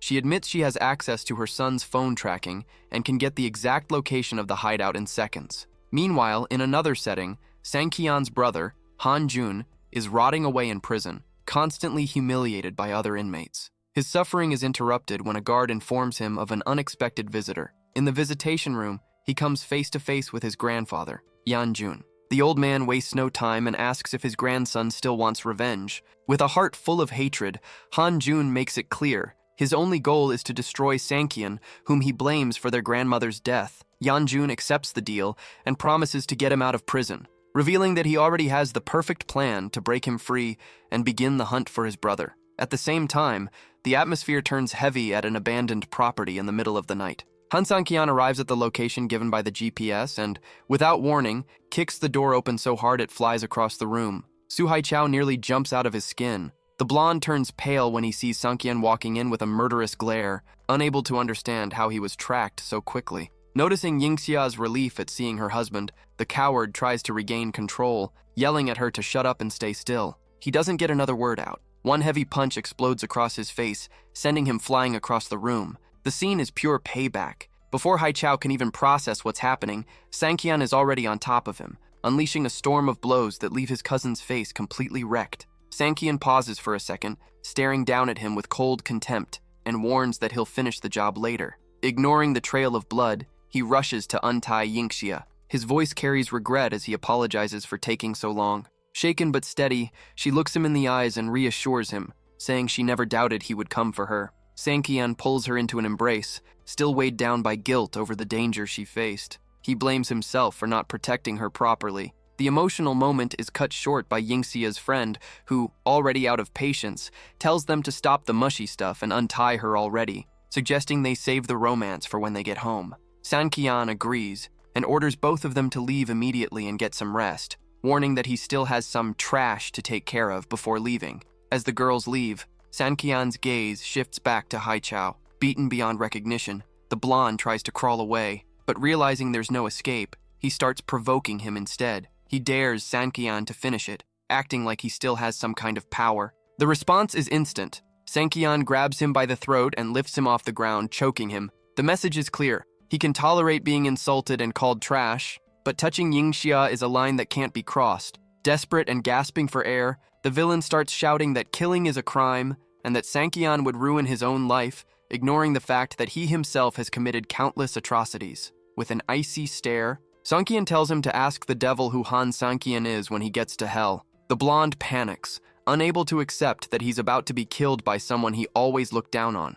Suddenly, a blinding flash cuts through the darkness, distracting Sanqian. Before he can react, a brutal impact hits him. He barely manages to raise his arms to defend himself, feeling a sharp pain as he's thrown violently into the wall, shattering part of the structure. Dazed, he struggles to focus and see who just arrived with such overwhelming force. The scene shifts with the arrival of an intimidating figure. The old man steps in with an overwhelming presence, like someone who could take down entire armies alone. Feeling the weight of the previous blow, Sanqian gets up with difficulty and recognizes the intruder, Yan Jun. The veteran scoffs, surprised that a worm like him still remembers his face. Sanqian fires back immediately, saying it's impossible to forget the man who beat him mercilessly years ago and broke his ribs just for touching one of Hanjun's toys. Ignoring the outburst, Yanjun turns his attention to Haichao, still lying on the ground. He orders the blonde to get up and teach Sanqian a lesson, assuring him that the protagonist wouldn't dare fight back in his presence.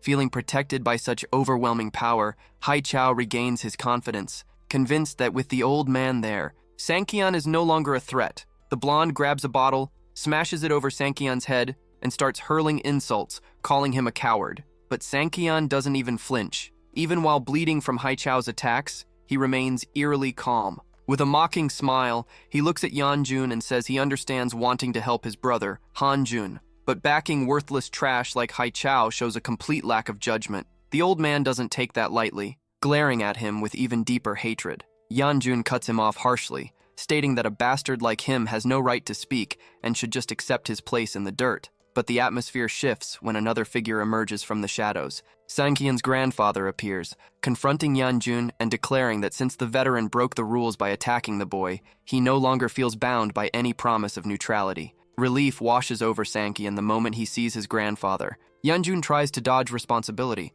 claiming he wasn't the one who directly attacked the young man this time. Ignoring the excuse, Sanqian's grandfather gives a clear order. His grandson will deliver justice with his own hands, and if anyone there dares to interfere, he will step in himself to make sure the score is settled. As Sanqian got back on his feet, panic took over Haichao. The blonde stumbled backward in desperation, screaming for Yanjun to step in since he had no chance on his own. But the veteran simply closed his eyes, washing his hands of it. With no obstacles left, Sanqian moved like a ghost and landed a brutal punch straight to Haichao's mouth. The beating continued, cold, relentless, and merciless. Completely broken, the blonde dropped to his knees and started begging for his life, calling himself a worthless insect who didn't deserve Han's attention. Meanwhile, Sanqian's grandfather mocked Yanjun, comparing his grandson to Hanjun and suggesting his judgment was clouded. Before leaving the room, he gave Haichao a grim warning. If he managed to survive the night, it would be nothing short of a miracle.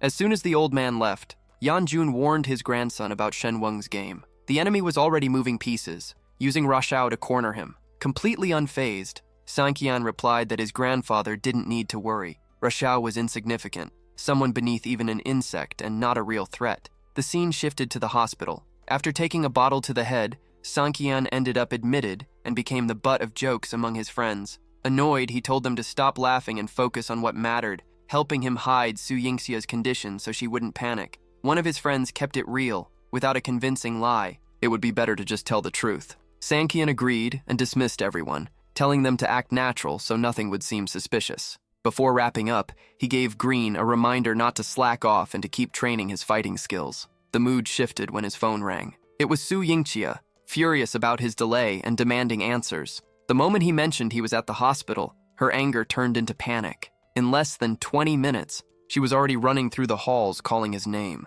When she saw him with his head bandaged, fear took over, but he immediately downplayed the injury to calm her down. To avoid making her panic, he lied, saying the bandage was just the result of a frustrating loss in a board game. Su Yingxia believed him and started blaming herself, thinking the pressure and expectations she put on him caused the loss. Seeing the opening, Sanqian shifted the tone and asked for a reward for what he went through. Flustered, she said she wouldn't give him any reward, but added that, as her husband, he should stay by her side. The atmosphere changed when he looked at her intensely and asked if he could finally act as her husband for real. With no more excuses or interruptions, the two moved closer and sealed the moment with the most long-awaited kiss of the entire story. This is the end of the story. Hope you enjoyed it. Make sure to subscribe and leave a like for more amazing stories like this. God bless you all, and thanks for watching.